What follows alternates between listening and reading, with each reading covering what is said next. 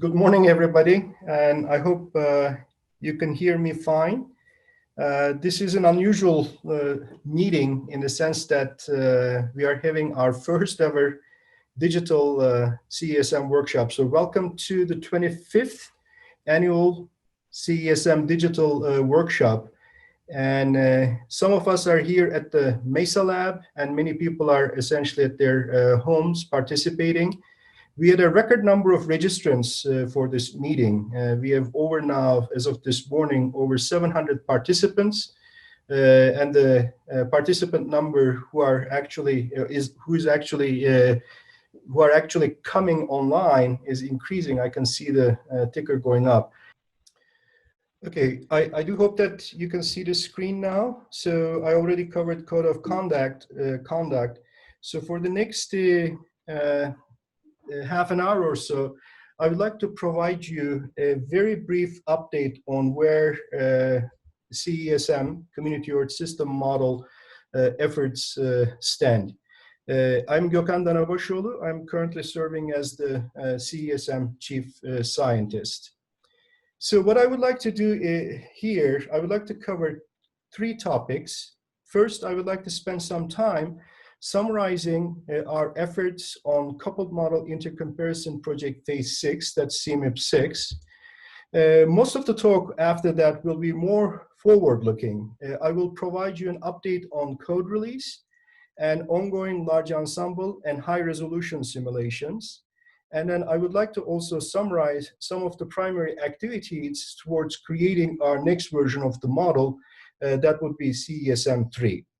So starting with the CMIP 6 efforts of CESM, I just wanted to first make sure that everybody is on the same page. And this is a plot showing two diagrams from Veronica Eyring's GMD paper from 2006, summarizing what CMIP is. On the right-hand side, you can see so-called DEC experiments. It stands for Diagnostic, Evaluation, and Characterization of Clima. And these experiments consist of pre-industrial control of the order of 500 years, 1% CO2 concentration increase stimulation, 4 times CO2 concentration instantaneous quadrupling of CO2 experiment, and then finally, an AMIP style simulation that's essentially forced atmospheric model, forced with SSTs and surface conditions. These 4 sets of experiments are supposed to be independent of a particular MIP, and that's why the DEC does not have a number, and it's supposed to continue independent of a model configuration that's used for other MIPs throughout, for example, CMIPs. On the left side, it is CMIP 6 specific, so it's a version specific. At the center, you see the DEC experiments. Around it, you see the CMIP 6 historical simulations. They require updated forcing data sets to run the historical transient simulations. That's why they are tied to a particular MIP number. And then around it, you have the questions that CMIP is trying to address, or themes that CMIP is trying to address. These include systematic biases, variability, predictability, and future scenarios, and finally, response to forcing type of themes.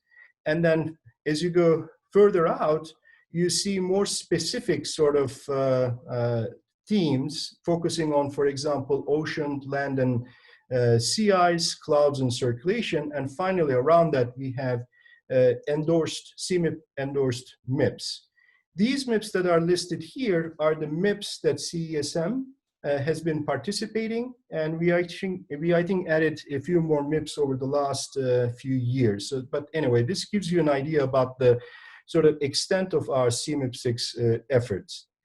We are participating with 2 sets of simulations. The first set is using our workhorse nominal 1-degree horizontal resolution version of the model, with both Chem6, that's a low-top model with limited chemistry, and Vacuum6, atmospheric model components. Vacuum6 is a high-top model with more comprehensive chemistry, atmospheric chemistry. The second set is using identical component models, with the exception of the atmosphere, Both CHEM and VACUUM versions use the nominal 2-degree horizontal version of the model. And this is mostly designed for longer simulations for paleoclimate purposes, for example. And we have performed deck simulations with this setup. And these setups are also being used for paleoclimate related MIPS. So by the numbers, since August 2018, that's when we started sort of our CMIP simulations, we have performed order 1,000 CSM2 simulations for CMIP6, and we still have about 10 more simulations to complete. We produced roughly 1.7 petabytes of compressed time series files. Of these,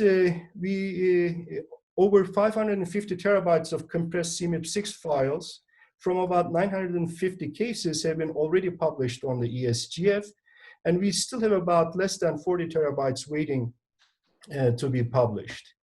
We have published roughly 830,000 files. This is about a month ago or so. And when we are all said and done for CMIP6, CESM2 will have about 600 terabytes published to the ESGF. And that's about 7 times more than the grand total from CESM's CMIP5 participation. So it's a lot of data. We have arranged for a special issue, and that's on the AGU, that's in the AGU journals. It's the special issue is the AGU CESM2 virtual special issue. It covers multiple journals, but most of the manuscripts are going into James. If you want to see the submitted or in-press publications for the CESM2 virtual special issue, you can go to this web address, or you can just type CESM2 publications. You'll get there automatically. We are anticipating about 70 total manuscripts for this special issue. I'm very pleased to say that about 38 of them either already published or they have been submitted. We just extended the deadline just last Thursday or Friday, I can't remember, to September 30th. And just because of the COVID-19 situation, plus, as you may know, there is a 4-month extension of the IPCC publication deadline as well. So this is considering those. And I suspect that this deadline will be the final extension, essentially. We will not have any more extension for CESM2 special issue manuscripts. The primary manuscript, providing an overview of the CESM2, has been already published, and that's available, publicly available, open access. It's published in James, and this is the reference for that. As a side, I wanted to also make sure that you are aware of this page. It's again from the same CSM publications page. We are collecting information on publications that primarily use CESM, and with Elizabeth Faircloth and Ryan Johnson, they essentially extended extended the capability on our website to make everything automated. So all you have to do really go to the website and then submit your published manuscript information, including title and particularly DOI number. And once you submit this thing, this automatically goes to an automated database. We also digitized all of the previous CESM related publications, and they are also available on the same web page. And you can essentially search all of the previous publications based on the co-authors or based on the publication years. So this should make everything a lot easier for people to search for. I just, as I said, this talk is mostly more forward-looking than summarizing results from CESM2 simulations. And in the past, I have essentially showed you many highlights from CESM2 simulations. And I just wanted to skip that here because they are already either I already showed them or you can easily access them from the CESM2 manuscript. So here, I just wanted to provide 2 summary slides showing CESM2 results in comparison to other model results. As you know, one of the emerging properties of the system or any coupled system is its equilibrium climate sensitivity as well as its transient climate response. For those of you who are not familiar with what equilibrium climate sensitivity is, it is representing the change in surface temperature at equilibrium when CO2 doubles. Of course, it is impossible or it's not practical to run fully coupled systems to equilibrium. There are other techniques used for this purpose. One group generally use slab ocean models, or you can use the so-called effective climate sensitivity measure, which is essentially an extrapolation on a scatter plot of top of the atmosphere radiation imbalance and the change in surface temperature. What is shown here now is equilibrium climate sensitivity in the x-axis here and versus the transient climate response. Transient climate response, for those of you who do not know what it is representing, again, change in surface temperature at the time of CO2 doubling in 1% CO2 increase experiments. Perhaps that's a more practical, more realistic measure of the transient climate response. And this plot is from Jerry Meals' paper, Equilibrium Climate Sensitivity versus TCR Scatter Plot, from, I believe, 25-ish or so models from CMIP models. And the two CSM2 Camp 6 and CSM2 Vacuum 6 values are given here. And on the left side of the panel, you see our previous, essentially, value. In CSM1, the equilibrium climate sensitivity was order 4 to 4.1 degrees C. In CESM2 with CAM6, whether we use the slab ocean model or effective climate sensitivity technique, we get 5.3. And if you use the vacuum version, we get 5.1 for slab ocean model version and 4.8 for effective climate sensitivity version. And I think that's what's plotted here. The bottom line is that we are seeing, not just in CESM, there are order 5 or 6 models showing equilibrium climate sensitivities of more than 5 degrees, and about 9 models, I believe, in excess of 4.5 degrees. So these essentially represent models with higher climate sensitivity, more models showing higher climate sensitivity than their CSM, their CMIP5 equivalents. In our own case, and we are going to, actually, Mark is going to cover this thing in more detail later on this morning. Our own investigations suggest that the increased equilibrium climate sensitivity in CESM2 has arisen from a combination of relatively small changes to cloud microphysics and boundary layer parameters that were introduced during the development process. And I would like to emphasize that the cloud feedbacks, particularly over the Southern Ocean latitudes, are quite important in our CESM simulations. The second panel that I wanted to show, or the second sort of summary result, is from John Fasulo. He has developed a new package, a new tool called Climate Model Analysis Tool, CMAT. It essentially provides a concise summary of model evaluation. So what is shown here in the x-axis, in the bottom axis, is, I believe, 37 models participating in CMIP6, and it's using only one ensemble member from each modeling group.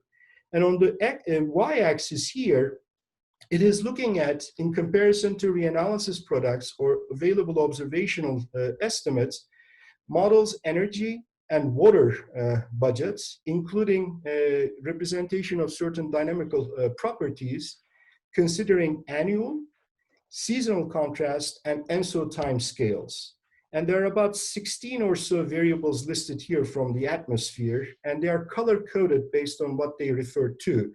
For example, the energy budget, the fields that are related to the energy budget overall are shown by the orange lines, orange color here, like long wave net and short wave net energy fluxes. Water cycle is shown by the blue colors here.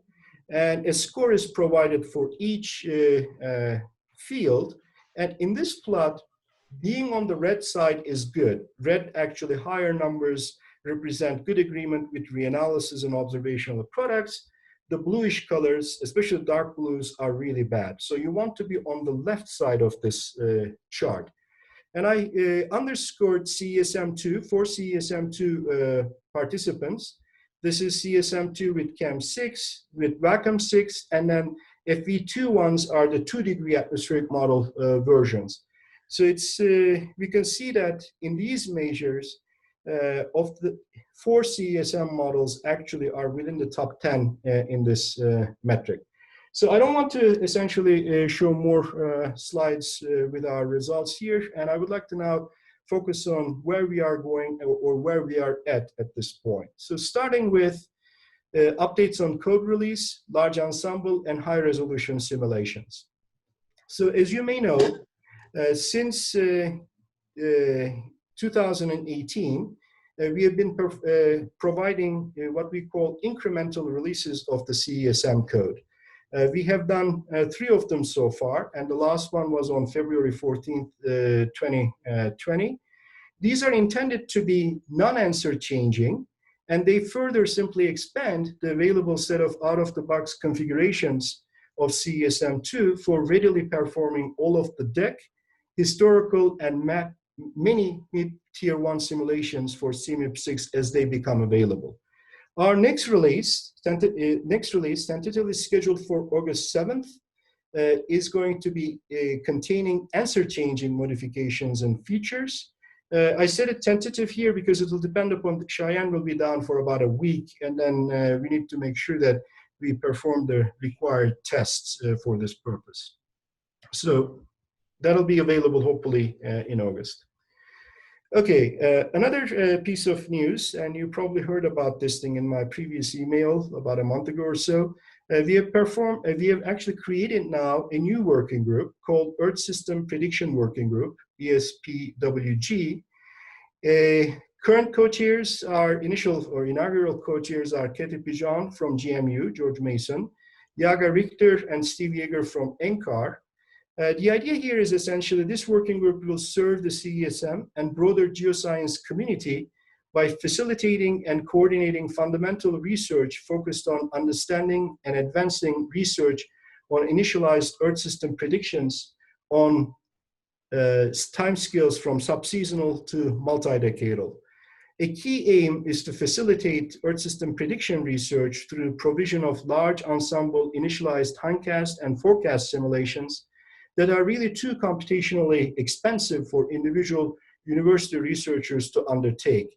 And I put down some examples down here, 3 plots showing essentially what we had been doing with, or what we have been doing with CESM.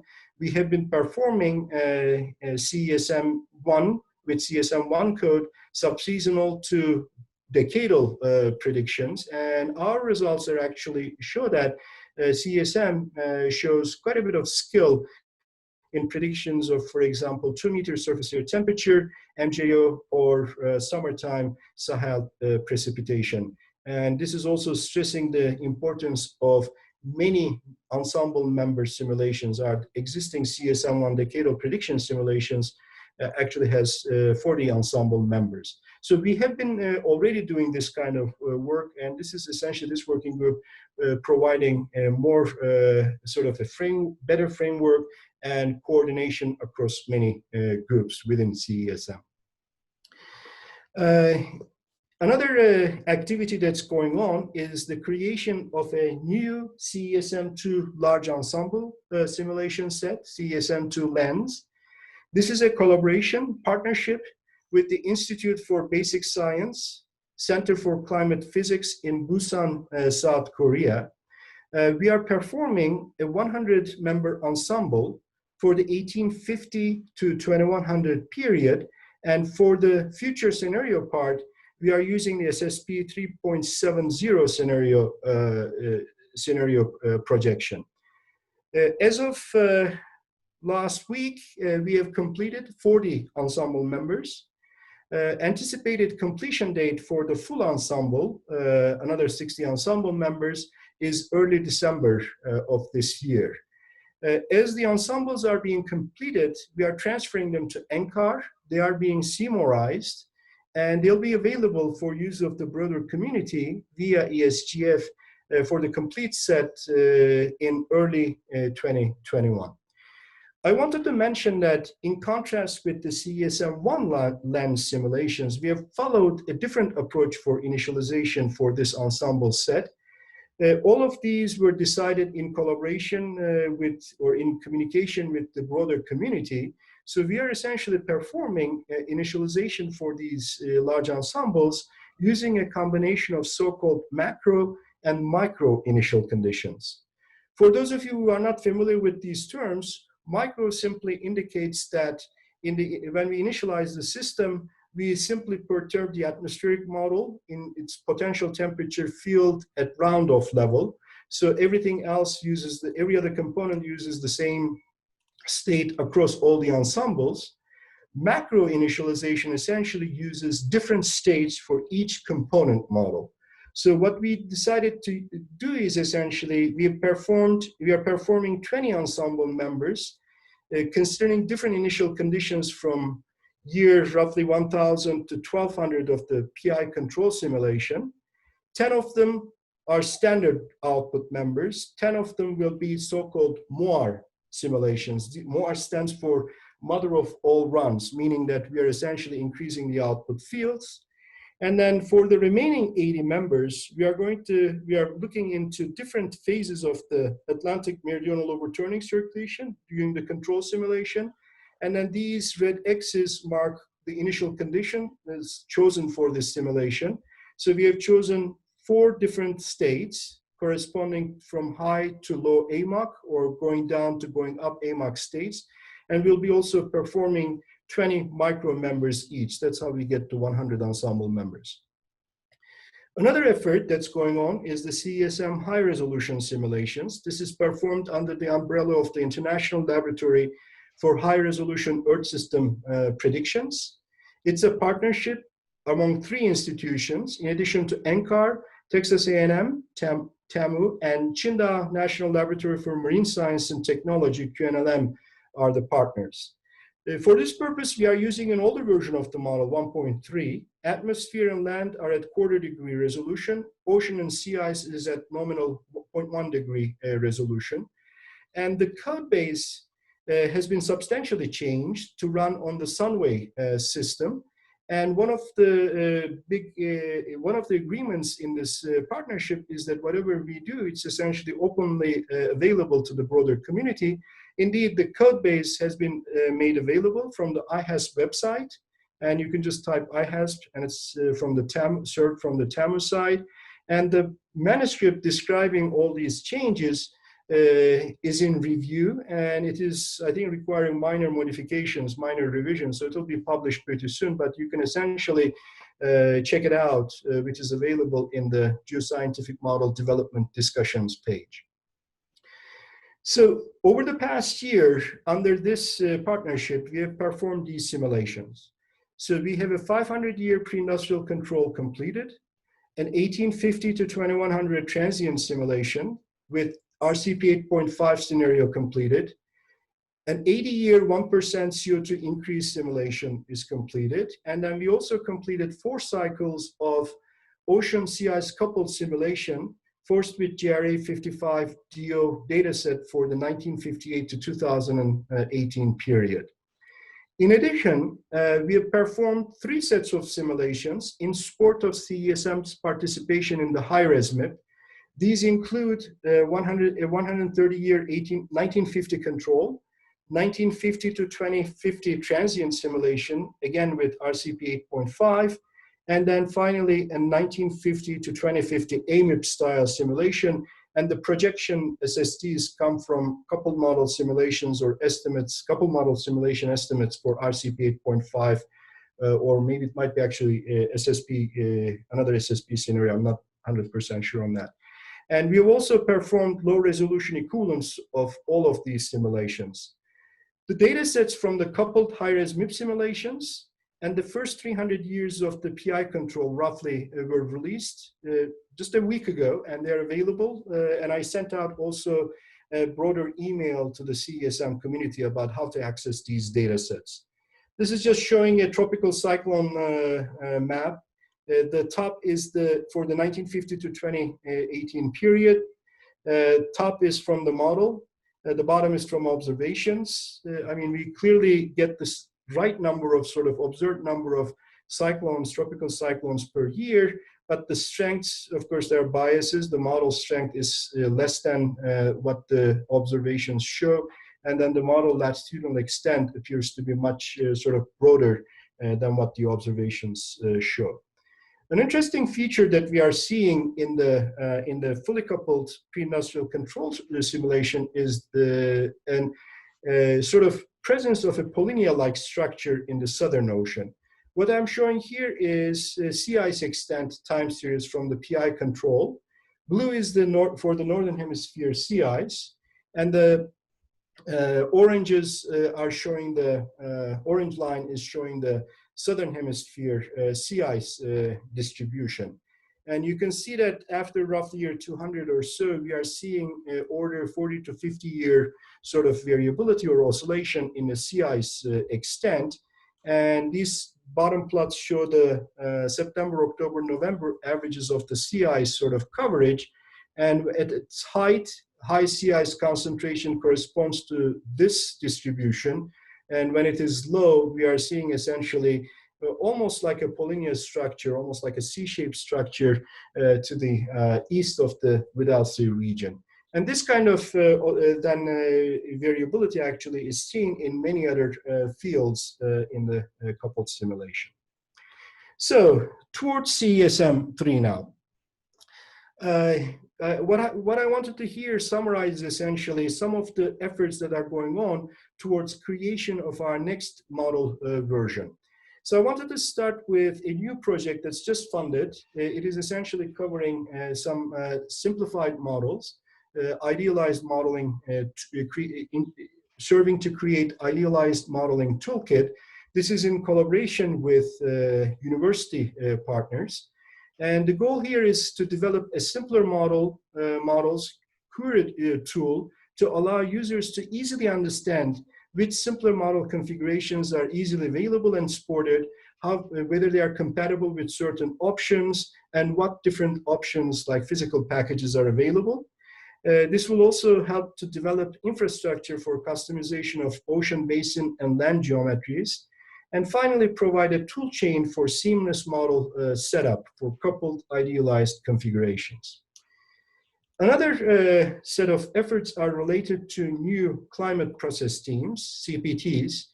For those of you who are not familiar with what CPTs are, they are essentially projects bringing together observationalists, theoretical folks, process modelers, and climate model developers to work closely on improving representation of a particular process, a physical process that's not represented well, or it may have lots of biases in the model, in multiple global climate models with an ultimate goal of reducing such persistent biases.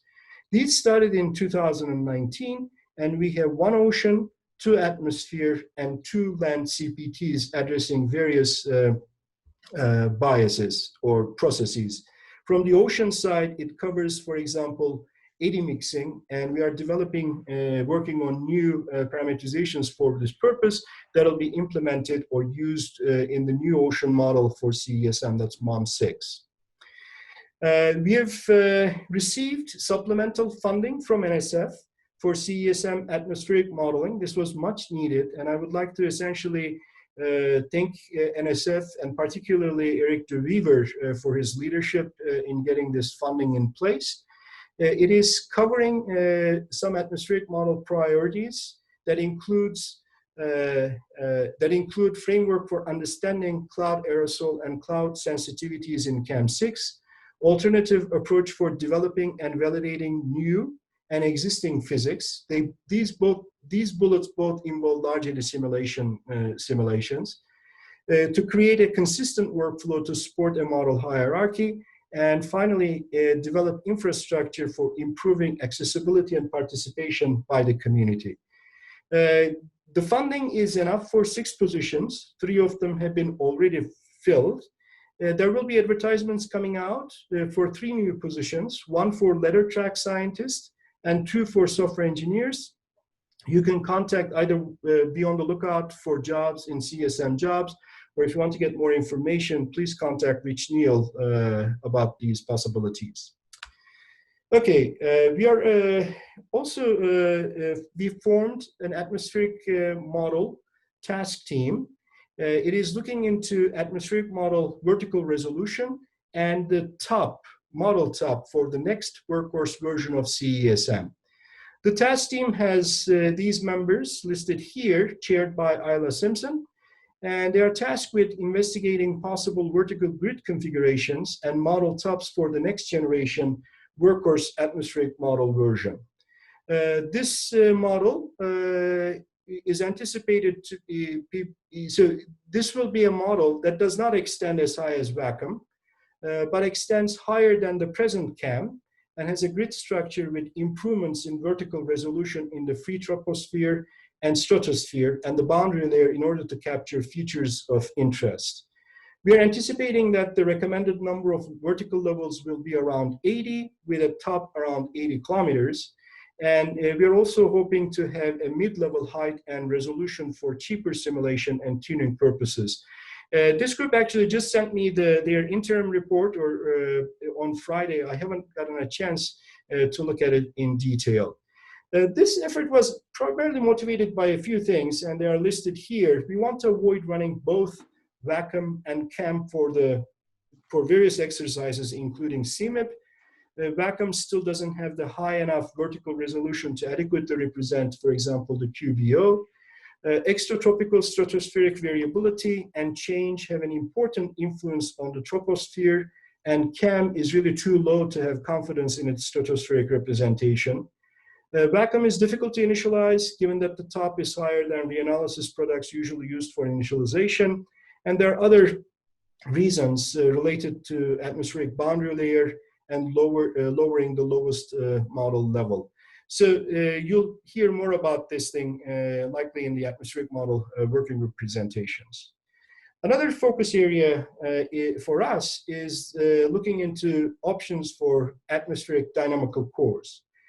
As of today, we have 3 dynamical cores in the works within CAM. The first one is the spectral element, SE dynamical core, with option for accelerated transport scheme. This dynamical core is highly scalable, hydrostatic dynamical core with flexible mesh refinement options. It has capability of running physics on a separate, it can be coarser grid for uniform grid applications. The second dynamical core is the finite volume on the cube sphere, FV3. This is GFDL's dynamical core used by ANSET for global weather forecasting.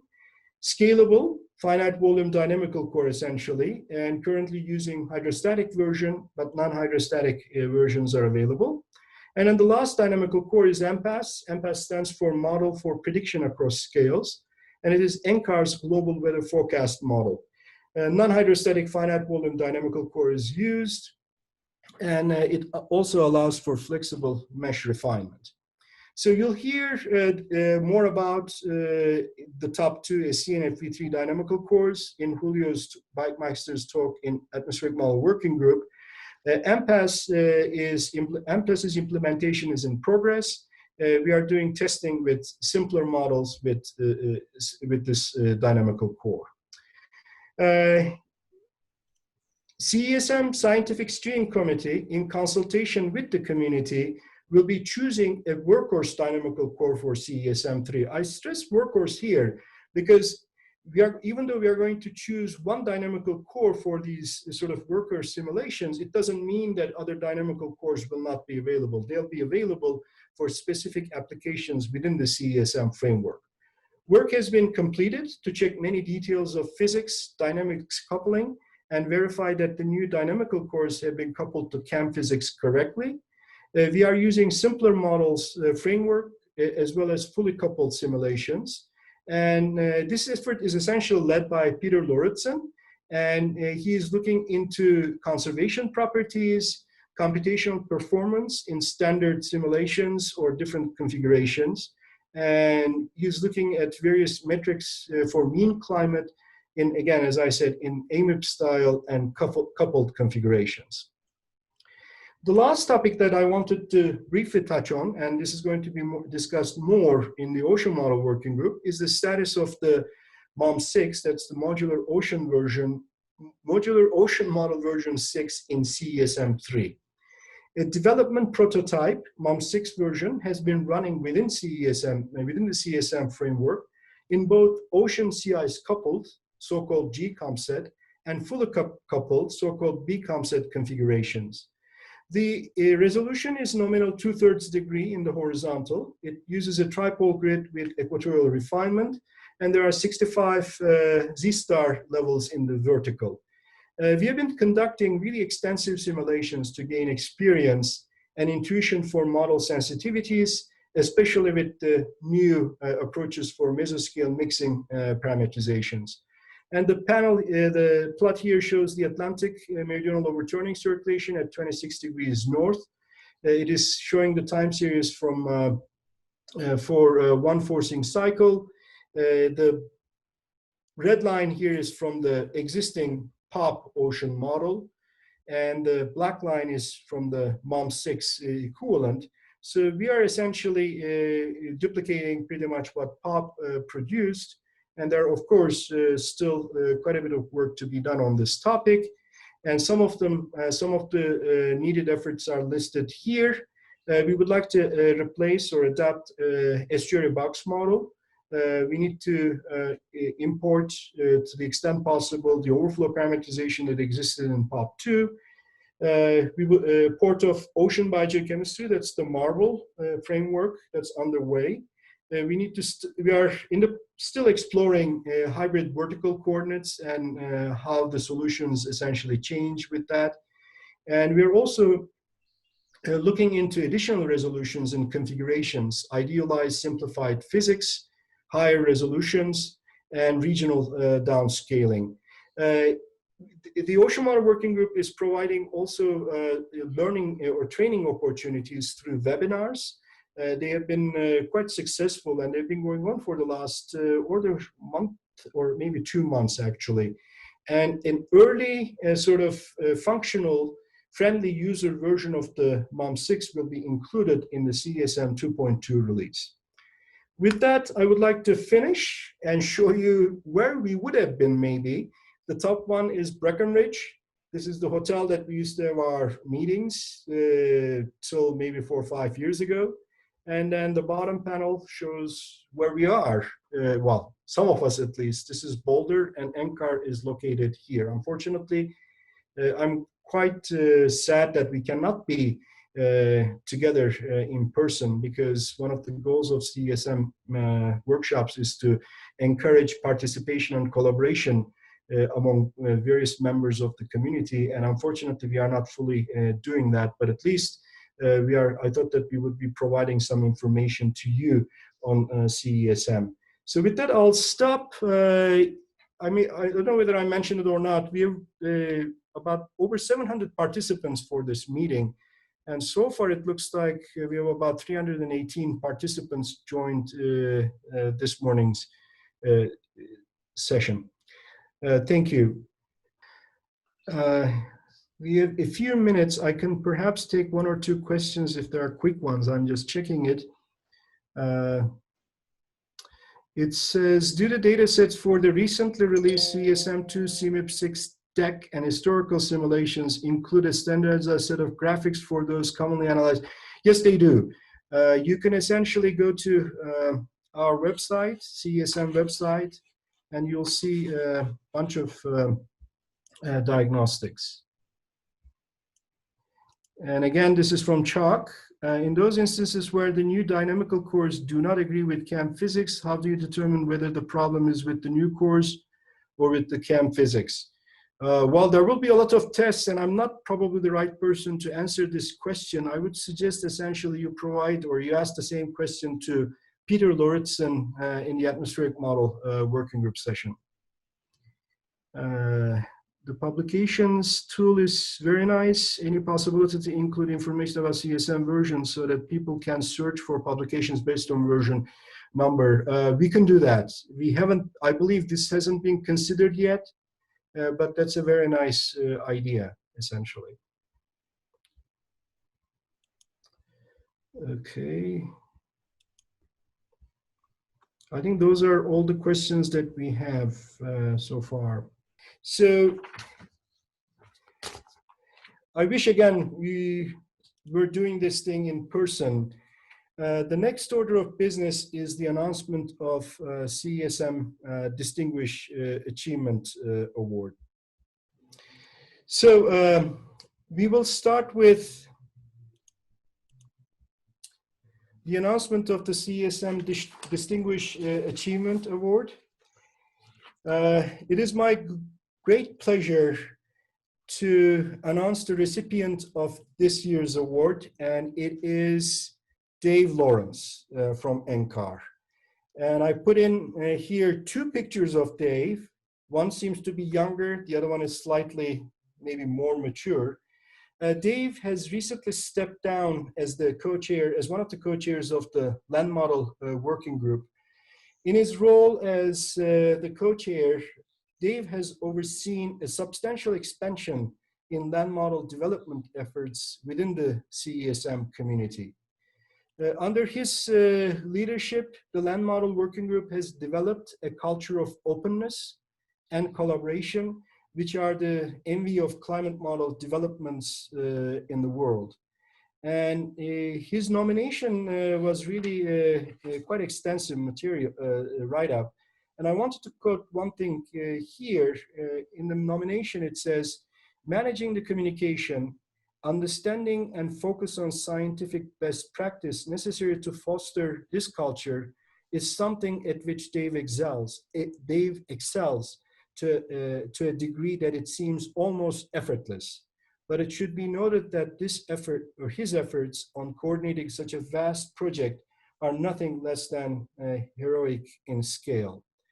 He has also, under his leadership, and of course, many members of the Land Model Working Group were involved as well. The CLM5 model evolved into a state-of-the-art in land modeling in the world. And he has also, he has been involved with many sub-projects within that development cycle. And more importantly, essentially, it's not just coordinating activities. He's essentially going into deep into what science is essentially being done. And over the last 3 years or so, Dave has focused on leading an activity to unify land modeling activities across NCAR. And now they are unified under the umbrella of Community Terrestrial Systems Model, or CTSM. So I wish Dave and I were to be in the same room right now so that I can present him the plaque and all that, but we are going to reserve that thing for another time when we are allowed to be in person. So again, congratulations, Dave, and you know the punishment. So the punishment is to provide a presentation. So I'll stop sharing and then we'll welcome Dave. Go ahead, Dave. All right, thank you, Gokhan. Yeah, so is this working?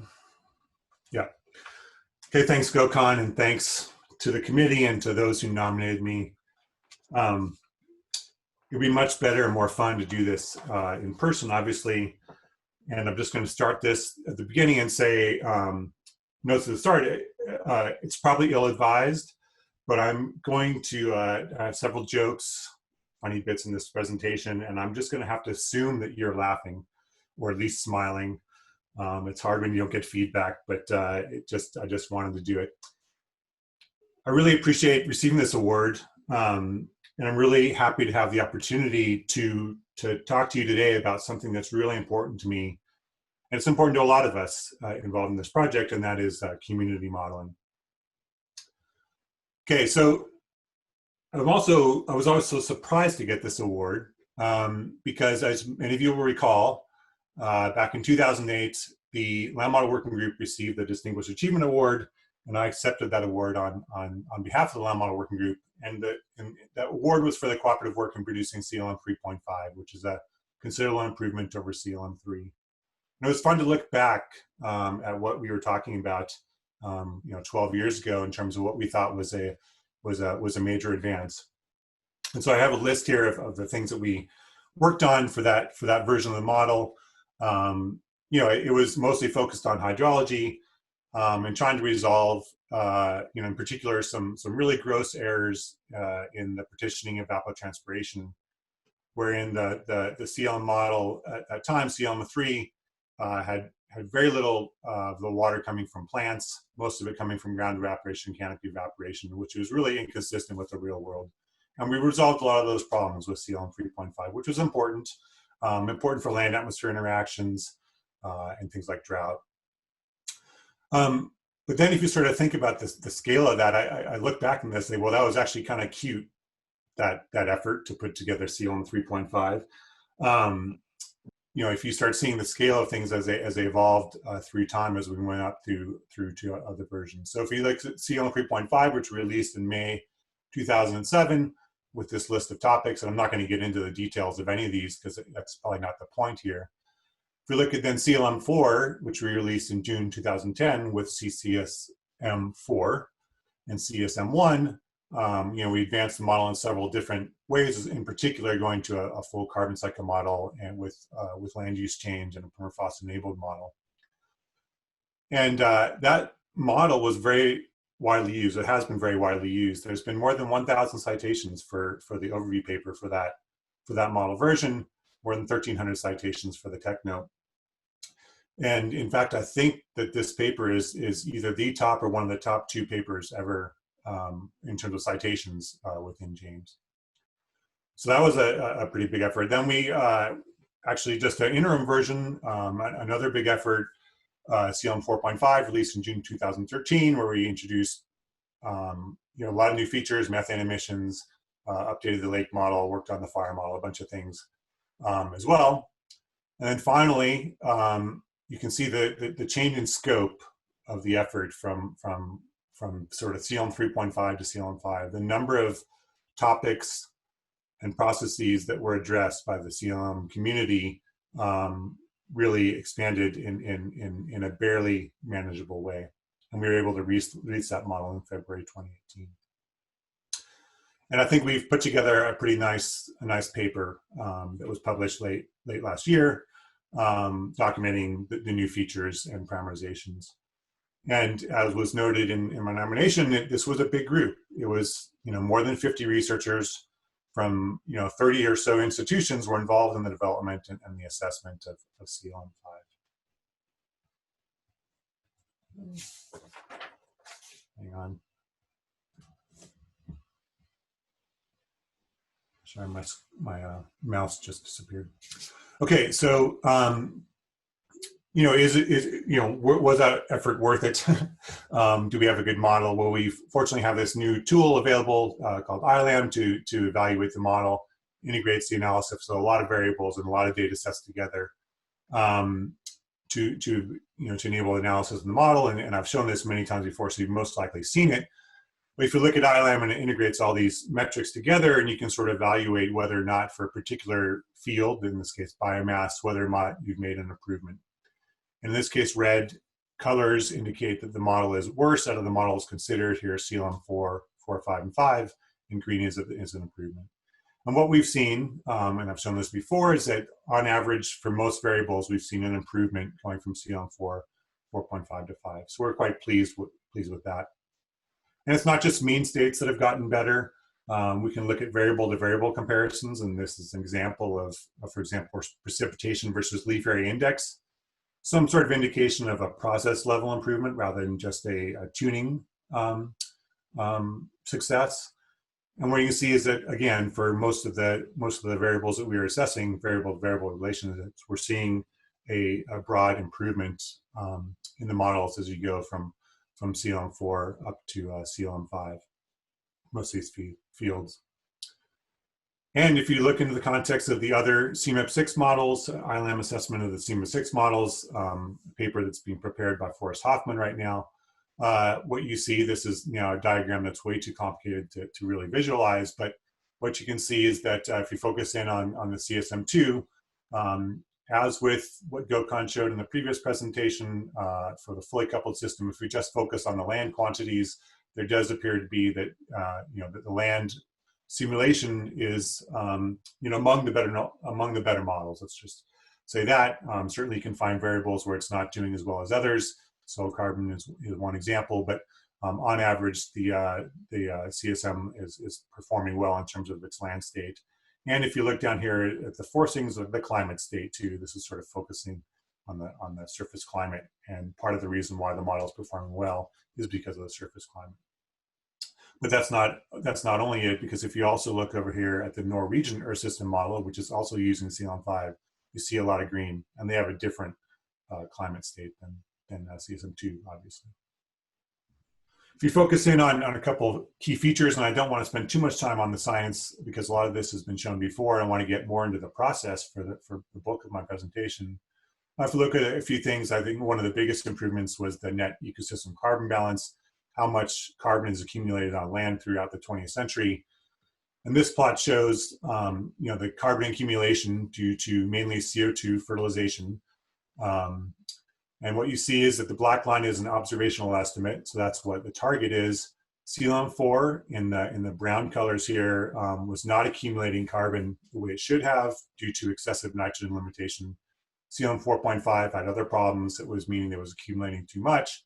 And then CELM 5 happens to have hit the sweet spot and is actually matching up with observations quite well. Now, there is some element of that it may be that there's luck or not luck, but we've been able to show through a series of papers supporting CELM 5 that part of it's due to an improved response to CO2 and also to nutrient addition. Will Vitor was able to show that in his paper. But Gordon has also pointed out that if you look at longer time scales, the full 20th century, there's a lot of uncertainty that's associated with many factors, but in particular, one of them is with historical climate uncertainty. You can get a different result depending on which climate trajectory you force the model with. And Rosie Fisher has also shown that there's probably quite strong parametric dependence. So it may just be that the set of parameters that we settled upon are giving this good result, and a different set of also reasonable parameters may not be quite as good. If we look at another way of looking at this, I kind of like these diagrams, looking at the sort of the carbon state of CELM4. This is the carbon state on the left, and then how it evolved.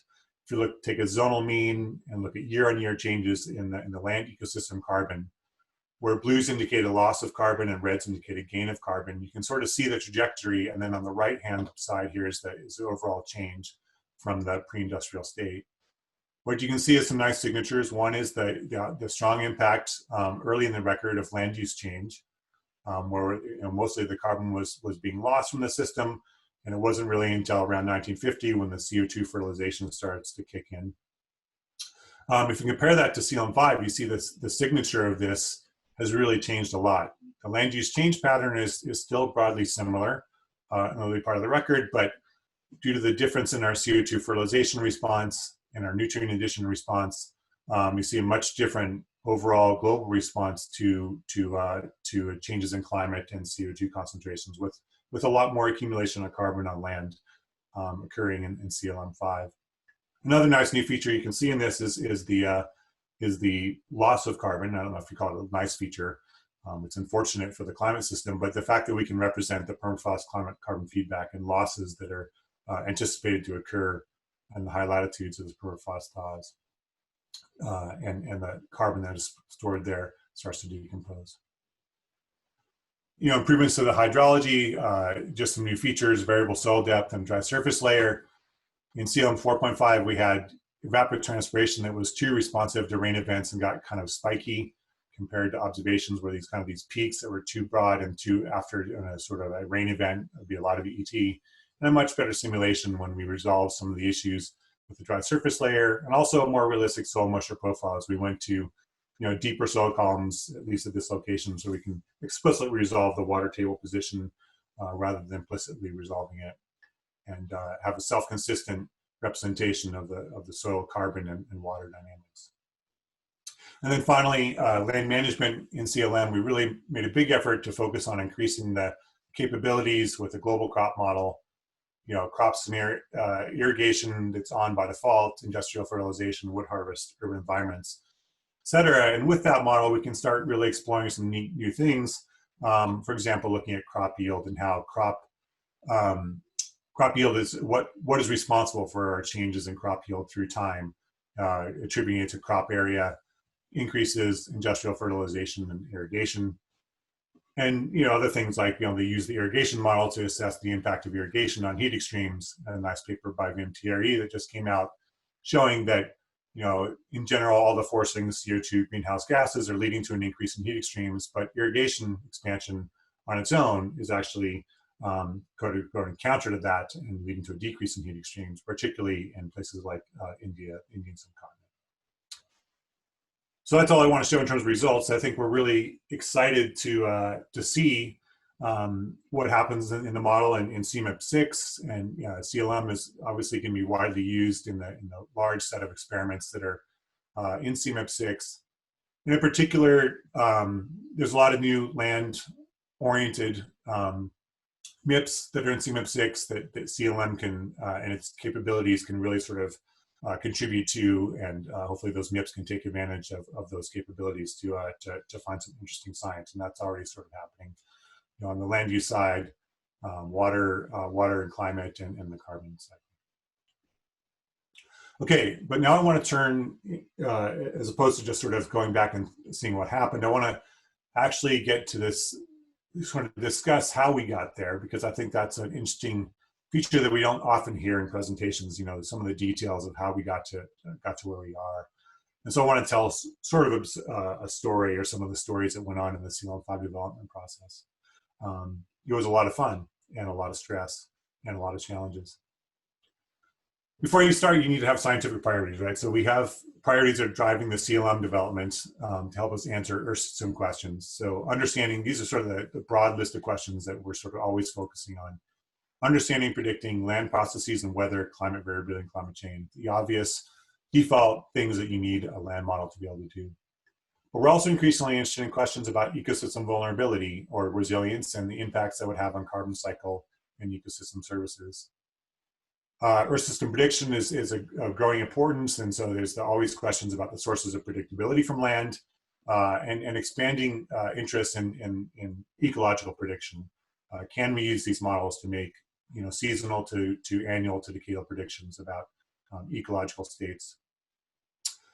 Land management for climate change and greenhouse gas mitigation is really critical, and looking at the trade-offs and co-benefits of land management techniques, with the idea that in a lot of these low emissions scenarios or the low warming target scenarios, land management is really utilized and required to achieve those low targets. Up to 30% of the carbon emission reductions is coming from better management of the land in some of these scenarios.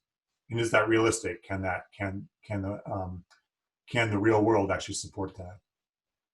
And then finally, issues of water and food security. So for CLM5, to answer these questions, we had a sort of a parallel focus on mechanistic improvements and also an expansion of capabilities. There was a pretty big emphasis on hydrology that was more consistent with state-of-the-art understanding. We wanted to build a model that if a hydrologist came and looked at it, they would say they would not be so disappointed that they wouldn't want to use it for their research. And so there was a lot of ways that the CLM was falling short in terms of its representation of hydrology that we've been trying to address to make it really a useful tool for hydrologists. It needs to be more ecological. We wanted to develop a model that was more ecologically relevant, especially for things like plant carbon, nutrient, and water dynamics. And then, as aforementioned, really focusing on expansion of the representation of land management so that we can ask these questions about trade-offs and co-benefits of targeted land management practices. So you need a community to do this, and we built this community. And I think this is true throughout the CSM system, is that we each have our own disciplines. CLM is coupled to CSM, or it can be coupled to other atmospheric models, and it has been to answer all sorts of questions about climate variability change, land-atmosphere interactions, weather predictions, air quality. But to build the model, you really need to draw on expertise that may not really be involved typically in our system modeling. Those, hydrologists, ecologists, biogeochemists, and people specialized in the cryosphere.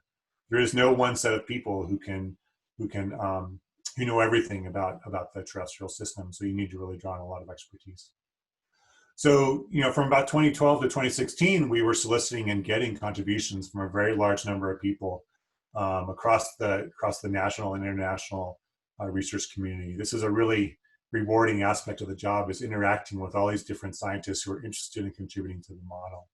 And each one of these people here really represents really a team of people behind them who have helped build, professors. These are often the graduate students or postdocs, the professors who are behind them on our research.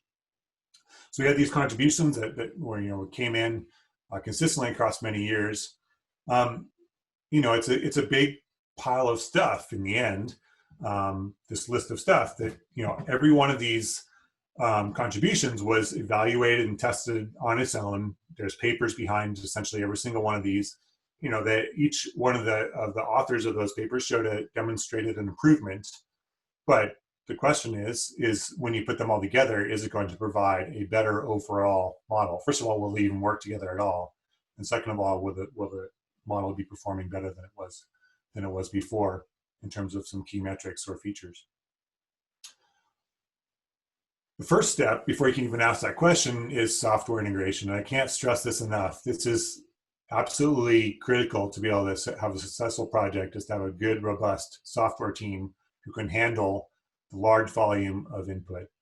In this case, Mariana and Bill did a lot of pre-work before CLM5 to restructure the model to kind of remove some of its legacy technical debt that was preventing us from efficiently bringing new features into the model.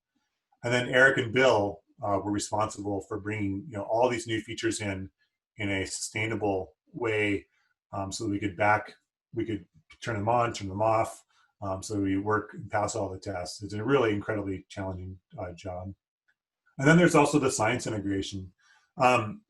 These features have all been developed independently, as I said, but then they get brought together, and then there's things that are not self-consistent with each other. So how do you actually make everything work together? Well, you need to have in-house expertise who are willing and able to look at the code and address challenges of integrating the code. And in particular, I just want to highlight one example. Rosie took on this really hard project of merging 3 separate branches of nitrogen cycle development. They were coming from 3 separate research groups across the country.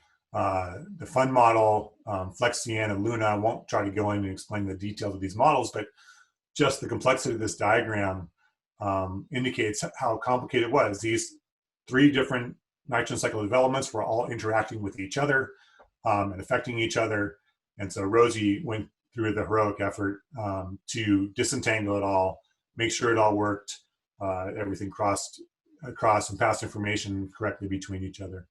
And that was really hard, and she eventually got it to work. In doing all that, really, it was this sort of Herculean task, pushing the proverbial boulder up the hill. Sometimes I thought we were never going to, it was never gonna work. And meanwhile, Gordon Bonin, our intellectual leader and the essentially who built the original version of CLM with collaborators, I felt like he was watching us and wondering how in the heck we were going to do this, and perhaps sometimes doubting that it was possible. And it was nerve-wracking because Gordon literally wrote the book on terrestrial ecosystem modeling, and fortunately we were able to pull it off. So the integration of contributions into CLM, after many months, really years of effort, we finally got a model configuration that ran. I use this analogy of an old car because it wasn't running smoothly, it wasn't running fast, but it ran with everything we wanted. But there were many new uncertain parameters that came with all those new parameterizations, and there was a growing realization that in some parts of the parameter space, plants were not surviving through the spin-up process. And so this is a picture here showing the leaf area index, a really key diagnostic and key feature of the model. And basically anything that's this sort of magenta color here indicated that at that location, that particular plant type did not survive. So That's not good. This particular plant type, the deciduous tree, otherwise known as larches, was essentially not living anywhere. The deciduous tropical tree was only living in the deep tropics where it was very wet, and anywhere where it would really want it, we sort of wanted to grow in the sort of more semi-arid regions, it was dying. So Ben Sanderson stepped in. Those of you who know Ben's always full of brilliant ideas, and he can convince anybody that his idea is brilliant. So he says, look, we can do global parameter optimization by, I'm using the term machine learning. We were using emulators as, I'm using machine learning as a broad term, using emulators specifically. And, you know, Ben's like, this is totally going to work. It's going to be great. It's going to be the first time that any group has done a global parameter optimization. People have done it for single sites before with varying success. He was convinced, many attempts, mostly dead.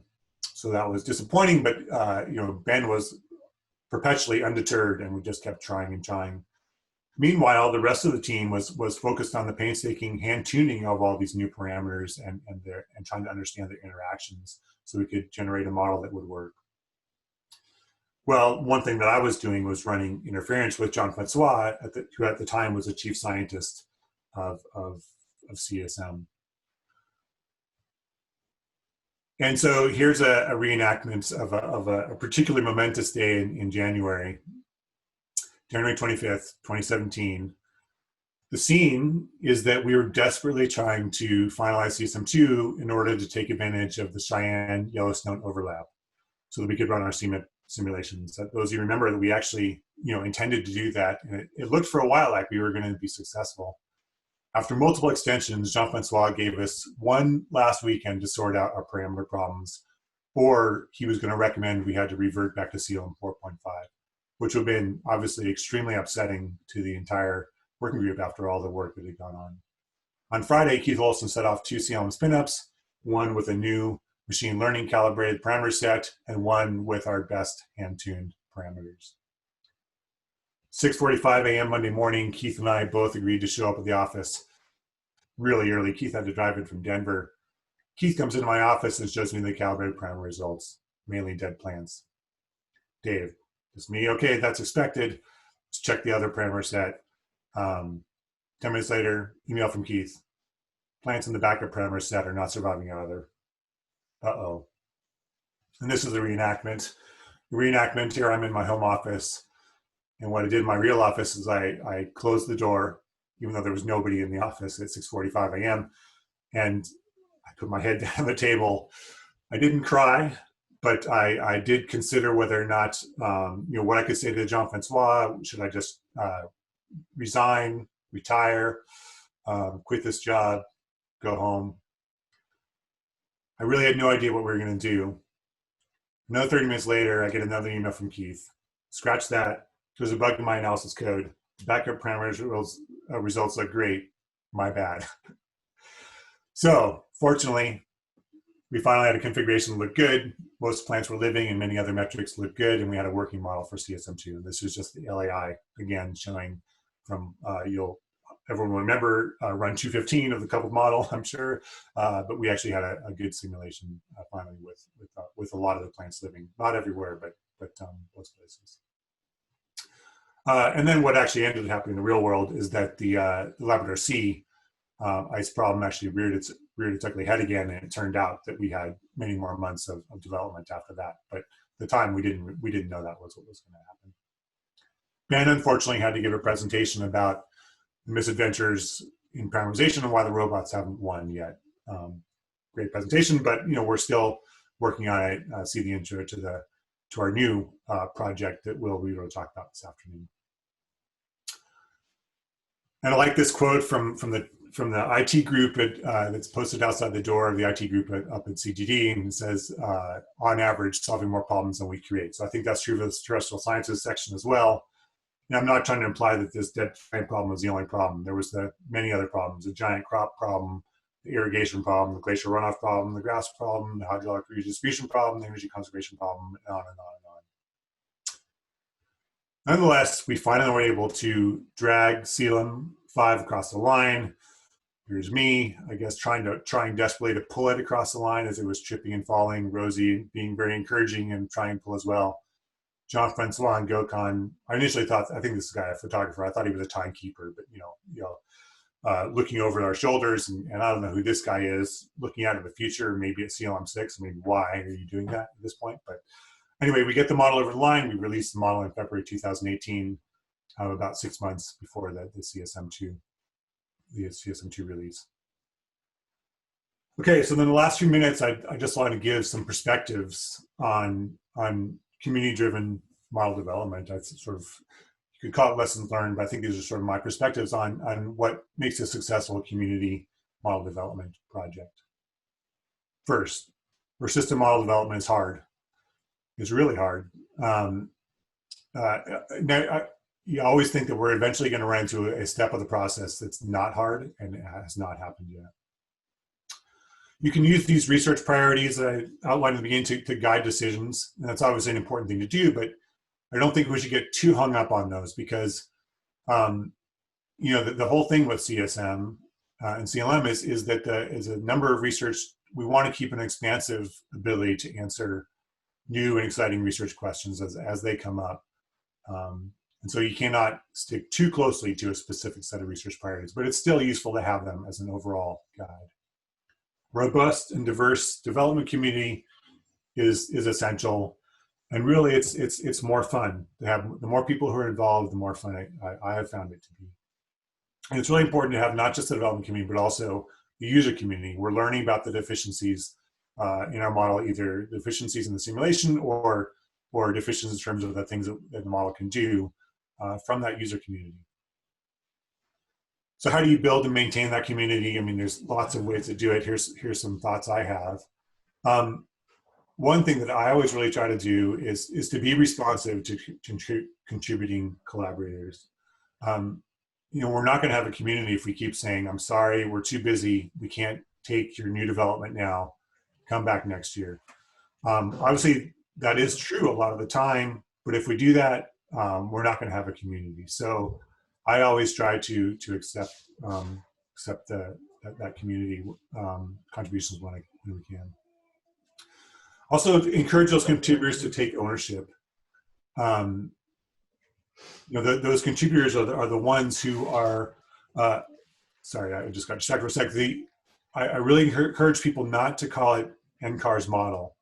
None of us should be calling it NCAR's model. It is the community model, and those people who contributed to it need to take ownership of that model and consider it to be part of, they're part of the team. Once they've contributed, they're part of the team. They haven't just given it to NCAR so that we can use it.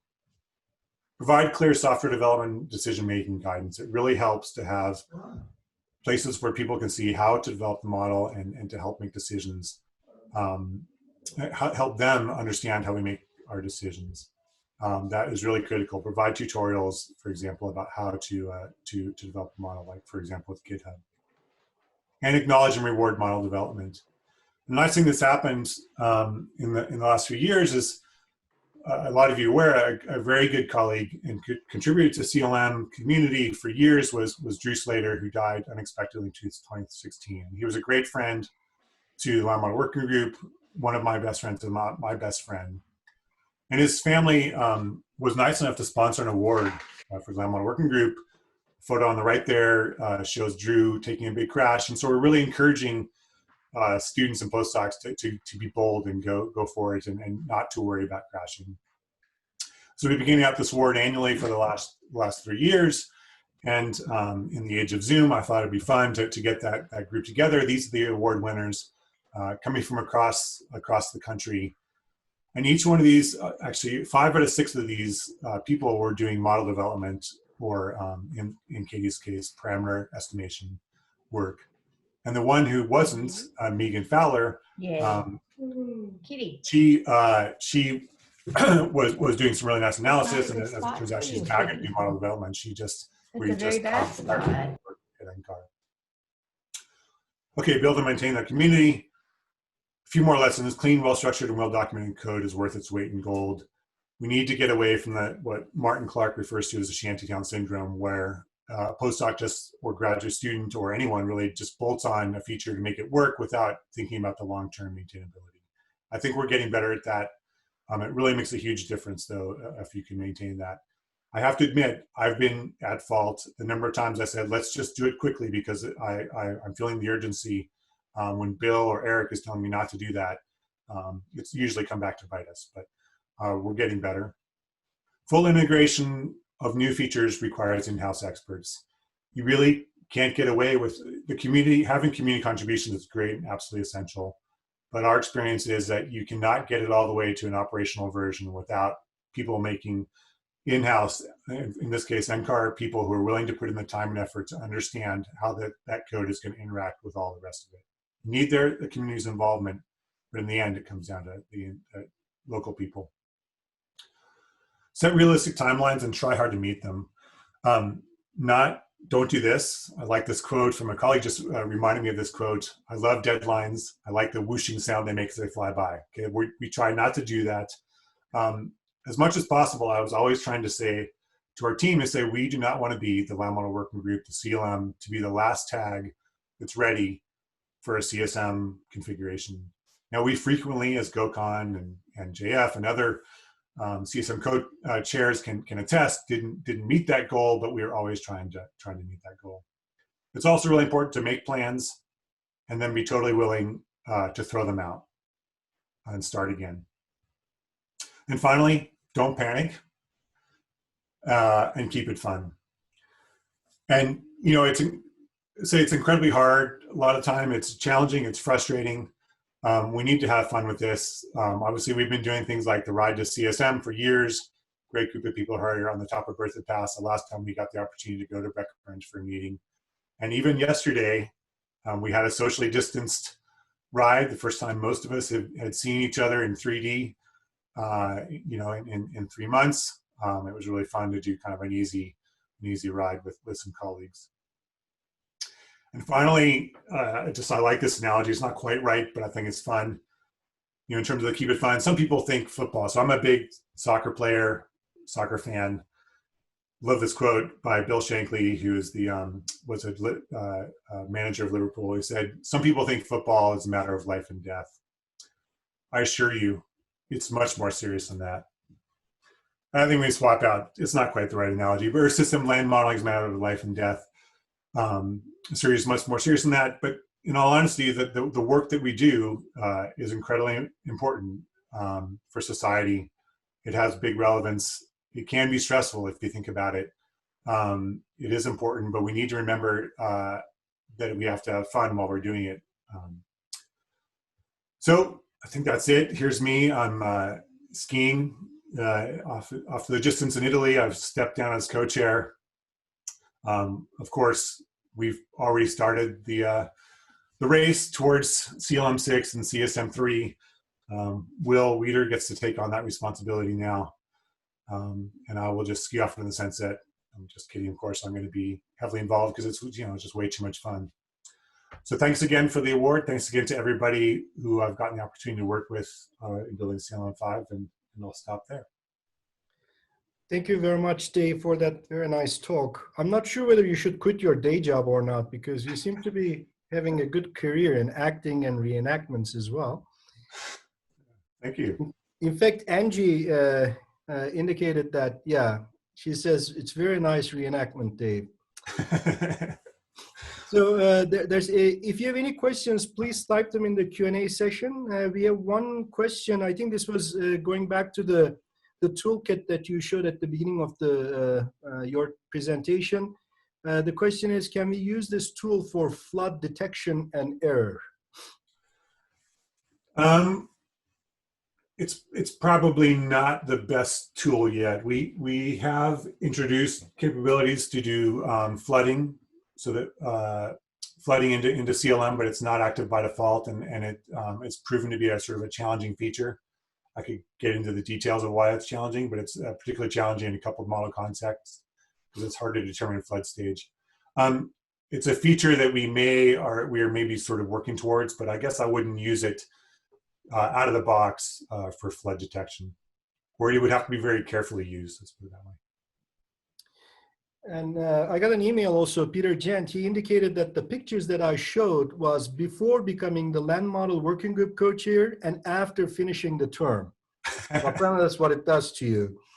Yes, So, yeah, I'm like Obama. any questions? Any other questions for Dave?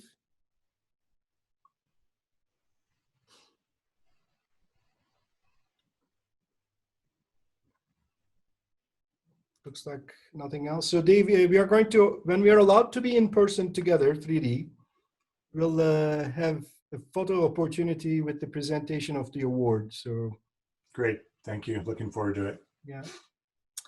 Okay, we're about 5 minutes ahead, and I guess we'll go ahead and, yeah, great.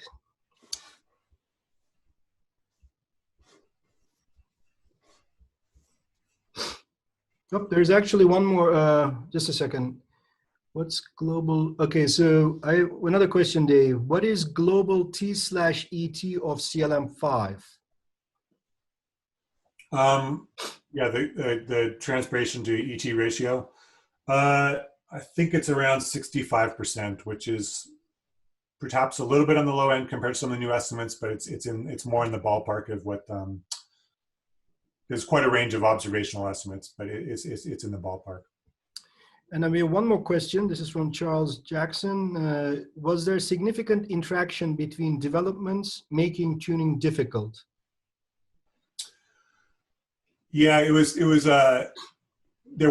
interactions, and it really, a lot of it came down to the carbon. In the case of the tuning, it was the carbon nutrient interactions that proved to be quite challenging, and in particular, this sort of issue of we did a lot of our initial analysis at present day climate conditions to be, because that's when you can compare to observations. And what we were finding is that when you went back to 1850, under the lower CO2 concentrations, those plants were not as healthy, and sometimes they would not survive. So it's a challenge that was part of the reason why we had a hard time doing this machine learned effort, is because of that sort of two-step thing that really we need to get the plants to survive in 1850, but then match the present day observations. Okay, thank you very much. So we'll move on. Our next award is the CESM Graduate Student Award. And again, it's my honor or my pleasure to introduce the recipient of this year's award. And it is another land person, and the award goes to Daniel Kennedy. So his picture was already included in Dave's actually Graduate Student Award winners from the Land Model Working Group side. And he is currently an ASP postdoc at NCAR. I think he started earlier this year, but it was, I guess, a short-lived sort of three-dimensional period being at NCAR. He graduated from Columbia University, and he implemented a plant hydraulic scheme. In short, it's called PHS into CLM5. And PHS is a mechanistic representation of vegetation water stress and replaces the empirically-based soil moisture stress parameterization that existed in CLM, and that's, I believe, still in use in many other CMIP models. He started implementation, but apparently he was assuming that it would only take a couple of weeks to implement that parameterization. Needless to say, it required several years of intense interactions with the CLM group, but he persisted according to his nomination. And his implementation of the PHS scheme in CLM5 is the first such implementation in a CMIP class model. Daniel also is involved with land model working group activities, and I believe he was a lecturer during the 2019 CLM tutorial, where he gave an inspiring presentation that described his experience with the implementation of the PHS scheme, including his trials, tribulations, and rewards for code development within a complex model such as CLM. So again, it's my pleasure to introduce Daniel. And unfortunately, again, we can't be in person, and we'll have a photo opportunity when we can be together again. All right. Yeah. Well, thank you very much, Gokhan, and thank you very much for the nomination.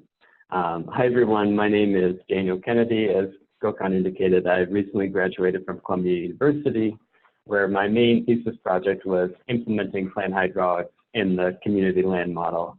And as of January, I'm now a postdoc here at NCAR in CGD. Next slide, please. This work started, as Gokhan indicated, several years ago, back in 2015, when I came to the 2015 Land Model Working Group winter meeting and presented isohydricity and anhydricity, which was just a toy model, not at all in CLM. But I'm very thankful to Dave Lawrence, who encouraged me to pursue this idea further and connected me with significant resources to help the project along the way. This included a hosted visit at NCAR during the summer of 2016 and access to the supercomputer for computing time. But likewise, and perhaps more importantly, connected me with some of the scientists at CGD, including, for example, Rosie Fisher and Keith Olson, who were incredibly helpful in designing and implementing the new model. I want to also thank all the co-authors in this project, and especially thank the software developers, Eric Kluzik and Bill Sachs, who helped implement and test the new model. So then at the end of that summer visit, what we ended up with was this new module implemented within CLM called Plant Hydraulic Stress, which is a soil-plant atmosphere continuum model meant to represent how plants use water and how they experience water stress during drought or from interannual variability. But before I get too far ahead, let me give a bit of background. The fundamental problem in terms of vegetation water use involves modeling how vegetation managed the so-called stomatal trade-off. The stomates are these small pores on the underside of leaves, and plants need to open these pores to obtain carbon dioxide for growth, but when they do so, they lose water, and water is often a limiting resource. So plants can open and close the stomatal pores in response to environmental conditions, hopefully to most efficiently use the water that they have available.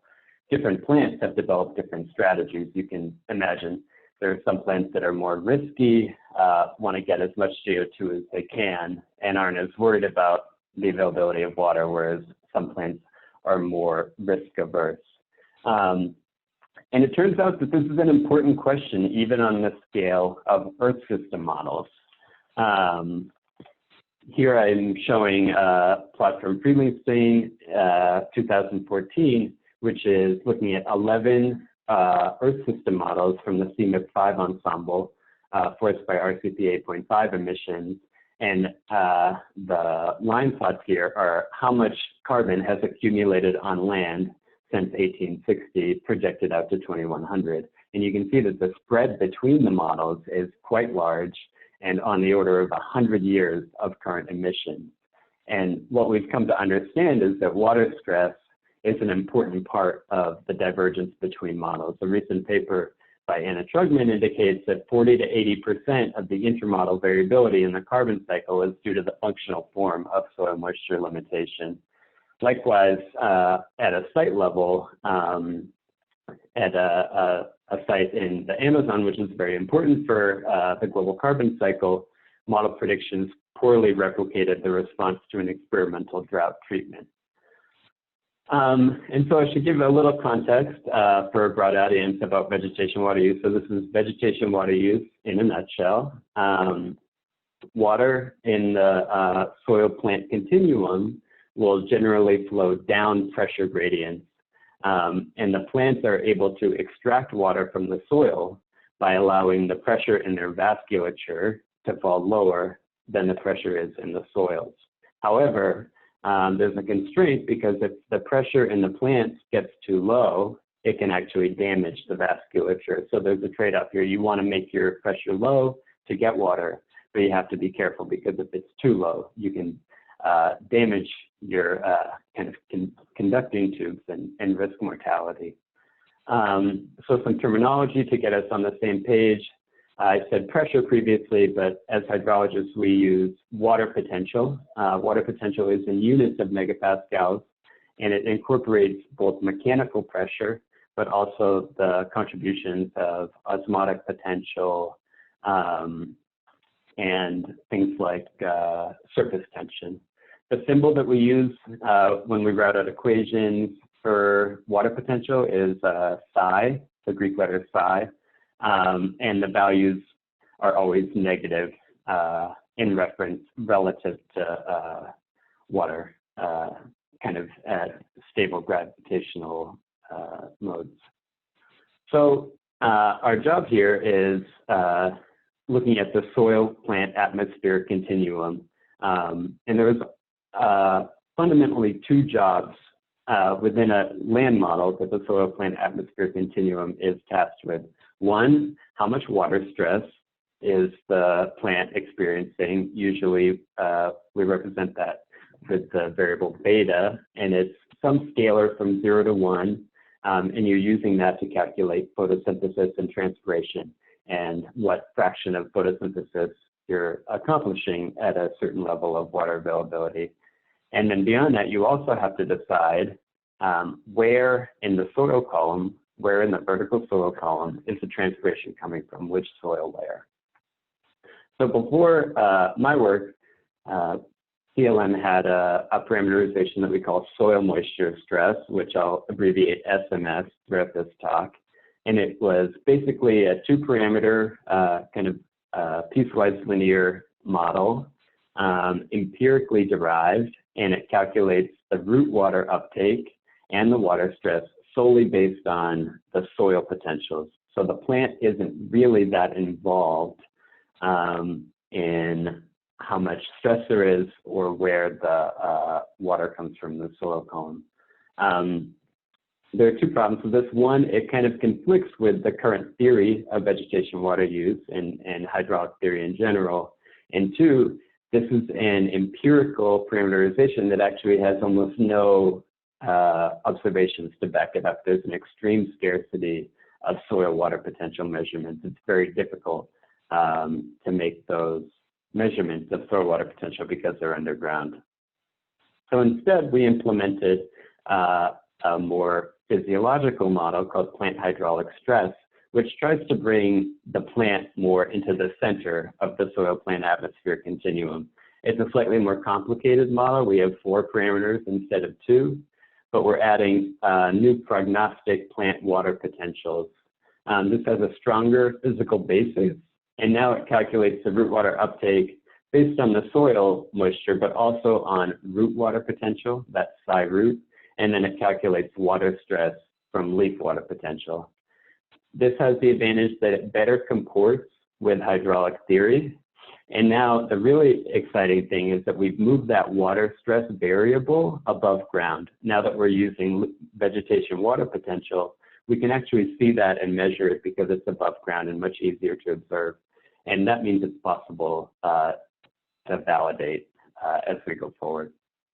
So like I said, you fundamentally have 2 jobs: how much water stress, and then where in the soil column is the transpiration coming from.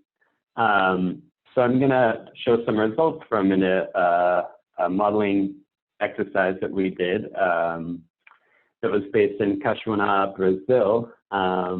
So we chose Cachoeira because it's a critical biome in the tropical rainforest. It's also a very well instrumented site. It has been highly studied, so there's a strong publication record at this site, and it has a meaningful drought signal because there's a seasonal dry spell from August to November every year, and there's an experimental manipulation that also has extra drought for us to look at. So I'll start with, is PHS, the new model, functioning as expected? So here I'm plotting that stress factor from 0 to 1 for the 2 flavors of CLM. The top panel is with soil moisture stress, and then the bottom panel is our new model with plant hydraulic stress. And I'm trying to tease out 2 different factors here. So on the x-axis is vapor pressure deficit, how dry the atmosphere is. And then the color in the plots is indicating the soil moisture. And so I split it into terciles where blue is wet and red is dry. And what we're seeing here is that soil moisture stress really only reacts to the soil moisture, right? You can see that the colors manage to segment the stress, but there's no real response to atmospheric dryness. And then plant hydraulic stress responds to both soil moisture and VPD. And this is a much better reflection of hydraulic theory as we know it. So for us, this was, plant hydraulic stress is operating as it should. But we also have some observations from this site. So how do we compare with field observations? So we'll look at transpiration. And so on the top panel is, again, the soil moisture stress flavor of CLM, and the bottom panel is the plant hydraulic stress. And here I'm plotting error model versus observations. But instead of just doing a scatter plot, I'm plotting it versus soil potential and showing that PHS is showing less error overall, but also it removes this kind of problematic structure of error where with SMS, when soil potential was closer to 0, so wet conditions, it was overestimating transpiration.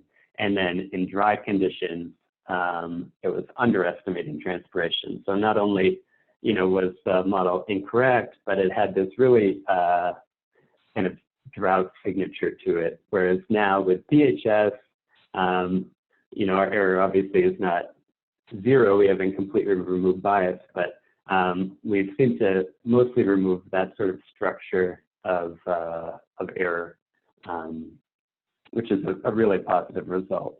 And more on that, here I'll show, we also have some soil moisture observations from this site. And again, the top panel is that soil moisture stress flavor, and the bottom panel is plant hydraulic stress. And here I'm plotting the line is the model, and then in the red dots are our observations. And so at the top of the panel is kind of wetter soils, and the bottom of the panel is drier soils. So you can see a pronounced dry season across 3 years at the study site. And the soil moisture stress has really large biases during the dry season, where it's finding that the soils are much drier than observed in reality in the observations, whereas plant hydraulic stress removes that. Likewise, what we see is that there's kind of a numerical issue with soil moisture stress, where there's a nonlinearity during the dry season in the parameterization, which causes there to be absolutely or very, very little variability in soil moisture during the dry season, which does not comport well with observations. And we were able to ameliorate that with our more physically based model. So from there, we moved on to observing PHS from a more global perspective, and this is still in prep, but I'll give 2 of the highlights. So CLM5, one of the big concerns and one of the known deficiencies is the interannual variability in photosynthesis. And so we're interested in asking, how does PHS specifically affect variability in photosynthesis? And it actually was kind of exonerated as a culprit there, because overall interannual variability increases with PHS. And so from the map, what you'll see is the reds are places where PHS has higher interannual variability than SMS, and it's especially the differences in terms of having higher interannual variability is predominantly in semi-arid regions, and that's confirmed when you plot the difference in interannual variability versus mean annual precipitation.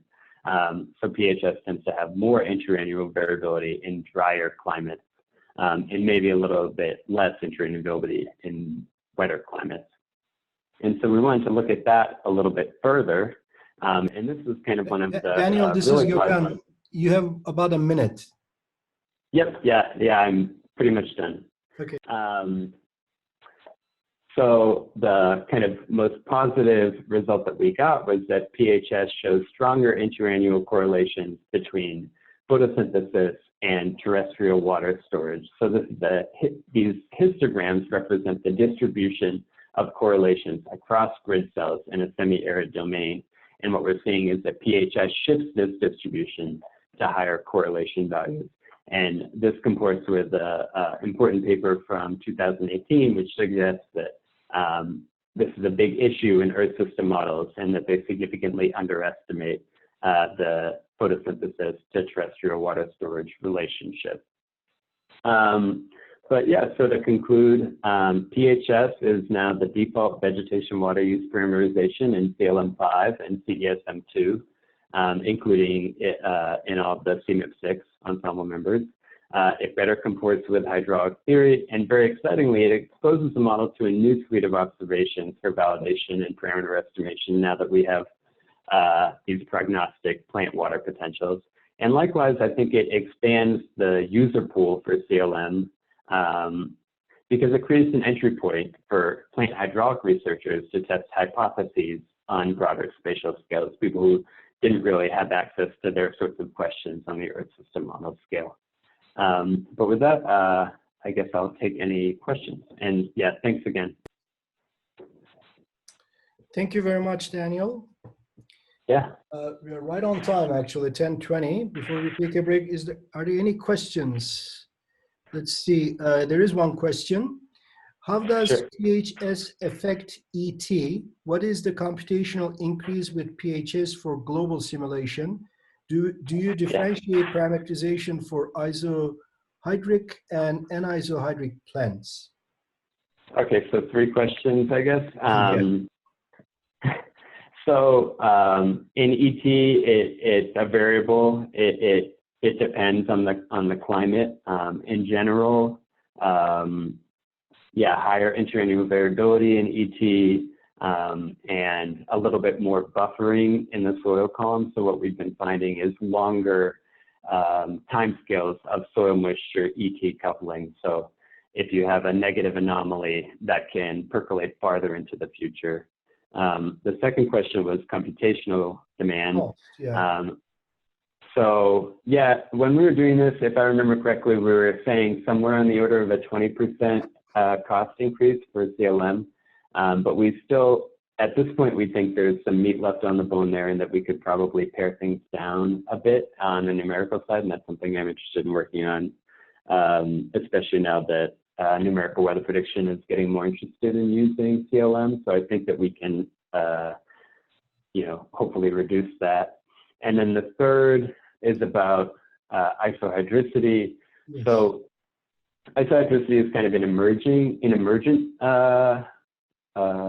behavior of a plant hydraulic model. So it is kind of within the functionality of PHS, but it's not explicitly a parameter, whether you're isohydric or anisohydric. So it would be an emergent property of the model. Okay, and one more quick question. Can you improve dry period soil moisture simulation through tuning parameters associated with the water retention curve in the SMS simulation as well?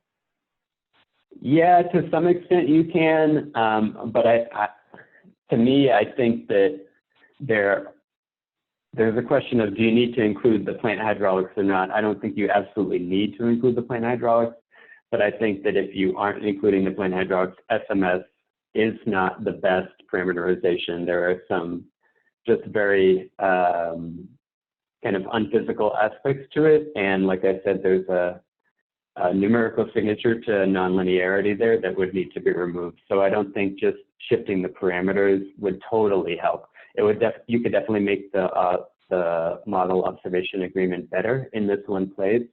But there are still structural problems that would need to be addressed that don't necessarily require plant hydraulics, but a slightly more nuanced model would be better. Okay, thank you very much. We have a couple of more questions, but I suggest if you send your questions directly to Daniel, I'm sure he'll be happy to answer those questions. So thank you again, and congratulations. Thank you very much. Okay, let's get started. So welcome back, everybody. And during this session, We are going to have two plenary talks. And our first speaker is Clara Orbe. She's a research physical scientist at the NASA Goddard Institute for Space Studies. She also has a joint affiliation at NASA Goddard Space Flight Center in the Global Modeling and Assimilation Office. She graduated from Columbia University in 2013, and she has been working as a civil servant at NASA since 2018. Her research interests include large-scale atmospheric dynamics and transport and how they may respond to future changes in climate. She has been leading an analysis of 6 US climate modeling models, their CMIP versions. So she'll be essentially showing results from that analysis, and her title is Representation of Modes of Variability in 6 US climate models. Thank you, Clara. Take it away. You are muted still. Great. Well, thank you, Gokhan. Thank you very much for to you and to the rest of the organizing committee for inviting me to give this opportunity to share these results. So I'm going to just go to full screen right now. Great. So so Gokhan, can you see that? Is this fine? Yes. Yes. Great. Okay, so so thank you very much for everyone for being here and for listening to all these great presentations. As Gokhan indicated, this is work that I'm presenting about the representation of different modes of primarily atmospheric but also oceanic modes of variability as represented in the 6 US climate models. And so I would like to thank very much all of the co-authors on this manuscript, whose names are listed right here, and you can see that they represent quite a diverse number of institutions. So a comprehensive understanding of atmospheric modes of variability is important, not only for the robust detection and attribution of climate responses to forcings, but also because of their strong influence on regional climate variability and extremes.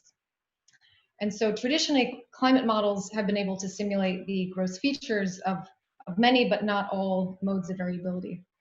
And in particular, there have been some modes that have been quite challenging, and these include, among others, the Madden-Julian oscillation and the stratospheric tropical quasi-biennial oscillation, which was quite poorly represented in CMIP-5.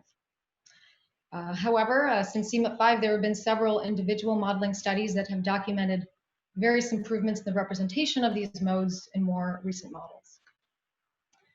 And so to this end, and in wake of the IPCC Working Group 1 deadline from last December of last year, a team of scientists from 6 different US agencies got together and we performed as extensive an evaluation of multiple atmospheric modes of variability across CMIP 6 US climate models at the time that for the models that we had available at that time. So this work was directly supported by NASA, DOE, and NOAA, and it stemmed directly from the U.S. Climate Modeling Summit that was held the previous year in April in Washington, D.C.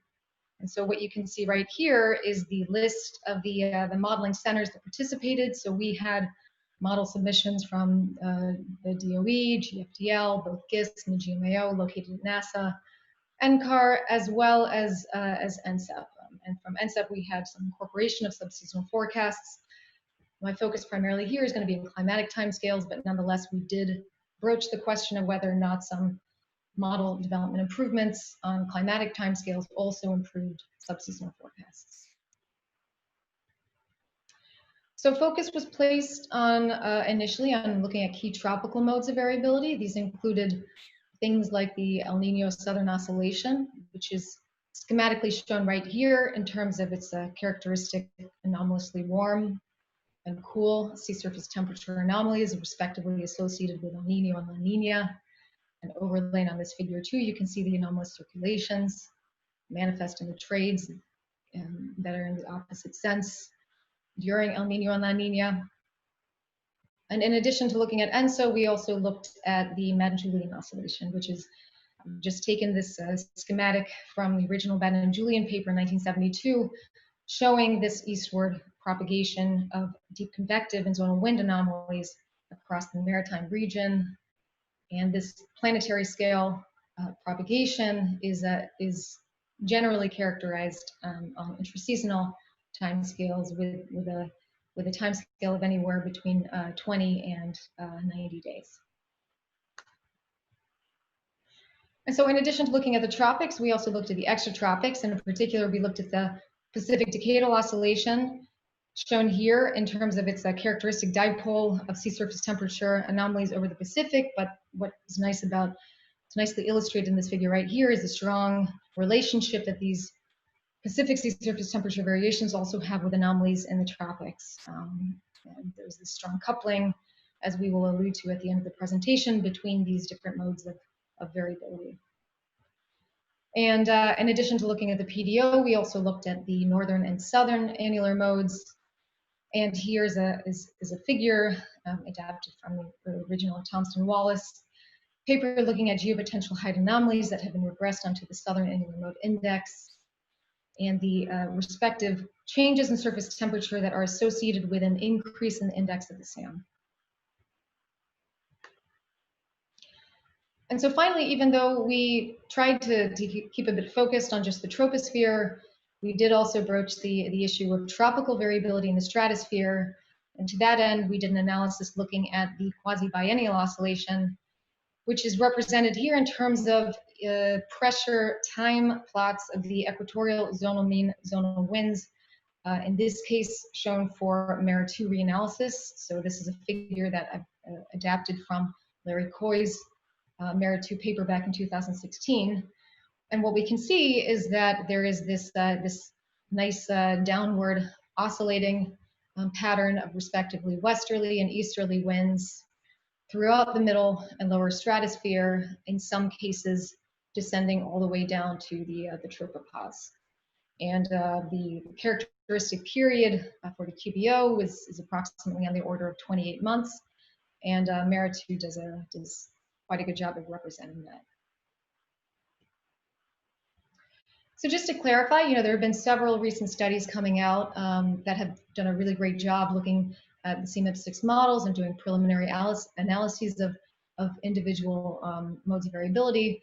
But the main goals of this effort really were oriented around doing kind of a broad analysis of different modes. And to that end, we really wanted to capitalize on the expertise contributed from different members in this group, with different people respectively focusing on different modes. And in addition, we really wanted to make sure that we were looking at different analysis measures, because we know that the representation of model fidelity can depend very much on the metric one uses. And so we really try to make a concerted effort to make sure that our conclusions about model performance were not specific to the metrics in question. And so finally, we found it quite useful to incorporate intermediary model versions between CMIP5 and CMIP6 when available.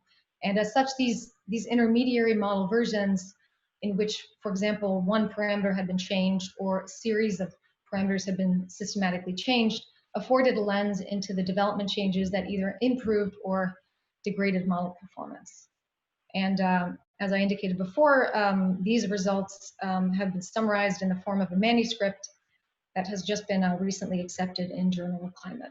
And the specifics are shown right here. So the models that we considered in our analysis represented a reasonably broad range across model top and the distribution of vertical layers within the troposphere and stratosphere, for those that incorporated a mesospheric component. They also included pretty good range in horizontal resolution, as well as reasonably different convective and gravity wave drag parameterizations. And this table is by no means presented to be read in full completion, but I just wanted to show you the model versions that we considered. So as you can see, for the NCAR family of models, we include both for CSM1 and CSM2, both the low top and the high top versions, respectively. For the GIS model simulations, we have both a low top, a CMIP5 submission, as well as the low top CMIP6 emission GIS E2.1, and then the new middle atmosphere high top version of the GIS model E2.2. So in addition to that, we've had both the E3SM as well as the CMIP5 and CMIP6 versions of the GFDL model. And in addition, while GEOS is not traditionally run as a climate model, we did incorporate a 10-member ensemble of free-running AMIP simulations that were produced using the exact same version of GEOS that underlies the MERA2 reanalysis. And then finally, as I indicated, we did do some analysis of subseasonal forecasts. I won't be focusing on those results here in this presentation, but this was to address the question of whether or not model developments on climate timescales also were realized on shorter seasonal timescales. So with respect to the model simulations that we considered, our focus primarily was on looking at the historical simulations that had been submitted as part of the deck to CMIP6. And so these are highlighted right here in the gray in this table. And so at that time of our analysis, which was last fall, you can see that, you know, for some cases we only had one ensemble member, but for others and generally for most of the other model versions, we did have at least 3 and then upwards of 18 and 20 in some case ensemble members. So again, there was a concerted effort to make sure that our analysis was not just based on one ensemble member. And, you know, of course, as the CMIP6 archive increases, we're going to be updating all of these model version samples that we have to see how and if our results change. And so as I mentioned before too, in addition to the official deck historical simulations, we also, through the individual contributions of members on the team, we had access to intermediary versions between CMIP5 and CMIP6. And as you can see here, we had access to 3 intermediary model versions that I will appeal to later as we attempt to interpret what some of the model development work changes were that contributed to improved performance in some modes. And so just quickly, with respect to validating these historical simulations, we used a variety of different observational and reanalysis products. For the MJO, we use the TRIM dataset for precipitation and then ERA5 for the reanalysis fields. For the QBO, we looked at MERA2 reanalysis fields, but we also did offline comparisons with ERA interim, which do indicate some differences in certain aspects of the QBO, like where it achieves its maximum height, but overall, the results from our analysis did not critically hinge on the choice of reanalysis. And then we also looked at the extratropical modes, and we incorporated, you know, owing to the decadal scale nature, especially of the PDO, we wanted to exploit fully the full historical simulations, and so for that we used some of the 20th century reanalyses. So with respect to metrics, I indicated the attention that was paid to making sure that our results did not hinge too critically on one metric or another. We used a range of evaluation metrics, and these were respectively optimized for each mode. And so for the case of the extratropical tropospheric coupled modes, we used the PCMDI metrics package, illustrating model skill through use of the Taylor diagrams. For the case of tropical coupled variability in the troposphere, we used the climate variability diagnostics package for our analysis of ENSO. And then for the MJO, we used evaluation measures that have been used in previous comparisons of MJO performance. And then finally, with respect to stratospheric variability, we use the metrics as delineated in this paper, which were recently applied in the SPARC endorsed effort, the Quasi-Biennial Oscillation Initiative, and these metrics have been applied and compared in these papers right here, along with others.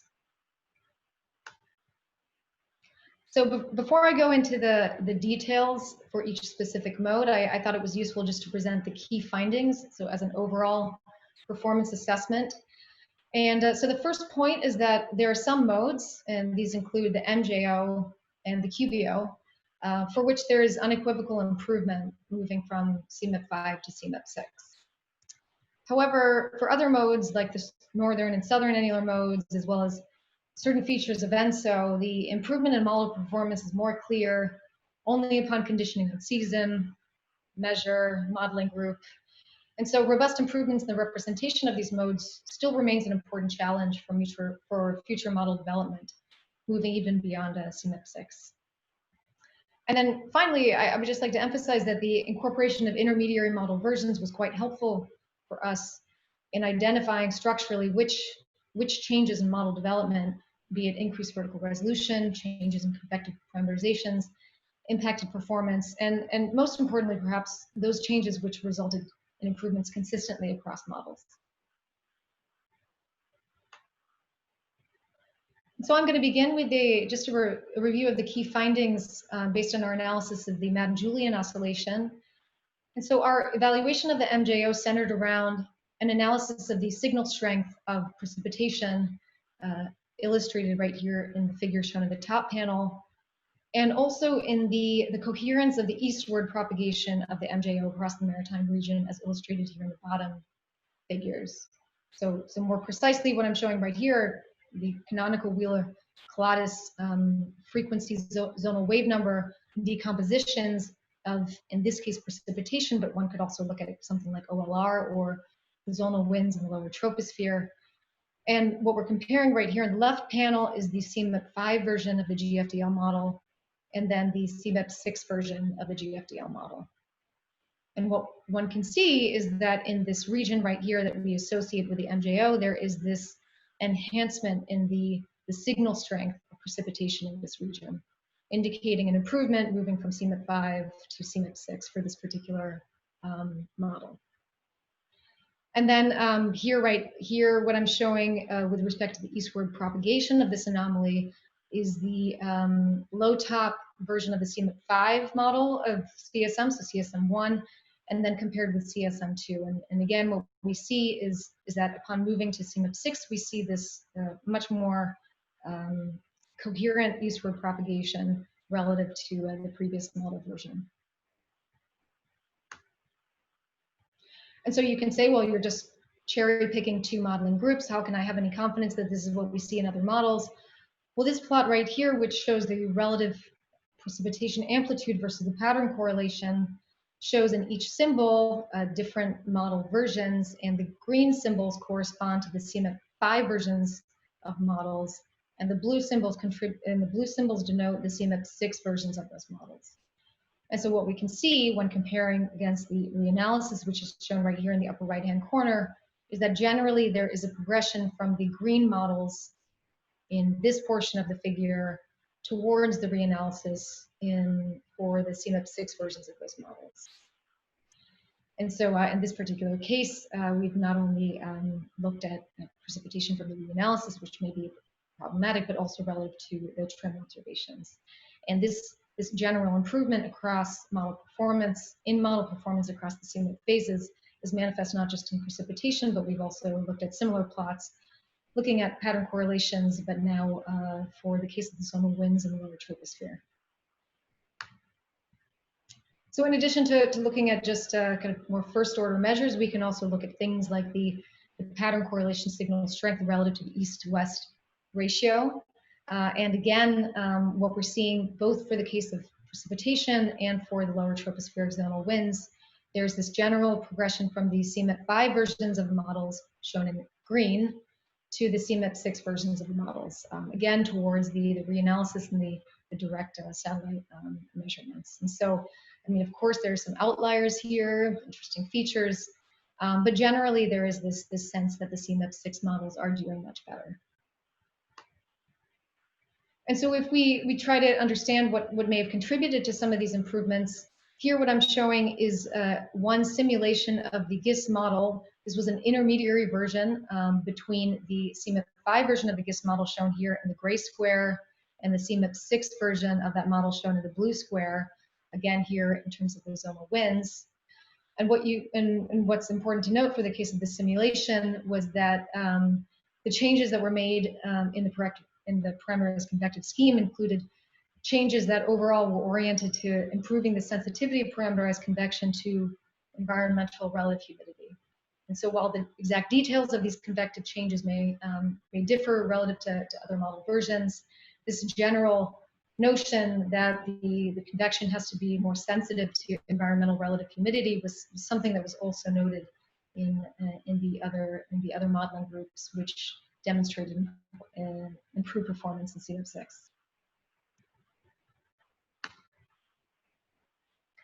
And so moving next, I'm going to go to the quasi-biennial oscillation. So this is, again, this is a stratospheric, primarily tropical oscillation in the zonal mean zonal winds, which are shown right here as was illustrated earlier.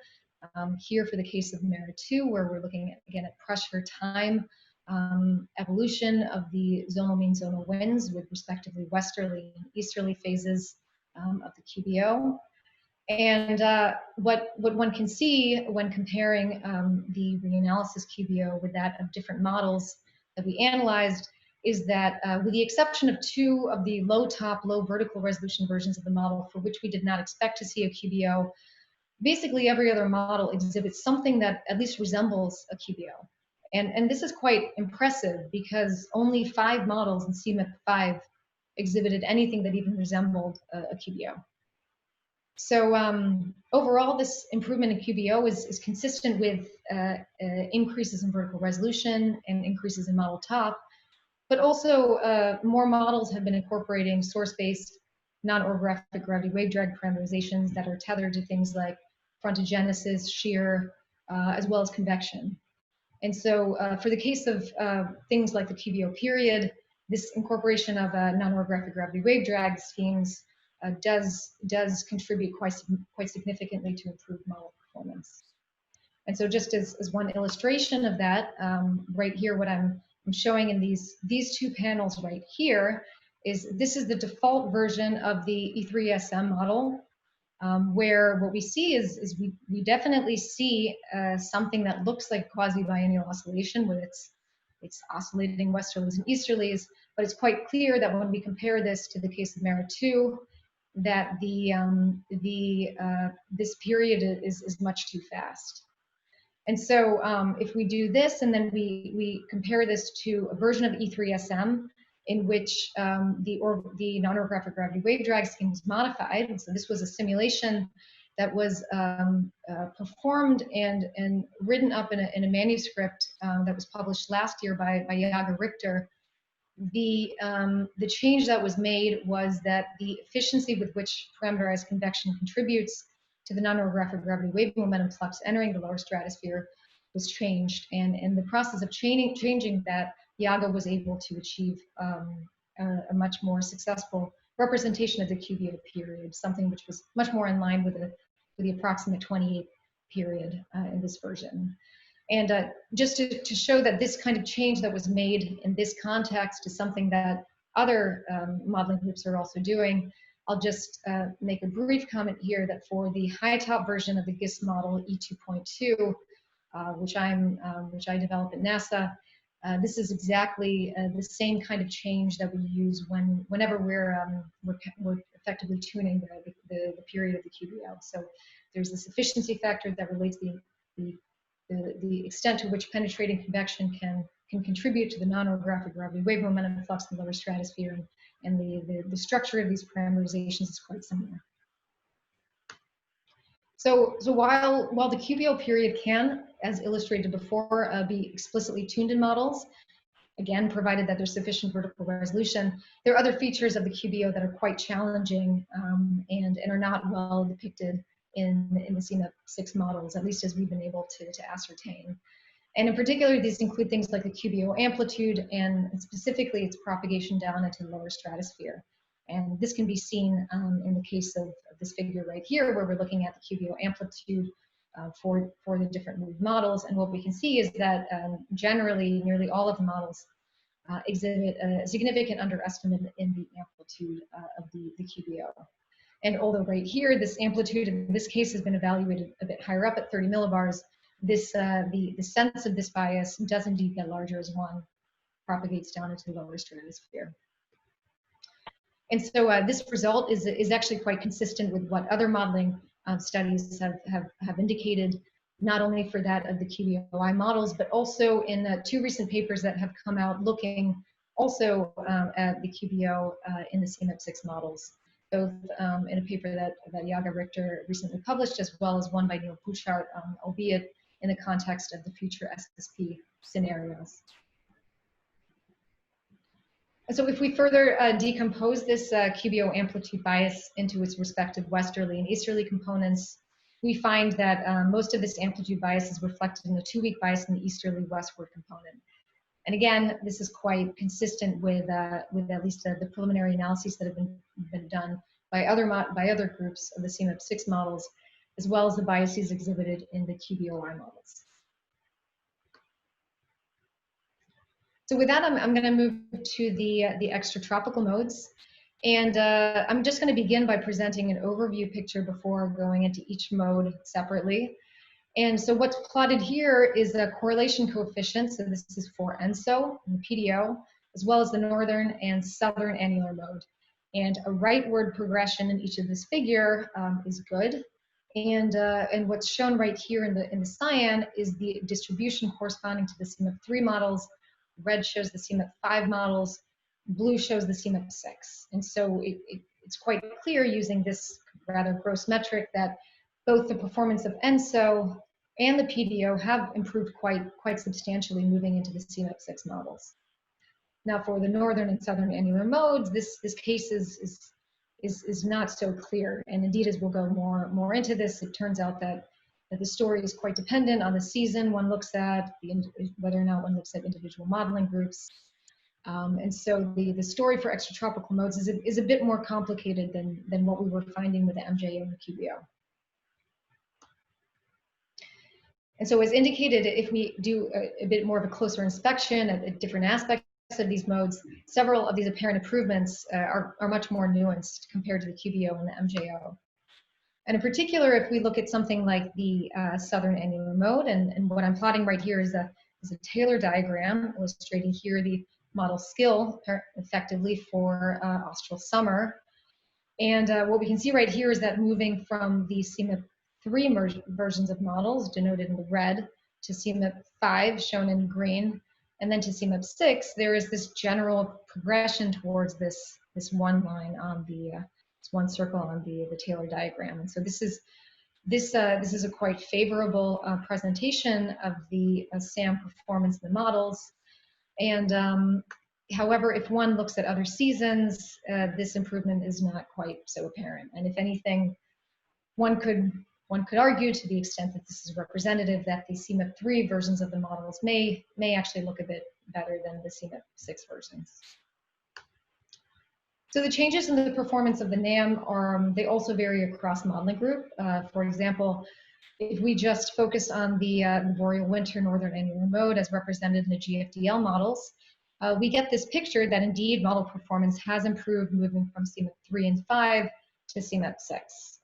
But if we look at the GIST models, we see actually kind of a different story. We see, if anything, a degradation in the representation of the boreal winter NAM, moving from CMIP3 and 5 to CMIP6. And to that end, we also do see somewhat of a degradation in the performance of the North Atlantic Oscillation in more recent versions, so CSM2 versions of the NCAR family of models. So, of course, this is including just the model submissions that we had as of last December, and so it would be important to see if indeed these progressions across different modeling groups are altered once more members and submissions have been uploaded to the CMIP6 archive. So perhaps a clear indicator of improved simulation in extratropical modes is the case of the PDO, the Pacific Decadal Oscillation.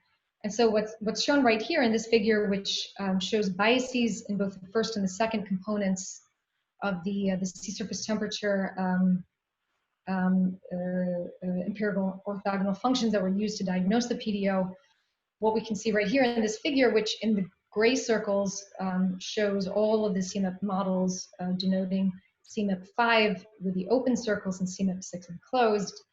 And then the models that we focused on in our analysis, the 6 US climate models shown in the colored lines, what we can see is that generally there is a progression moving from CMIP5, so again, this open circle, to CMIP6. And we can see this not just for the case of the GIST model shown in the green line, but we also have, we can see that in the GFDL models as well as in CSM.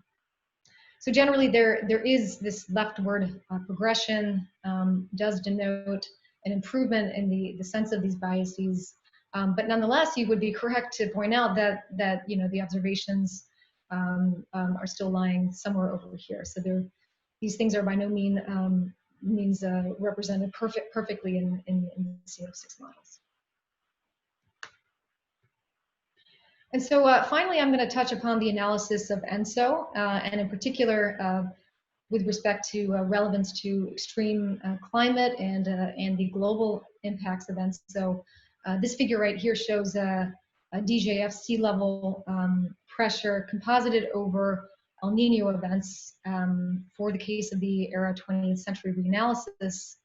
And what we can do if we compare that to the mean CMET bias, so not distinguishing between 3, 5, and 6, but just looking at all of the CMET models, what we can see is that the sense of the CMET bias is one that is out of phase with the climatology. We look not just over the Pacific, but also the Atlantic and Southern Ocean.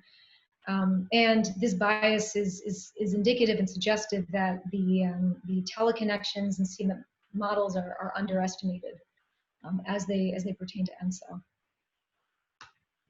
And so we can look at things not just like the spatial component of ENSO in terms of its teleconnections, but also a more refined picture of ENSO, not only considering its what we typically think of the strongest power being somewhere between 3 and 7 years, but with the actual full spectral distribution of ENSO, particularly since its changes in the spectral distributions of these patterns that typically are associated with the changes in climate extremes.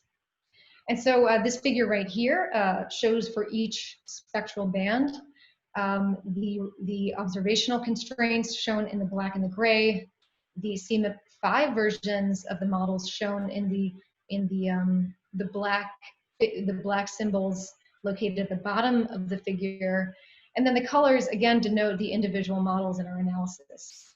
And what's quite striking, to the extent that our analysis is representative of the larger archive, is that there's quite an increase in the amplitude of the ENSO. In some cases it's higher for some models, but generally this is something that we are finding in most of the models that we've analyzed. And this is interesting because this bias is actually opposite to the sense of what it was in CMET5, and it will be interesting to see the extent to which this bias in the models, this larger amplitude ENSO, is manifest in models as the archive expands.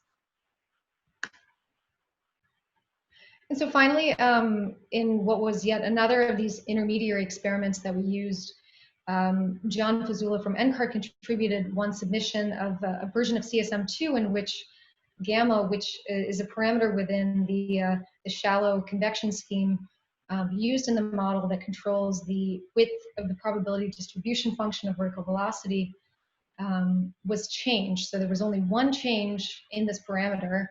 And what's illustrated right here in these figures, the left panel showing the regression between DJF sea level pressure and the Nino 3.4 SST index, is that upon making this change in the single parameterization, there was quite a discernible impact on the strength of teleconnections to high latitudes. And this is quite interesting because it had appreciated that changes in this parameter did have effects on things like low cloud feedbacks, but the extent to which this signal propagated to high latitudes was not as appreciated. And currently, we're doing more work trying to understand the mechanisms of how the change in teleconnections occurred, be it through changes in the actual generation of Rossby waves, or their propagation, or a combination of those two factors. And so finally, even though we did not really address this in the manuscript, we did, I think it's interesting to broach the subject of how these modes are coupled potentially to each other. And so of course, biases in modes can often preclude an examination of their coupling, but to the extent that they're reasonably well represented, it's still an interesting question to ask. And in particular, I'm going to use the example that has drawn attention from several recent studies, which is the potential role that the stratospheric quasi-biennial oscillation plays in modulating the MJO during boreal winter. And so what's illustrated right here is the MJO amplitude as a function of MJO phase. And the red bars denote years in the MERIT-2 reanalysis when there was the easterly phase of the QBO, and blue shows the westerly phase. And so what one can see and what is realized in the reanalyses is the sense that during the easterly phase of the QBO, there is an increase in the amplitude of MJO activity as opposed to during the westerly phase. So this modulation that's seen in reanalysis and observations is not really captured at all in models. And there are many reasons why this may be. And in particular, this idea that the QBO is not penetrating low enough into the lower stratosphere is one potential contender for why models, even that do successfully get an MJO, may not be representing this coupling sufficiently. And so I thought it would be interesting to include the yet another contribution, which is that it's not only aspects of model development like resolution or changes in the underlying gravity wave and convective parameterization that can change these things, but one must also be cognizant too of the impacts that things like interactive composition can have on the representation of modes. And so in particular, what I'm showing right here is a latitude distribution of the temperature anomalies associated with QBO east minus west for the case of the MERIT-2 reanalysis. And what I'm really focusing on right here are these blue contours, which show this lower stratospheric cooling associated with this pattern. And if we compare this to two different versions of the GISS high top model, in this case we have, so this is the a version of E2.2, which is this coupled version of the model, coupled to the ocean, I mean, in which the chemical fields from an interactive version, so chemistry is done at every time step, have been prescribed as zonally varying monthly mean files. And so what we can see by comparing the non-interactive and the interactive versions of the model is there's quite an amplitude increase in this temperature, this cold temperature pattern in the interactive version of the model. And this is much more consistent with what we're seeing in MERIT-2 as opposed to in the non-interactive version. So of course, this is not by no means the only contributing factor to some of these biases that we're seeing in modes, but I do think that it is important to be aware of the impact that things like interactive composition effects can have on how well these modes are being represented. And so with that, I'm coming to my general conclusions. The first of which is that overall, our preliminary analysis of the CMIP6 models indicates that for some modes, like the MJO and the QBO, there has been unequivocal improvement moving from CMIP3 and 5 to CMIP6. For other modes, however, the improvement is not quite so clear, and it depends on season, measure, and modeling group.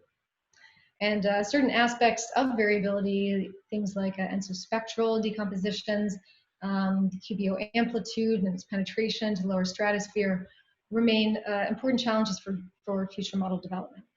And we found it particularly useful to have access to intermediary model versions whereby we could attempt to see if there were any specific model development changes that had been performed consistently across modeling groups that then resulted in improved representation of these modes. And so finally, I can't stress enough that this analysis is preliminary, and so it's going to be important to revisit this once we have more CMIP6 models and more ensemble members. But to the extent that these improvements do hold to be true, I really find the CMIP6 archive to be a very exciting tool to begin to look at problems that we could not really look at in previous models because these modes were not being represented. And so these include questions related to the coupling between modes of variability, the role that composition feedbacks have on the representation and on the coupling. And so I'd just like to thank once again NASA, DOE, and NOAA for funding this effort. Again, this manuscript is recently be accepted, and I would like to thank everyone for their attention. I hope everyone has a great workshop. So thank you very much. Thank you very much, Clara. So we have two questions. I'll just read them to you. So the first one is, was there an expectation that improvements in representation of different modes would be coupled? Was it surprising that improvements in MJO/QBO were not necessarily concurrent with improvement in other modes? So was it surprising that those things were being improved and other modes were not? Correct. Well, I think yeah. So I think we had, I think our impression was that these were kind of two classes of improvements. So for a long time we've been able to represent to first order things like the SAM and the NAM, but really for the MJO and the QBO, this really was quite a significant, abrupt kind of model change, in that we went from a regime in CMIP 5 where we had no representation of these modes to in CMIP 6 we did have this abrupt transition. And I think for the case of CMIP 6, most of these models really significantly improved their vertical resolution, and they did include some of these non-orographic gravity wave drag changes. And so for that we had a bit more of an expectation that this would be an abrupt transition in performance. So yeah. Thank you. And then one last question. Any insight into what affects ENSO amplitude in coupled models? It's a loaded question, I guess. Yeah, exactly. Yeah, exactly. So, I can only kind of really intelligibly comment about for the case of the GIST model, we are among some of the models that do exhibit this increase in the amplitude of ENSO moving from E2 to E2.1. And so, our suspicion is that, a lot of this, it can potentially be related to some changes that were made in the convective parameterization. For the case of the GIST model, we have performed experiments where if you vary the rate or the re-evaporation of the cloud base, which appears at the outset quite to be a particular aspect of the convective parameterization, but that actually has quite an impact on the ENSO amplitude. So my answer to that question would be that many things can affect this, but for the case of the GIST model, we were finding that sensitivity to that aspect of the parameterization. Okay, well, thank you very much. In the interest of time, we should move on. Thank you again. Thanks. So our next speaker is Mark Zelinka. And Mark is an atmospheric scientist in the Cloud Processes Research and Modeling Group at Lawrence Livermore National Laboratory. His research interests essentially include how clouds, through their impact on the Earth's energy budget, determine how much global warming accompanies increasing greenhouse gases. He got his PhD in 2010 from University of Washington, and he has been he started as a postdoc, I guess, at Lawrence Livermore National Lab around 2011 or so, and then since then he has been there. So today he'll be talking about equilibrium climate sensitivity, or causes of higher climate sensitivity rather, in CMIP 6 models. Go ahead, Mark.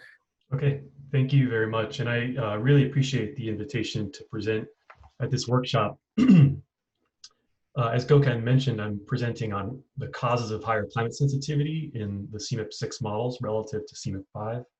I'd like to acknowledge my co-authors who did a lot of the work for this paper: Tim Myers, Dan McCoy, Stephen Pochedley, Peter Caldwell, Paulo Ceppi, Steve Klein, and Carl Taylor. And I'd also like to say that we're thankful to the RGMA program at DOE for supporting this research. So this will be something of an update from the paper that we published earlier this year. As Clara alluded to as well, this is of course a moving target because the CMIP 6 archive continues to be populated. At the time that we wrote the paper, we had 27 CMIP 6 models, and I currently have 40 in the analysis, but they continue to come in over time.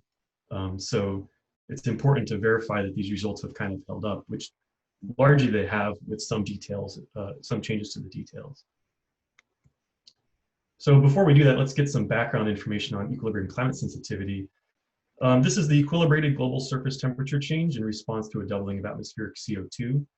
Why should you care about it? Well, for one thing, it's highly relevant to future climate warming, even in more realistic scenarios where CO2 is more gradually increasing. It's also crucial for determining these stabilization targets for CO2 to avoid crossing dangerous temperature thresholds. And even though it's a simple kind of scalar number, it does encapsulate substantial information about the climate system and how it responds to perturbations, particularly CO2. We have a number of ways of quantifying it, none of which are perfect. We can use paleoclimate evidence, for example, how much colder was the last glacial maximum than today, or how much warmer was the Eocene climate than today. We can use the instrumental record. We've had basically thermometer measurements of the Earth's surface for 100 years. We can estimate how much climate sensitivity is based on inferring how much of that warming was due to CO2. And then, of course, we can directly double CO2 in a climate model and just see how much it warms. That's kind of the most direct method of doing it. And that's the method that we'll be investigating in this study. So just to orient you as to what types of experiments we're using in CMIP 5 and in CMIP 6, these are abrupt quadrupling experiments where you suddenly have a step function change in CO2, a doubling or a quadrupling. And immediately upon imposition of that CO2 change, you have a large top of atmosphere energy imbalance with more radiation coming into the planet than leaving. We quantify this as the radiative forcing due to CO2. And then as the planet responds to that forcing, it warms up and slowly it damps that radiative forcing. And so eventually you come back at equilibrium to a balanced top of atmosphere radiation budget. And at that point, you have reached your equilibrium temperature change. So we can relate all of these things to each other. We can express the top of atmosphere radiation anomaly R as the sum of a forcing and a response. So the forcing is the radiative forcing F. And the response we typically parameterize as simply the product of lambda, the radiative feedback, which is negative for a stable planet, and multiplied by T, the global mean surface temperature anomaly. At equilibrium, this R goes to 0, the TOA imbalance goes to 0, so you can solve this for what that temperature would be at equilibrium, and it's what we define as the climate sensitivity. It's the radiative forcing divided by this net radiative feedback. If you look at that first equation, it looks a lot like y equals mx plus b, and that means that you can diagnose the forcing, the feedback, and the ECS simply by scattering R against T, and that was proposed by Gregory et al. In 2004. So just to show what that looks like, if you were to plot the TOA radiation imbalances in the abrupt 4x CO2 runs with respect to the corresponding PI control runs, each year plotting an individual point as the temperature warms over time and the radiative balance begins to approach 0 as the planet warms. That gives you this thing that we call a Gregory plot, and we can do this for all the CMIP 5 and CMIP 6 models that have done a 4x CO2 experiment. So again, we can use this plot. We simply fit ordinary least squares linear regression to it, and the y-intercept gives us an estimate of the effective radiative forcing. So this is the instantaneous forcing plus stratospheric and tropospheric adjustments. So in this example, you get a 2x CO2 effective radiative forcing of about 3.7. Again, the slope of that line is our net feedback. And then we extrapolate this all the way down to 0 TOA radiation imbalance, and that gives you an estimate of the effective climate sensitivity. There's an entire body of literature that is looking into deviations from linearity in these plots, and so we deem the ECS here effective climate sensitivity, and it's well known that this is likely to be an underestimate of the true climate sensitivity because this slope tends to get shallower over time in these simulations. But for the CMIP 5 and CMIP 6 models, we're just using the 150-year abrupt 4x CO2 runs and fitting a line to it to derive the forcing, the feedback, and the climate sensitivity. And of course, it's helpful when you're trying to diagnose sources of spread or changes in climate sensitivity to break down the feedback into components. So for example, if your planet had no interesting feedbacks and it just kind of radiated more to space as it got warmer following the Planck response, you'd have a very strong radiative damping, a very steep slope on this diagram, and you'd warm by about 1.2 degrees Celsius for a doubling of CO2. Of course, the planet is more interesting than that, and we have all kinds of positive and negative feedbacks operating. So for example, as the planet warms, you melt away bright reflective surfaces, snow and sea ice. So that gives you a positive feedback, which kind of reduces the strength of this negative damping relative to Planck. So you get a shallower curve. You can add on the water vapor feedback, and it gives you an even shallower curve. And then, of course, the cloud feedback, how does that add on, has been identified for decades as being the main source of intermodal spread in climate sensitivity. And so it will turn out, again, for explaining the difference between CMIP 5 and CMIP 6, that clouds are a big part of that story. So as I mentioned, we're looking at this in CMIP 5 and CMIP 6. We're using the abrupt 4 times CO2 experiments, and we compute the anomalies with respect to a coincident pre-industrial control simulation. We do these Gregory regressions using all 150 years of the abrupt 4x CO2 simulation. The regression slope is the feedback parameter. The y-intercept divided by 2 is the effective radiative forcing. And the x-intercept divided by 2 is your effective climate sensitivity. We divide by 2 to put it in terms of a 2x CO2, which is the kind of standard measure of climate sensitivity. And then we use kernels to decompose the net radiative feedback individual components. So the kernels, if you're not familiar with them, quantify the impact of changes in temperature, humidity, and surface albedo to top of atmosphere radiation. So you can relate a change in temperature or albedo or humidity to top of atmosphere radiation. And that allows you to quantify the Planck, the lapse rate, water vapor, surface albedo feedbacks. And the cloud feedbacks are derived as well using these, but it's a bit of a, not a direct cloud kernel method, it's an adjustment. We use several kernels to do this, and we end up settling on the one that yielded the smallest residuals, and those are the ones that were generated by Yi Huang using ERA interim. The results are not sensitive to which kernel you use, but the actual magnitude of an individual feedback will depend on which kernel you use, especially the surface albedo feedback. And we report constant relative humidity feedbacks. So in that sense, the temperature and the Planck and lapse rate feedbacks are computed assuming that that relative humidity is held constant. So you have some mix of temperature and humidity changing together in this feedback framework. And then the water vapor feedback goes away and it's replaced with a feedback due to deviations from constant relative humidity. Here's the primary result. In blue, I'm showing the CMIP 5 models. Individual models are shown with open circles, and multi-model mean is shown with a solid circle surrounded by a black ring. CMIP 6 models are shown in orange, and you can see in the first plot, ECS, the multi-model mean climate sensitivity has gone up, as has the intermodal spread. So we now have 14 models out of the 40 that are shown here that now have climate sensitivities in excess of 4.5 degrees Celsius, which was the kind of top end of the likely range from IPCC.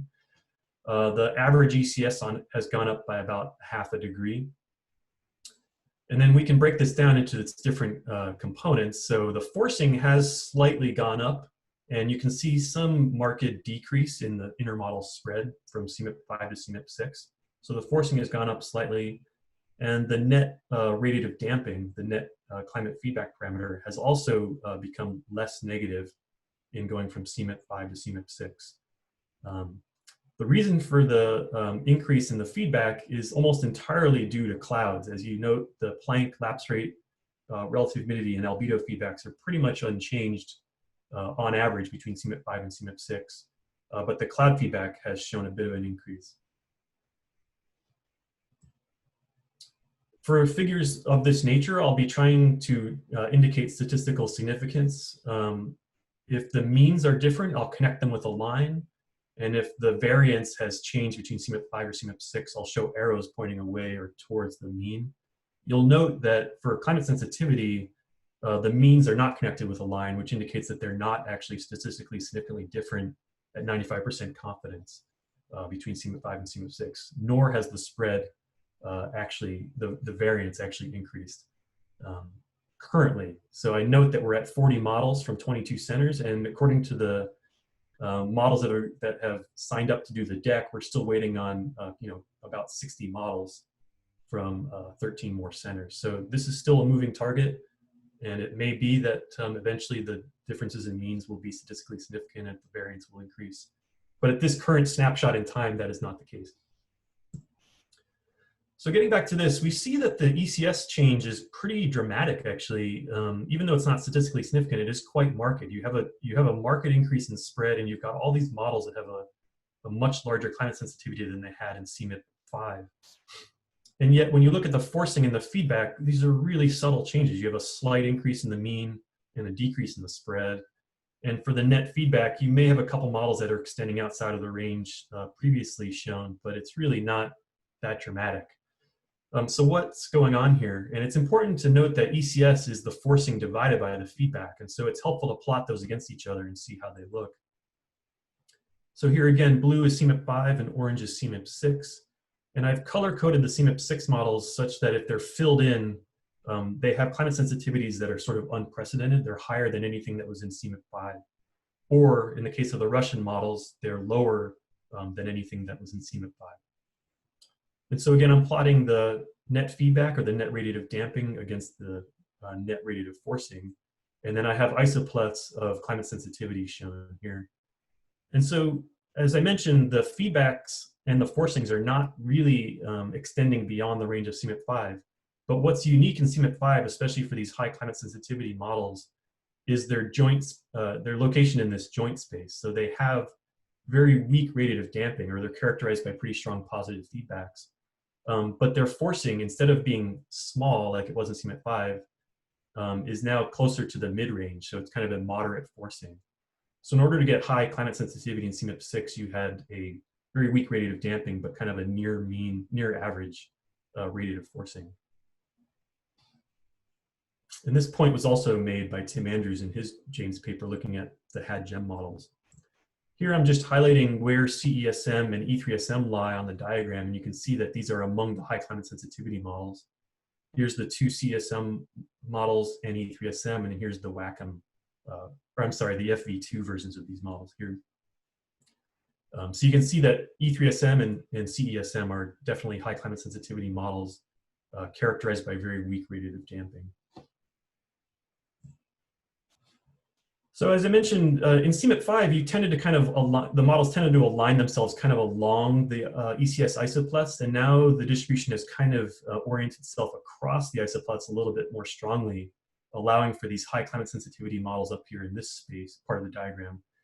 So one thing we wanted to know was how much of the increase in the mean ECS between CMIP 5 and CMIP 6 was coming from the shift of the distribution to the right, so stronger forcing, compared to a shift of the whole distribution upward on this diagram, so a weaker radiative damping, and then also how much is coming from just the change in the covariance, so the fact that these have kind of rotated in this space. So we can do these transformations and compute kind of hypothetical changes in ECS due to those transformations and quantify how much of the mean ECS has come from these three components. And what you find is that the bulk of the change is coming from the change in the feedback. So the fact that feedbacks have gotten more positive on average accounts for more than half of the increase in ECS. This slight increase in forcing is giving you about 20% of the increase, and then the remaining 30% is coming from the reorientation across isoplots, ECS isoplots in that previous diagram, so the change in the covariance. So hereafter, I'll focus just on the red portion, just why has the feedback gotten stronger? Why have the positive feedbacks increased in CMIP 6? So just to summarize where we're at so far, the mean and intermodal spread in climate sensitivity has increased markedly in CMIP 6, but these are not statistically significant at 95% confidence at this point in time. And we have ECS exceeding 4.5 degrees in 14 of these models, including E3SM and all of the CESM2 variants. The highest ECS values are coming from strong positive feedbacks and moderate forcing. And then the increase in mean climate sensitivity is coming about 20% from stronger forcing, more than 50% from stronger positive feedbacks, and then the remaining 30% from the steeper anti-correlation between forcing and feedback. Okay, so we'll dig now into why the cloud feedback has increased in CMIP 6. We'll use two methods in concert to detail this. We'll use the technique developed by Mark Webb in 2006, which allows us to separate the feedback into different clouds from different altitude bins. So we'll do low versus non-low clouds. And then for the shortwave cloud feedback, we'll use the APRP method of Taylor et al. That allows us to separate the shortwave cloud feedback into amount and scattering components. Okay, so this is showing that decomposition. So here you're seeing the net non-low cloud feedback compared to the low cloud feedback. You can see that the increase from CMIP 5 to CMIP 6 is entirely coming from low clouds, whereas the high cloud feedback has come down slightly, but is generally positive in most models, consistent with what we expect. Because low clouds only really affect shortwave radiation, of course, the shortwave low cloud feedback also shows this large increase from CMIP 5 to CMIP 6. And the spread, again, has increased in that particular cloud feedback type. Breaking this down into its amount and scattering components, you can see that you're getting a contribution from both. So in CMIP 6, you're getting even greater reductions in low cloud amount than you did in CMIP 5 on average. And this feedback is almost uniformly positive now across models. The scattering component, this is the change in reflectivity or albedo of low clouds. On average in CMIP 5, your clouds are getting brighter, leading to a negative shortwave cloud feedback. Now the average cloud feedback, scattering feedback is actually positive in CMIP 6. So you can see the whole distribution kind of shifted upwards between CMIP 5 and CMIP 6. Looking at the zonal mean plots of the low cloud feedback, the top shows the total low cloud feedback, and then the components due to amount and scattering are shown below. You can see the big changes are really occurring in the extratropics. There's very little change in the cloud feedback at low latitudes, but in both hemispheres, but in particular the southern hemisphere, this entire zonal mean, ensemble mean cloud feedback has basically shifted upwards, so that the negative lobe of this kind of dipole at high latitudes is much weaker and the positive lobe is much stronger. And this is getting contributions from both the amount and the scattering or albedo effect. So that motivated us to separate this into tropical versus extratropical. So this is the same figure as before, but now I'm showing the regional means. Here's the extratropical and the tropical. So the tropical low cloud amount feedback hasn't changed much. Its spread has come down, but its mean has stayed the same. And the big changes are really occurring in the extratropics for both the amount and the scattering feedbacks. If you're interested where the CESM2 and E3SM lie, they are basically at the top of this diagram. So they're kind of the end members. If you toggle back and forth, they are the largest extratropical scattering feedbacks and global mean scattering feedbacks, as well as overall having the largest positive shortwave low cloud amount feedbacks. So if we go back to our zonal mean plot, now I'm just overlaying the individual CMIP 6 models on here in gray, and we can just overlay where CESM is and E3SM, and you can see that they are the end member in the southern extratropics. They are often the strongest positive feedbacks. So these are quite large positive feedbacks that are being simulated by CESM. E3SM also has a strong positive feedback, but it's a little bit more homogeneous in space. And I will note that all of these model variants actually no longer really have a negative extratropical negative feedback near the poles. So they've kind of wiped that out. So yeah, CESM2 has a very strong positive feedback. And in fact, you really could only describe it with one word, and I would say that it's huge. Please unmute yourself if you're laughing. I'll just assume it's crickets otherwise. Okay, so the summary so far is that, just to add to our summary slide, the stronger positive feedback in CMIP is coming from stronger decreases in low cloud coverage and albedo in the extratropics, and CESM and E3SM are definitely featuring this characteristic. So let's try to dig into this a little bit better and try to understand why the extratropical cloud feedback has increased in CMIP 6. It turns out that the models that have a larger positive shortwave low cloud scattering feedback have larger decreases in low cloud liquid water paths. This is the amount of liquid condensate in their low clouds. So let's try to perform cloud controlling factor analysis on the low cloud liquid water path.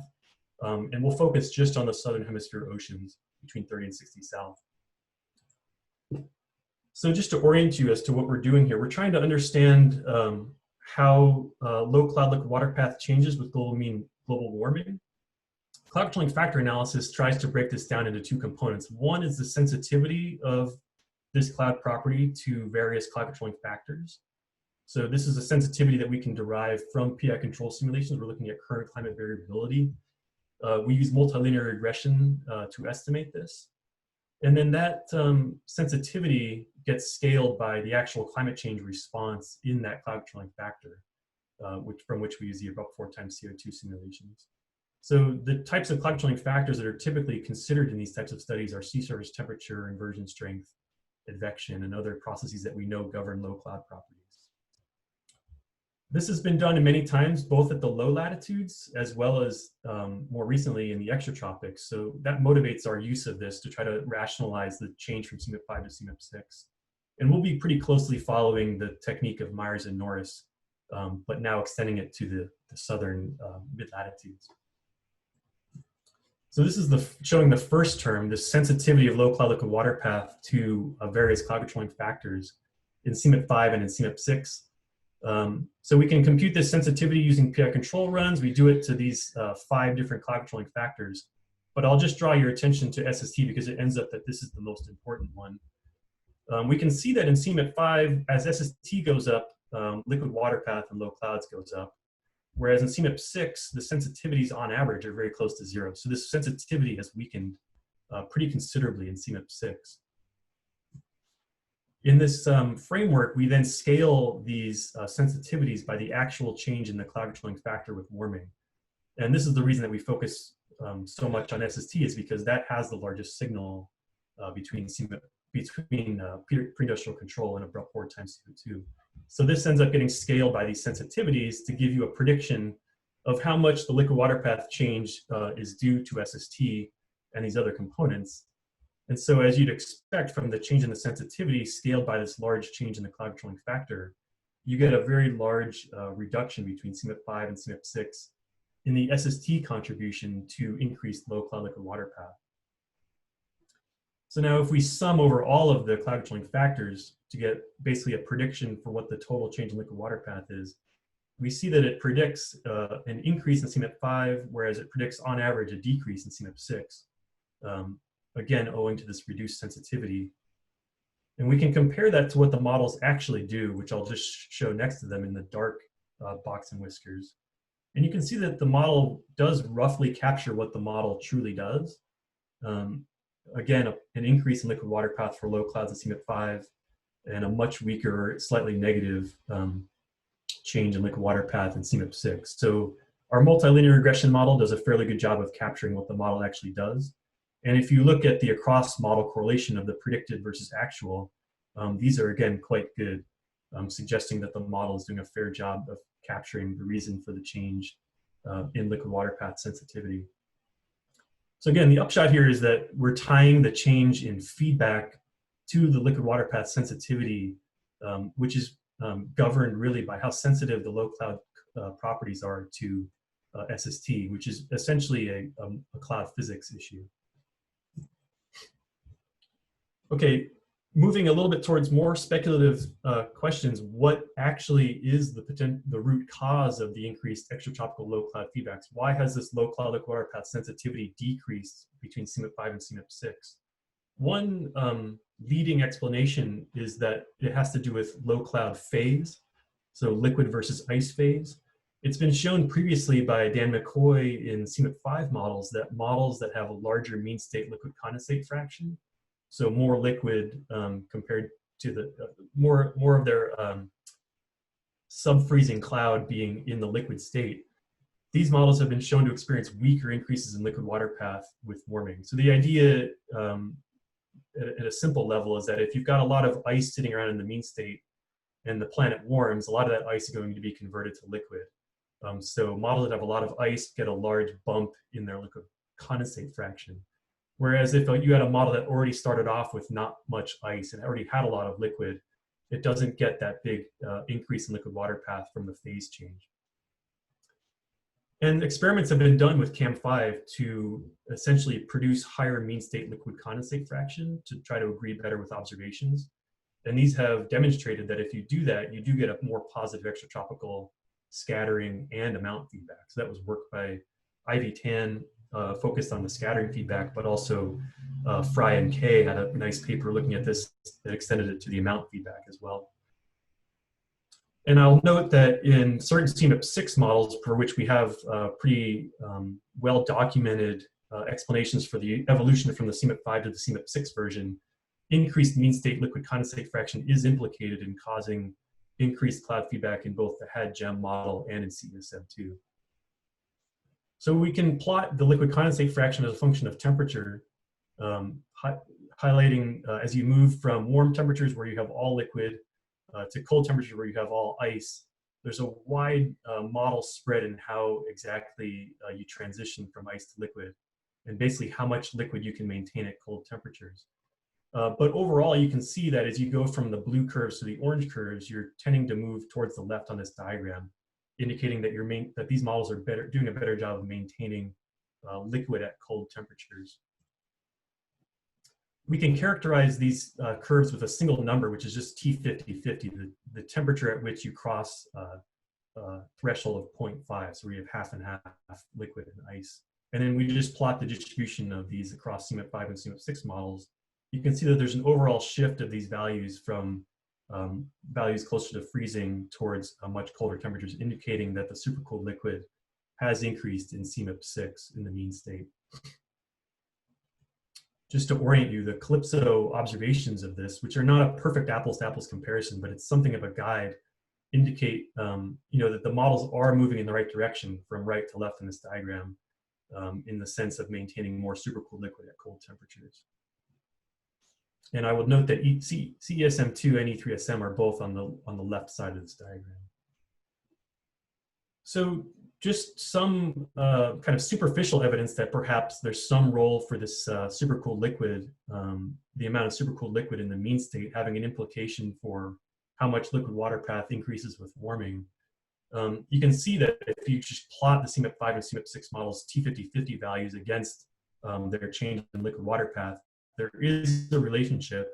And if you've got a model that's got a lot of supercooled liquid, like these guys down here, you tend to have either weak increases in liquid water path or decreases. Whereas if you start off with a ton of ice that's kind of susceptible to becoming liquid, you get a big increase in liquid water path with warming. And of course, as I mentioned, CESM2 and E3SM are kind of on the left side of this diagram and have big decreases in liquid water path with warming. So I'll just add on to the conclusions here at the bottom. The stronger positive cloud feedbacks in CMIP6 are due, again, to stronger decreases in low cloud albedo and coverage in the exotropics. Both of these changes are tied to the model's physical representation of clouds. That was highlighted in the sensitivities that we derived of low cloud liquid water path to the various cloud controlling factors. So CMIP6 models compared to their CMIP5 counterparts show weaker increases in low cloud cover and water content with SST. Both of these could be related to increases in mean state supercooled liquid fraction in CMIP6. And I'll note that E3SM and CESM2 are among the models that have lots of supercooled liquid and related to that have big extratropical cloud feedbacks. So just, sorry about that. Just a couple of slides at the end here just to talk about some implications of this. We see in the CMIP6 models a number of things that actually we can kind of check off as being consistent with our understanding, like theory, high resolution modeling, or observations. And I just note 3 of them here. One is that global non-low cloud feedbacks are uniformly positive. We have very good evidence that high cloud feedback should be positive. We now have increasing evidence that the tropical low cloud feedbacks should be positive, and that's exactly what the CMIP5 or CMIP6 models are doing. In fact, with less uncertainty than before. And also that extratropical low cloud scattering feedback, we've seen that it shifted to more positive values between CMIP5 and CMIP6, and this could be related to improved cloud phase. So all of these things are actually consistent with our improved understanding of the cloud feedback problem. So all of these are qualitatively consistent. Does that mean that ECS is necessarily higher than we've previously thought before CMIP6? Not necessarily. I would say there's 2 things. One is that we need to determine whether the model's individual cloud feedbacks quantitatively agree with these other constraints. It's not enough just to say that they've got the right sign. They could be overdoing it in terms of magnitude. And then secondly, even if you were to kind of verify the strength of these feedbacks, quantitatively against observations or high resolution modeling, you would still need to reconcile that with the fact that other lines of evidence like the paleo record and the historical record do not support these very high ECS values that some of the models shown in CMIP6 are getting. So I think both of these things would need to happen in order to really trust CMIP6 high ECS values. Just before I conclude, I want to advertise that we put all of these CMIP5 and CMIP6 feedbacks, climate sensitivities, and radiative forcings on GitHub, both in a text format and also a JSON file if you're interested in just grabbing a JSON file and reading these in. And so these will be continuously updated as new models come in and I incorporate them into my analysis. So feel free to use those. So thank you very much for your attention. I'll be happy to take any questions. Thank you very much, Mark, for the nice presentation. We have one question, so I'll read it out. It's a bit long. I'm confused about the diagram suggesting that the reason for the higher sensitivity in the highest ECF models was an increase in forcing in those models with high positive feedbacks.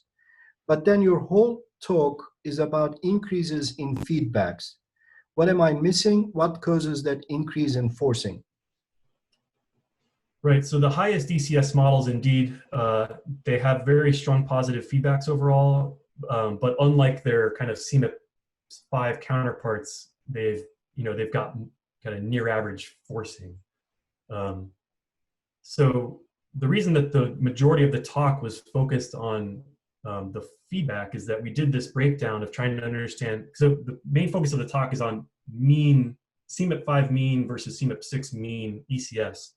So if you try to ask, if you ask how much of that mean increase is coming from these various terms, it breaks down like this. It's actually the bulk of that is coming from the feedback having shifted upwards. This nature of the forcing feedback space changing is really kind of covered in this covariance term.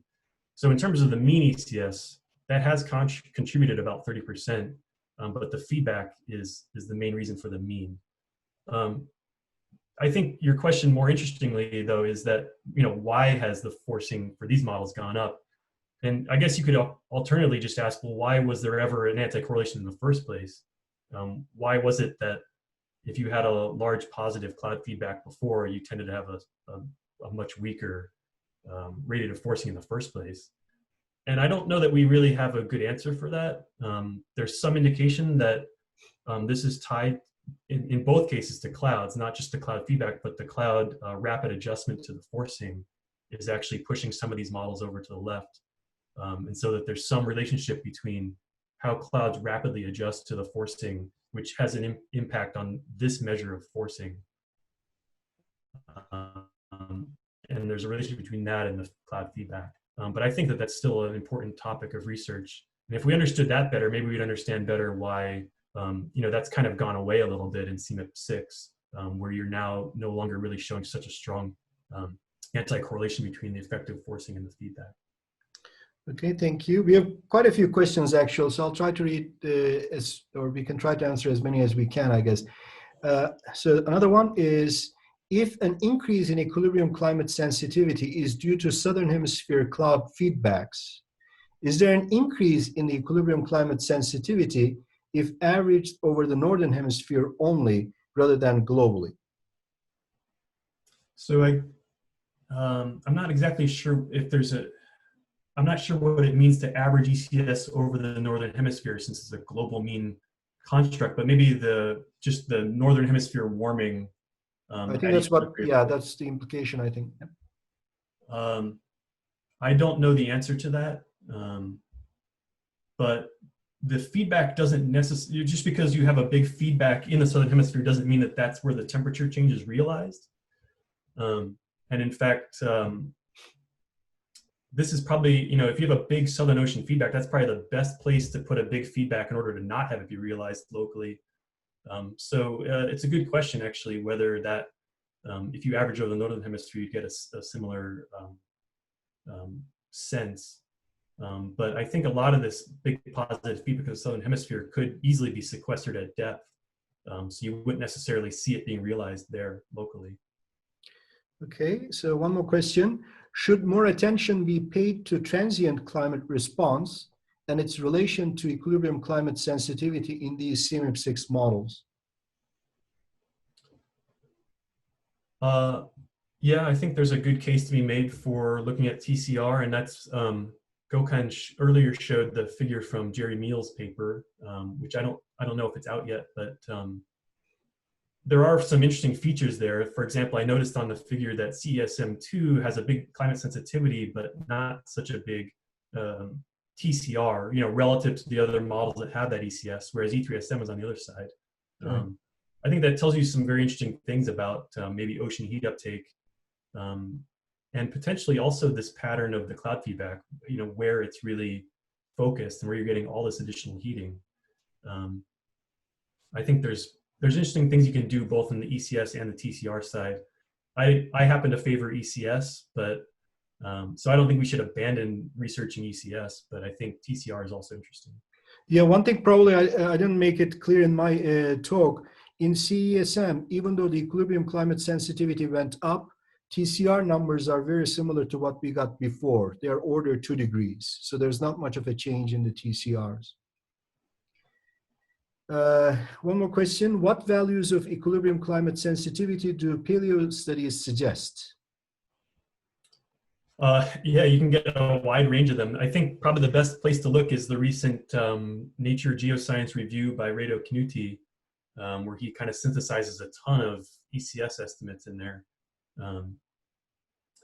And I think they're all, they're kind of all over the place depending on who did the analysis and what they're using. But it turns out that they may not be in as great of a disagreement as they appear at first. I think we've learned a lot about things like pattern effects and efficacy of forcings that can allow us to kind of reconcile some of those differences among the ECS estimates from paleoclimate, and also potentially throwing some of them out that we think are just not valid. But there was an interesting paper recently that took the new CESM2, the model that's in CMIP6, and ran it for the Eocene climate to see whether it could simulate the Eocene, which had higher CO2 levels than today, and it doesn't do a great job. I think there's still questions about how stringent of a test that is, and some of the other things that have come out of that paper. But it's an interesting test of these high climate sensitivity models to see whether they can hit some of these paleo targets. But again, I would refer you to the Knuti paper, which has a really nice synthesis of the different studies that have estimated ECS, including a lot of paleo studies. I think the short letter that you mentioned from Eocene was indicating that the models are actually showing too much sensitivity compared to the Eocene times. That was my understanding. Right. And one last question, regarding other constraints.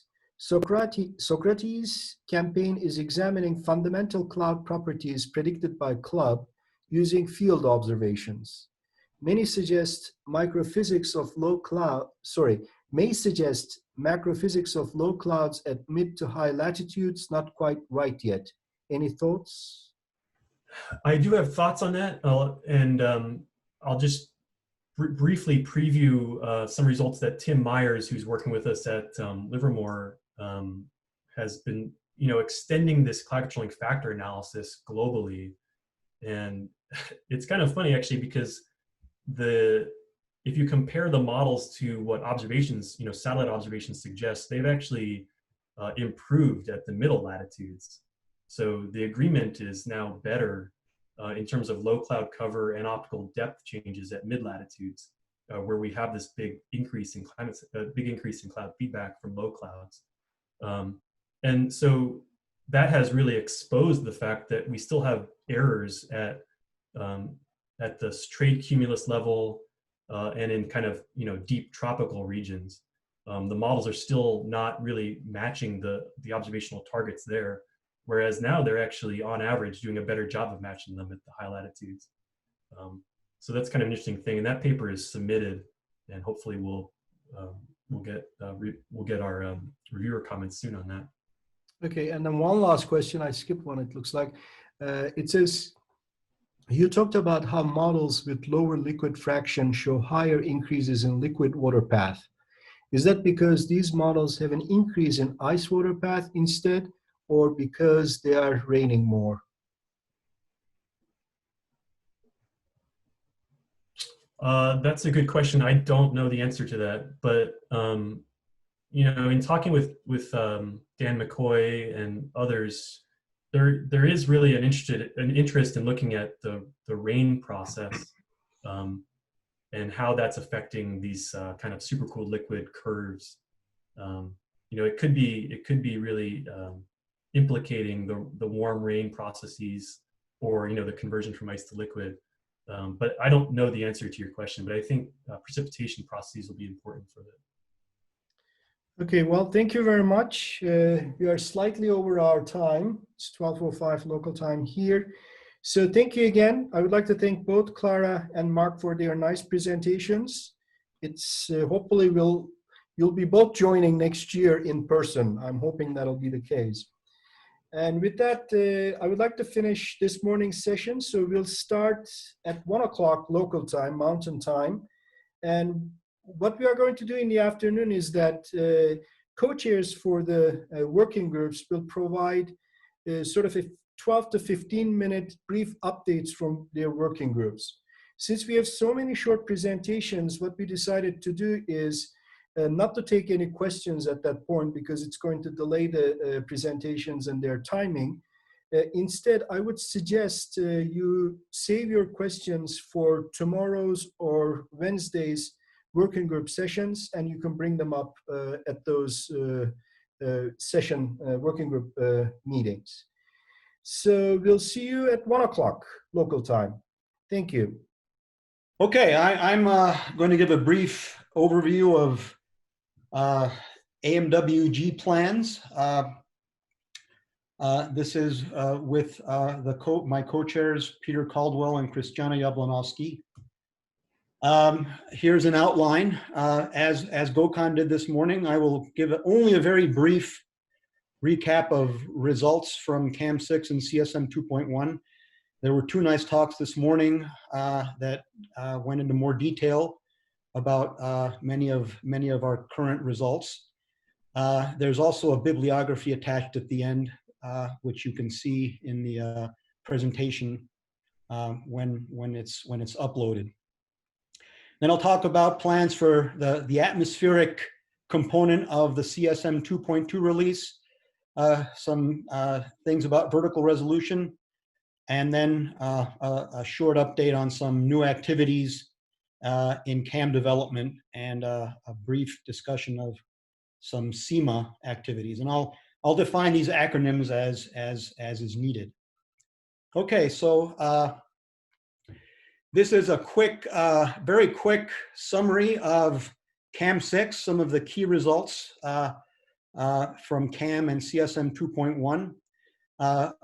Sort of the highlights of CAM 6 are given at the top with the various sort of key physics parameterizations in CAM 6.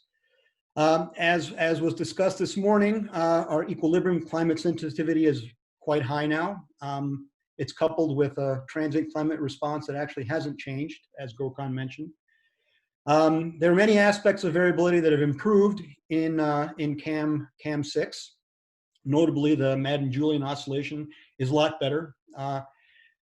There's a nice paper by Isla Simpson that also shows some improvements in synoptic variability. We have improved cloud radiative forcing. There has been some degradation in some fields. Low-level mean winds and sea level pressure patterns have gotten a little worse in CAM 6. As I said, there's a partial bibliography in the extra slides to this presentation. So what I want to move into then now and spend the rest of the time talking about is the CSM2 release and other future developments for CAM. As Gokhan mentioned, we're no longer concerned with trying to preserve answers in the 2.2 release. There have been some changes to club. There have been some bug fixes in CAM.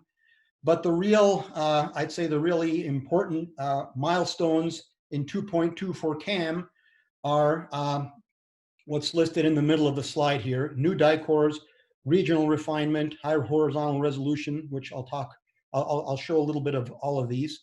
The team in charge of this development is listed here: Peter Lauritsen, Adam Harrington, Patrick Callahan, John Truesdell, Brian Eaton. They've all contributed heroically to the effort to get these things into the release.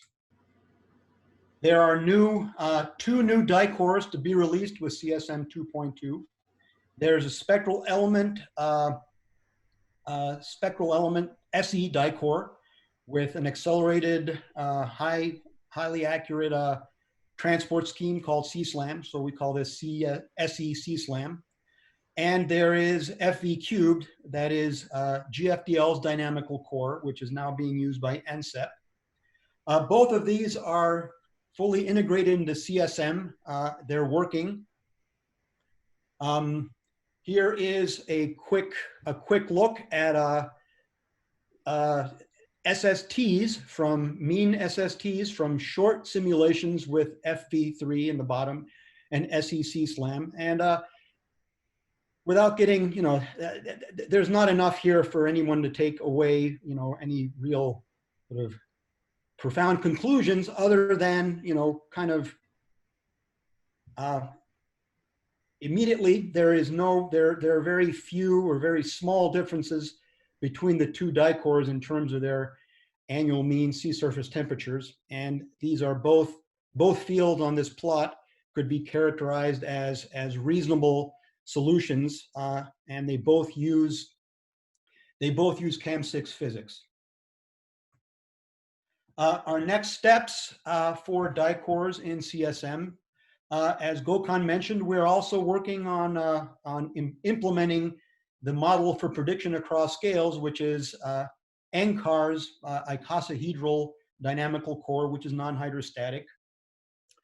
I'll talk a little bit more about plans for a new vertical grid, which Isla Simpson will talk a lot more about tomorrow.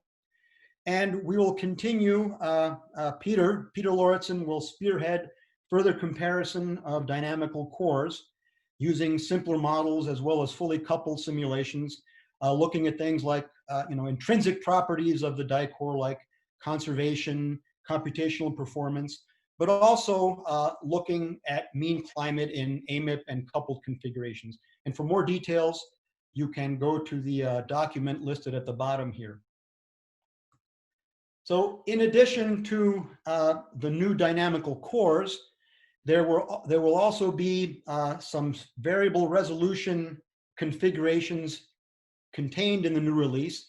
On the left of the plot is the CONUS grid, contiguous. Well, I always thought it was continental US, but contiguous works too. That's one high resolution regionally refined grid with 12 kilometers over the continental US. There's an Arctic grid, and then there's a sort of a special Arctic grid with especially high resolution over Greenland for improved ice sheet modeling. Time required for a simulated year, with each of, well, actually no, only the two grids on the left and two global grids. Sorry, the two grids on the right. The time required for simulated year is shown here on the slide. So in addition to these regionally refined high resolution configurations, there will also be files and other ancillary. Well, there will be a release of a global quarter-degree CAM configuration with this release. Shown here on this slide are mean precipitation fields for DJF and June, July, August, and these, they're not bad looking. They show many of the same features that we have seen with CAM5 and even CAM4 physics. When we go to quarter-degree resolution, there's an intensified precipitation over the ITCZ, which is increasing biases that are already there. And not shown here on this slide, but present in these high resolution CAM6 runs are some problematic, let's just call them problematic wind profiles in tropical cyclones, which do show up explicitly simulated in these simulations. As far as high resolution development is concerned in the future, I think we have some discussion to. We should have some discussion. There is already high resolution, substantial high resolution, that is 25-kilometer work being done with CSM1. There has been some done here at NCAR, and IHESP, which Gokhan introduced this morning, a partnership between Qingdao Marine Science Lab at Texas A&M and NCAR, is doing coupled development of CSM1 at high resolution. Interestingly, they find similar transient climate response in CSM1 at quarter degree as is in the 1 degree model. And the two questions I would like to raise to our group, the quarter degree model with the current version of CSM CAM6 physics it's okay. It has some problems. And the question that arises is, is it a good investment of our human resources, which are limited, to really go and, go full throttle into developing a quarter degree, 25-kilometer version of CSM 2.1? Or is it more sensible to wait for later versions, including possibly a version with higher vertical resolution, which I will briefly describe now. This is another important effort that has been undertaken actually just in the last few months, but I think really excellent progress is being made. We are finally going to a model. We would like to develop a model with higher vertical resolution as well as a higher top. This development will happen in several phases. Phase 1, let's call it a rough cut of free tropospheric stratospheric resolution to be the next workhorse CMIP class model is nearly complete. Then in phases 2 and 3, we'll be looking into vertical resolution, the boundary layer, and developing what we're calling a half top or medium top model for more efficient tropospheric development. In total, we're aiming for somewhere between 80, 85 levels. Isla will talk a lot more about this tomorrow at 11:30. I'm just showing some, just as a teaser, some QBO plots from 3 different vertical grids. Our base case is at the top. This is 500 meters throughout the stratosphere, kind of stretching to 3 kilometers higher up. And then, so that's the base case, which is pretty good. Then below here we have two different tapers, which start to decrease in resolution, lower in the stratosphere. And you see that when we start to decrease the resolution at around 20 kilometers, the QBO really has degraded significantly over what it was in the base case. But we're sort of satisfied with the taper starting at 25 kilometers. And as I said, Isla will show more results from these runs tomorrow. So in the time remaining, I'll just briefly describe some new efforts that are have been funded in CAM development. We've gotten some supplemental funds from Eric DeWeaver at NSF to enhance atmospheric model development here at NCAR. We've got 6 positions, funding for 6 positions over the next 3 years. They'll be working on several topics, including sort of increasing our activities in multi-scale development of and validation of physics, going from LES all the way to GCM resolutions. There'll be, support for developing more consistent workflow and infrastructure for accessibility including cloud computing and simple models in Docker. We will be hiring more people. Rich Neal, contact Rich Neal if you're interested. Jobs will be announced on CSM Jobs. We've already. Your time is up. It is? Okay. Yeah. Then I will, I'll just stop there. I'll just quickly mention that we have 2 CPTs as well. And you can see the rest of the slides here. They'll be on, they'll be available for your viewing later. Okay. Okay, thank you very much. Yep. So our next speaker is Rolando Garcia, and he'll be giving a summary of the whole atmosphere working group. So this is the update for the whole atmosphere working group, and essentially it's a status, it's a report on the status of WAGM. And as you know, WAGM is the high top atmospheric component of CSM2. We now have a new orographic gravity wave parameterization thanks to Julio Backmeister. There's a new planetary boundary layer parameterization, new boundary layers physics. Especially important, we can now do prognostic aerosols using MAM4, and we can use a number of different volcanic aerosols database. Mostly we have been using the one by Ryan Neely and Anya Schmidt from University of Leeds in England. SOA, Simone Tilmes has developed a database for that. We have updated to JPL15 chemistry. We have a new TSMLT scheme. That's a complete scheme, including tropospheric chemistry. And we also have other options available that can make the model run faster, such as a middle atmosphere set and a middle atmosphere for the deep region of the mesosphere. The model can generate a QBO internally. There are some caveats, and I will come back to that later. One thing that is new is we have a 2-degree version, which is now available and tested. And finally, there is a version running on the SC numerical core that we are testing now with the help of Peter Lauritsen.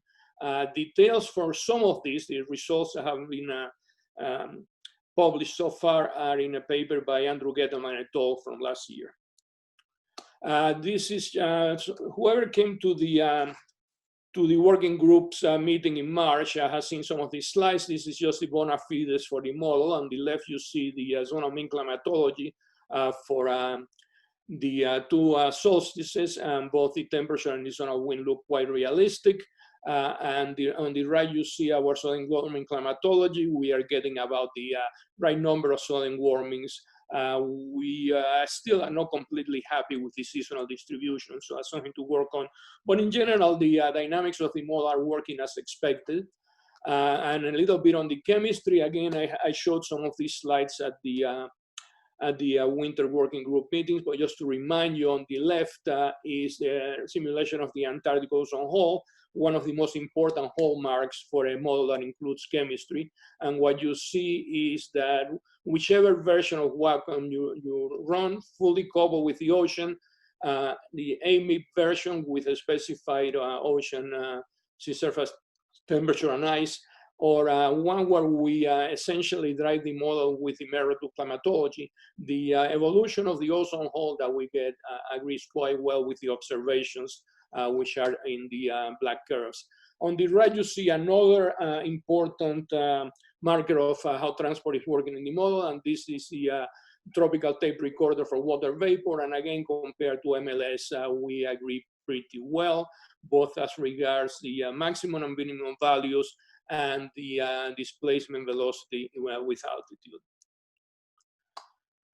We now can do stratospheric volcanic aerosols quite well. As I mentioned before, we have MAM4 working in the model, and we are driving that with the Neely and Schmidt database. And here is a comparison with LiDAR observations, both fully coupled WAGM and WAGM run with AMIP SSTs. And you can see that they are virtually indistinguishable at all of these stations against LiDAR observations, which are in the colors other than blue or red. So we are pretty happy with the way WACM is working. And now I'm just going to review a few recent results and new capabilities that you may not be aware of. In particular, one thing that we have completed recently, in part due to a help from an NFC proposal that was funded last year, is a small ensemble of the SSP scenario simulations. So for the SSP 8.5, 4.5, and the recovery scenario, we now have 5 simulations each that have been done. And in addition to all of that, we now have 2 simulations that have been extended to 2300. The SSP 8.5 in particular, and then also the recovery scenario SSP 5 3.4 OS. So those are now completed and available for use. One thing that we have been doing with some of these scenarios is looking at geoengineering effects on surface temperature. This is some work that Simone Tilmes has been doing. And the main take-home message from this is, if you look at the orange and purple curves, both of which are injecting aerosols to meet a 1.5 degree Celsius maximum increase in temperature, the behavior of precipitation is very different depending on how you inject the aerosols. In particular, if you inject the aerosols in an intermittent fashion, you can get global precipitation to not change much, whereas you tend to suppress it otherwise. So this is a new recent result that we are pretty happy with. The other thing that we are happy with is the 2-degree version of WACM 6. This has now been fully tested, and deck simulations have been performed, and the historical surface temperature is completely consistent with the 1-degree models, both CAM and WACM running at 1 degree. So again, this is something where the 2-degree version is performing more or less indistinguishable from the high resolution models. We are now using this model for some last millennium studies. One is the Paleoclimate program that we are doing with some colleagues in Spain and England, and the PMIP4 exercise that Betty Odo-Glisner is leading here at NCAR. Now, the other thing that is new in WACM is a study of how the QBO works. I had done some work with Jaga Richter back last year. I published that in JAS, where we showed that a model with 110 levels could simulate a very realistic QBO.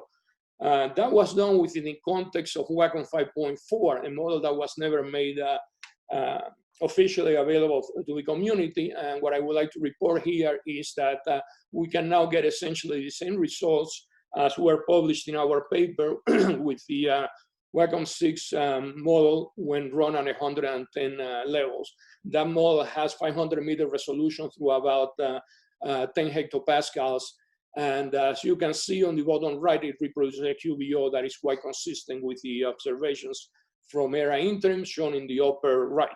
By contrast, if you run the model at with 70 levels, that is with a resolution coarser than a kilometer in the stratosphere, we do not get a QBO that is as strong as observed, nor does it descend below the 70 hectopascal levels.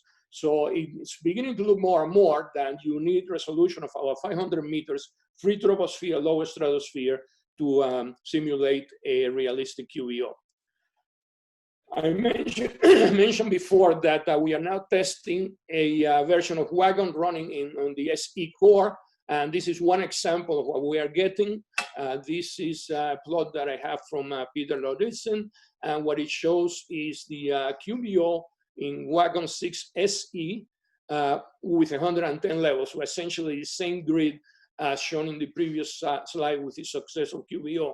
And what this shows is that you can essentially reproduce the finite volume results in the context of SE, as long, again, as you have sufficient vertical resolution in the free troposphere, lower stratosphere. You will notice that the QBO here has sufficiently large amplitude, and that it reaches the 70 hectopascal level and below. So again, we're happy with this result thus far. And then in the last minute or two I have left, I just want to make a mention of something that Julio already introduced in his talk, and that is the QBO within the context of the proposed CESM workhorse model. At the last meeting of the scientific steering committee, it was recommended that CESM investigate a model that will have a top maybe near 80 kilometers, so a higher top than the conventional CAM has had up to now, and also a high resolution through the middle stratosphere, with the idea that you wanted to reproduce tropical dynamics, and in particular the dynamics of the QBO. And there's a number of grids that have been proposed. This essentially reinforces some of what Julio was saying before, but what this thing shows is the grids that we have tested systematically versus the conventional Wacom 70 level grid. All of them have much higher resolution in the free troposphere and lower stratosphere, but only at 500 meters are we getting results for the QBO that at least I am happy with. So this is under consideration now.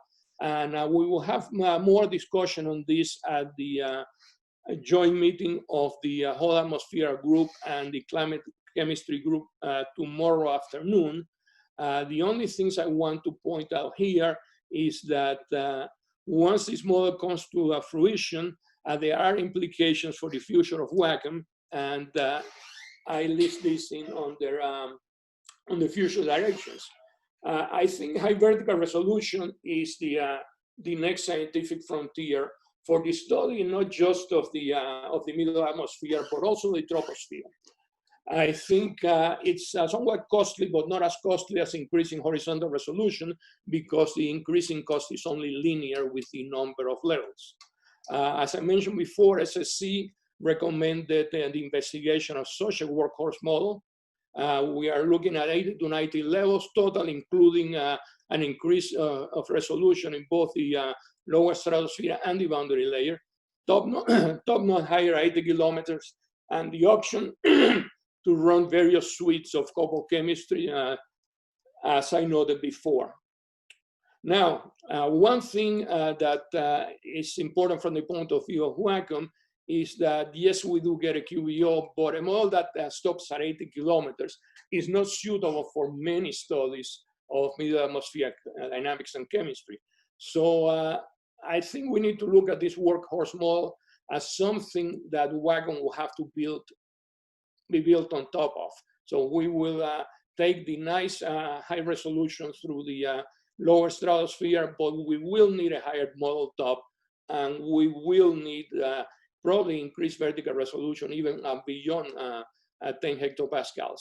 So future developments of Wacom, and again, we can discuss more about this tomorrow, are going to have to be built on this workhorse model, but will have to be separate from it. And I think that's all I have right now. I will take any questions if there are any, and if not, I guess we can go to the next speaker. Thank you. Rolando, thank you very much. We are not taking any questions this afternoon because time is very tight, and the questions will come tomorrow or on Wednesday. All right, so we will have a discussion on this. I think this will be one of the main foci of discussion tomorrow afternoon in our joint session with climate chemistry. Thanks again. Thank you very much, Rolando. Mm-hmm. So our next speaker is Louisa Emmons, and she'll be providing a summary of the Chemistry Climate Working Group. Hi, everyone. Yes, so this is a brief summary of what we've been doing and developing so far and currently in chemistry climate. And I'd first like to acknowledge all the work that's been done by Xiaohong Liu and his group at Texas A&M on all the aerosol developments, as well as all the help Simona Tilmes helps the community, as well as us within NCAR, and Francis Vitt for making sure that all of our software really gets into the model. So just to show that several papers have recently been published that describe all the chemistry and aerosols in CESM2 and how they were run for CMIP6, and they're listed here, as well as a number of publications in review using the AirChem MIP simulations that we've performed with CESM2 WACM are in this ACP special issue. And I also want to point out there are many simulations still available on GLADE and the Earth System Grid that could really be used for a lot more analysis, and encourage anyone who's interested to please have a look at them. So there are a number of updates that will be going into the next release version, CESM 2.2. Particularly the functionality of running with the spectral element and CSLAM in CAM-Chem, but we're still evaluating them, and so encourage the community to help look at them and make sure they're performing satisfactorily. And an exciting new development is the regional refinement of the spectral element dicore with a refinement over the US. I'll show some more of that in a second. And we're calling this Musica version 0, and I'll tell you a bit more about Musica at the end of this talk. There are a number of other comp sets for nudging to observe meteorology, and some updates to chemistry, and some online ocean emissions, which I don't have time to go into, but we can talk about during the working group session tomorrow afternoon if you're interested. So the grid for the regionally refined CONUS simulation has 14-kilometer horizontal resolution over the US and 1 degree for the rest of the globe. And we've regrid the emissions to look so that they match the grid of the model. So you can see on the right here that the 14-kilometer horizontal resolution does a much better job of resolving urban centers as well as ship tracks, and really allow us to perform air quality type regional scale simulations within CESM. So this is a couple plots of a comparison of on the top of a 1 degree simulation versus the 14-kilometer US regional refinement on the bottom. This is just a snapshot of hourly ozone, surface ozone on one day, on August 9th. And you can clearly see the hotspots of ozone pollution in the regionally refined simulations. And a couple of papers are being written by Becky Schwantes and Forrest Lacey, really describing this configuration of the model and its evaluation. And as I said, this will be a comp set in 2.2, and people can help be able to use this configuration. And we're also developing a tutorial to have later this summer. So we'll keep things posted on that website. This is a quick example of evaluation of this simulation with aircraft observations. During 2013, there were a number of aircraft campaigns across the US, and several looking particularly at the US. And here we can clearly see that the simulation with 1 degree, the 100-kilometer resolution, does not match the surface NO emissions, and the 14-kilometer does a much better job at that. So this is exciting progress. In addition, we're comparing to surface ozone observations. The maximum daily 8-hour average ozone is a metric for air quality, and the 1 degree model on the top and the 14-kilometer resolution on the bottom. And the circles show each of the observation points. There are some general differences in these cases, and often in the Western US, surface ozone is higher, and we're still evaluating really the reason for that. And as well, but we do see there's some significant improvement at these low ozone values in urban centers where NOx titrates the surface ozone. The Musica, the 14-kilometer resolution does a better job. We also have a new scheme for doing nudging, and we can talk about that tomorrow if you're interested, instead of the old specified dynamics scheme. Now, a number of updates to aerosols have been implemented over the past year or so, and instead of trying to push them all into this next release, we're going to wait for the following release and make sure that the model is fully tuned for climate simulations. But they include Mosaic, which is a scheme for studying the gas, for determining the gas aerosol exchange, and it really allows us to simulate ammonium and nitrate aerosols. MAM5, I'll tell you about that in a second. Improved aerosol wet scavenging, brown carbon, and there's also a new dust emission scheme. So the Mosaic scheme has been, was developed by Rahul Xavieri been in WRF-Chem, and for this we've coupled it, it's been coupled to MAM4 in CESM2, and to really be able to treat nitrate aerosols, but it also includes ammonium, chloride, calcium, and carbonate as additional aerosol tracers. And we can see that in these plots that including the nitrate aerosols, the direct radiative effect of the nitrate has greatly increased over the last decades, particularly over India and Asia. So this is an important contribution to the model. So just in the last few months, we've realized that the modification to the course mode to account for stratospheric sulfate from volcanoes had an unintended impact on the sea salt and dust distributions. And so in order to really properly handle the stratospheric sulfate aerosol, we've added Xiaohong's group has done all this work of adding a mode 5, which will handle the stratospheric course mode. And then the original course mode, mode 3, will be returned to have the same size, range, and standard deviation that was used in CAM5 instead of CAM6. So this has just been put in and results look good. This is the stratospheric sulfate burden.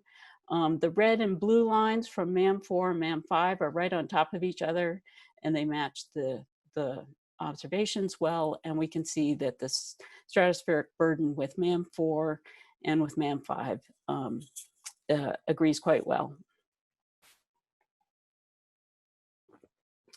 Another important addition is the improvement in removal of aerosols in convective clouds, and I won't go into that, but it has a big impact in the upper troposphere. The old simulations often accumulated too much black carbon and sea salt in the upper troposphere, and compared to these aircraft observations from ATOM and HIPPO, the blue line now agrees much better with the observations. And Natalie Mahowald's group at Cornell has worked on a new desert dust algorithm. And so with the return to the CAM5 course mode distribution, we get good agreement with observations. And there's also introduction of a new, the Kokadal dust scheme that does not require a soil erodibility map. So this will make it much easier to use in higher resolution simulations, and also an improvement with the optics. And so that work is in preparation. And there are a few other developments going on, connecting the Geochem chemistry module as well as an emissions module to CESM2, online soil emissions of NO, ammonia, and N2O, opportunity to use soluble iron in the model for biogeochemical studies. We're also working on developing a simpler chemistry than is currently used in WACM and CAM-Chem that will hopefully be more attractive for climate applications, being somewhat cheaper, and as well as more complex chemistry to improve air quality and other tropospheric composition simulations, and some coupling of the fire emissions calculated in CLM to CAM-CAM, and we're further evaluating that and trying to improve it to match observations. So the Harvard and MIT groups are working on connecting this emissions module, which will map emissions files directly into the model, taking care of regridding, which I'm very excited about. And I'm going to skip over a couple of these.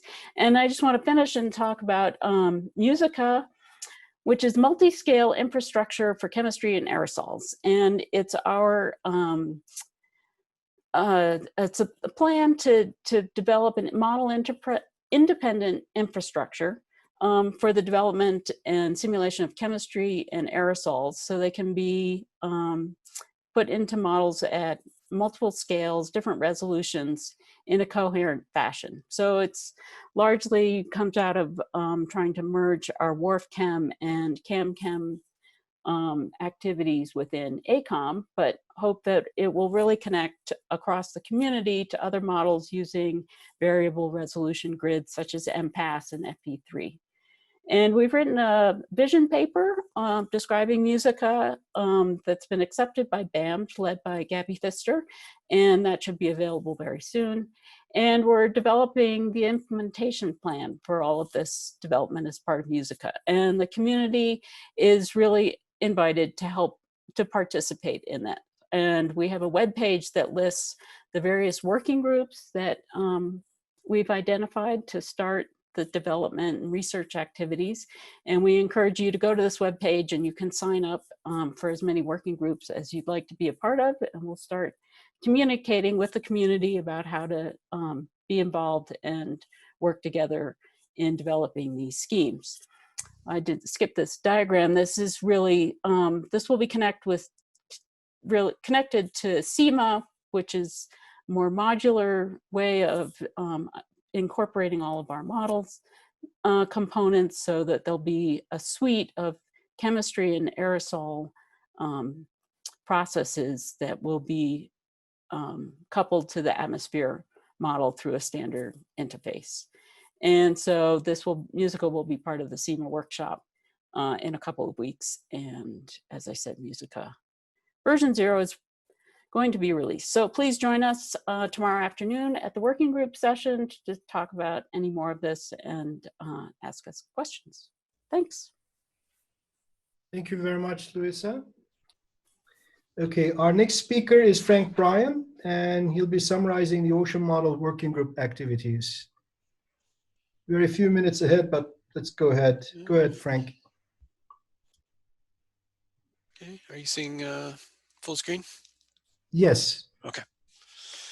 Okay, thanks. I'll focus primarily on our work in bringing MOM6 into the CESM framework.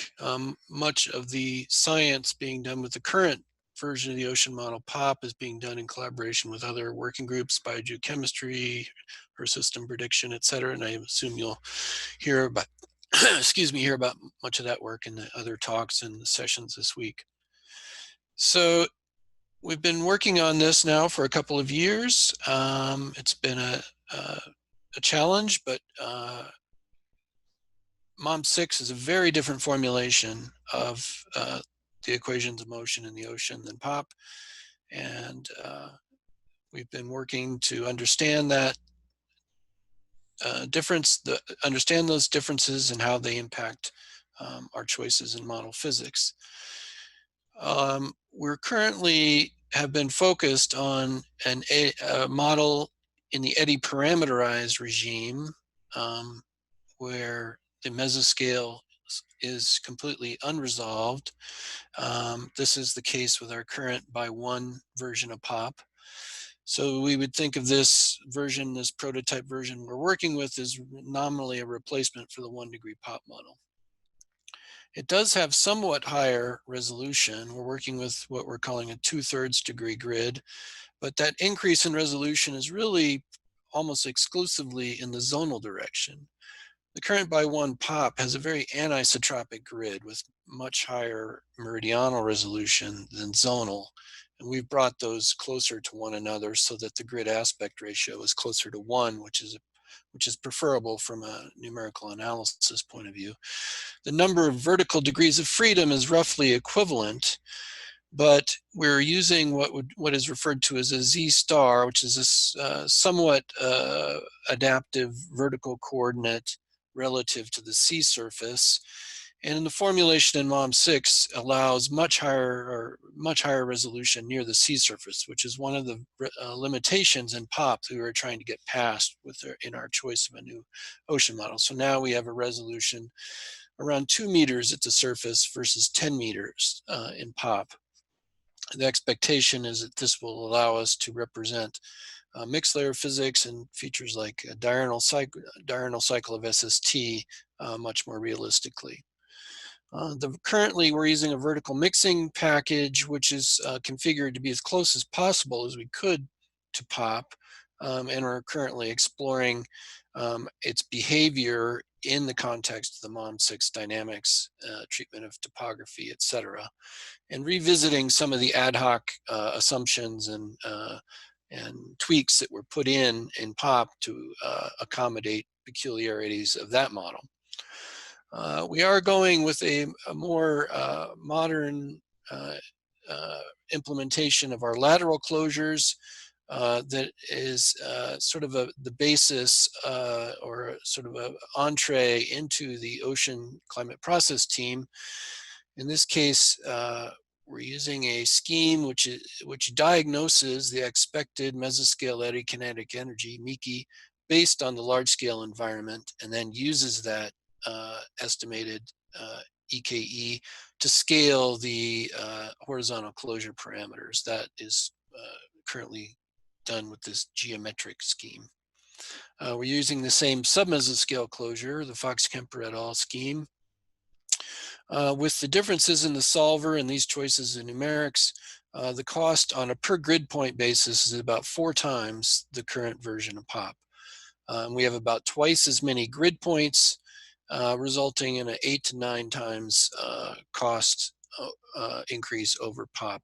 Although based on Julio's talk, I think we're still, even with that, about half the cost of CAM in terms of per year of simulation. So our current status is we've been conducting, especially over the last 6 months, conducting extensive sweeps through parameter space and looking at various options for parameterizations within the MOM6 framework.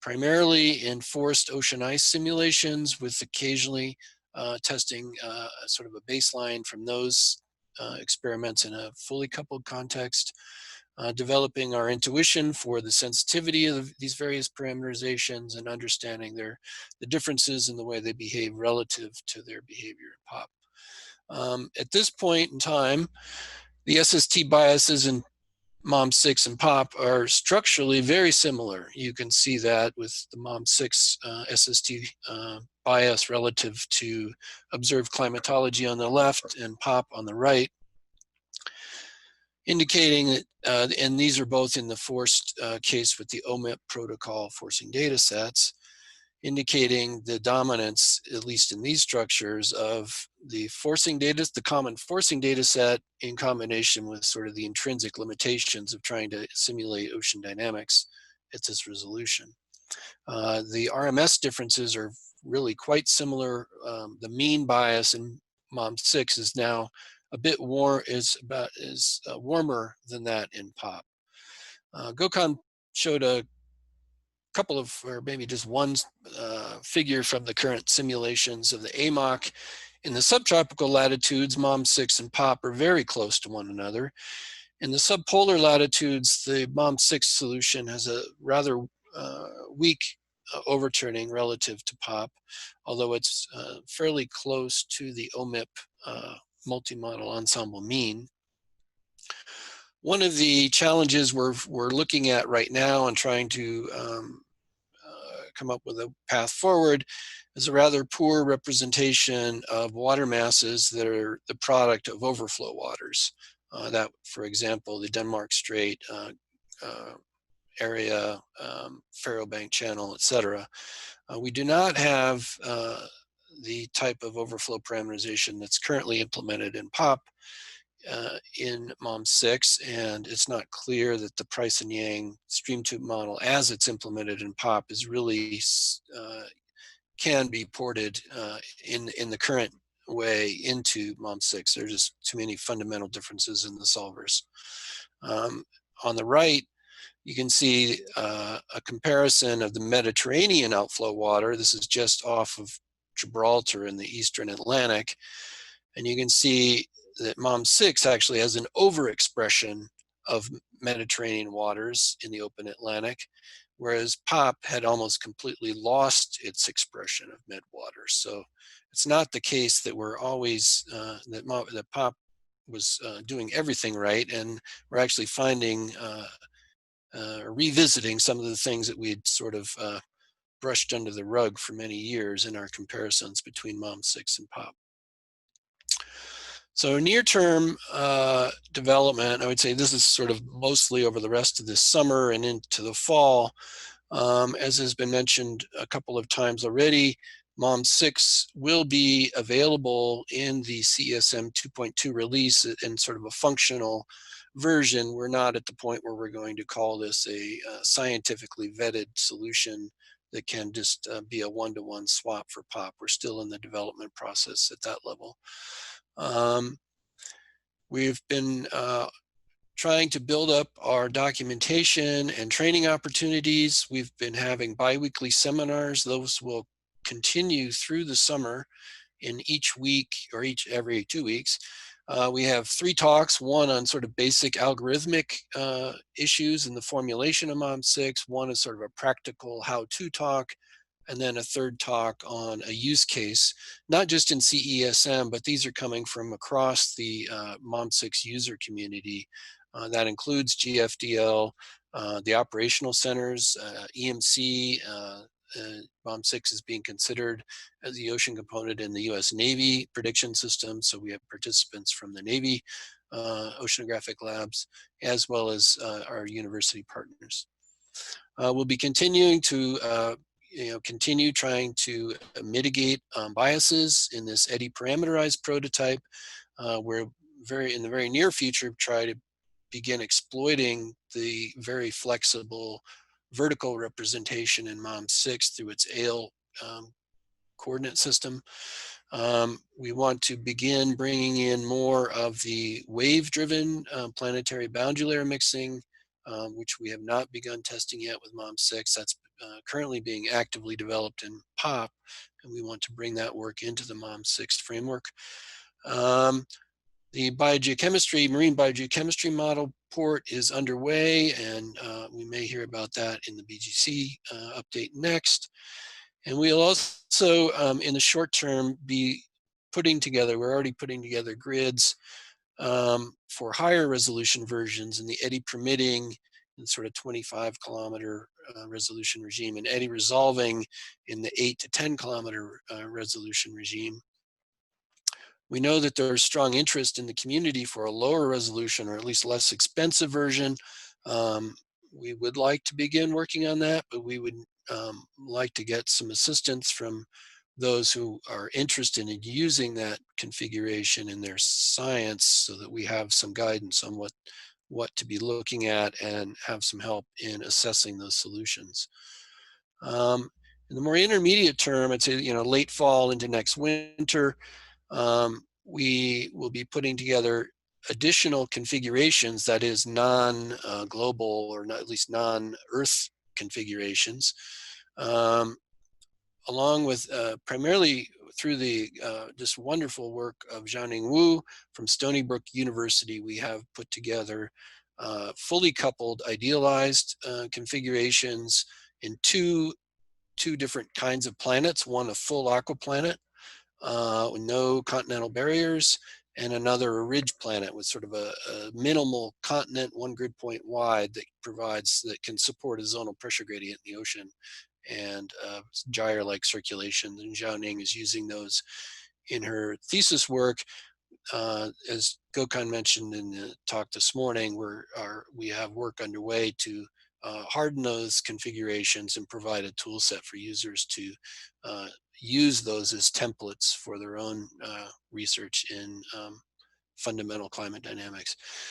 We're also, with MOM6, we have the opportunity to begin supporting at some level, to be determined, regional ocean modeling.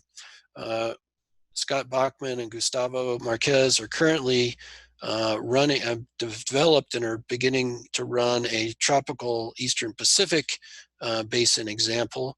And that is building out of our own, the same repository we build our global model out of, and running through the CESM coupler. So in the past, while we've had some efforts at bringing in regional modeling, those have been with ROMs with a completely different code source and some machinations that have to go on to couple that into our system.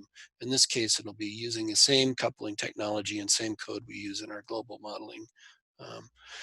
There are a couple of aspects of the model physics that I think we really need to sit down and develop a new approach. For physics, we really have found to be quite beneficial in POP. And as I mentioned earlier, the current implementations have some shortcomings with respect to the MOM6 dynamics, in particular the estuary box model and the overflow entrainment parameterizations. We will be continuing to coordinate with the new ocean climate process team, who are developing a number of new approaches to both deterministic and stochastic parameterizations of ocean mesoscale mixing.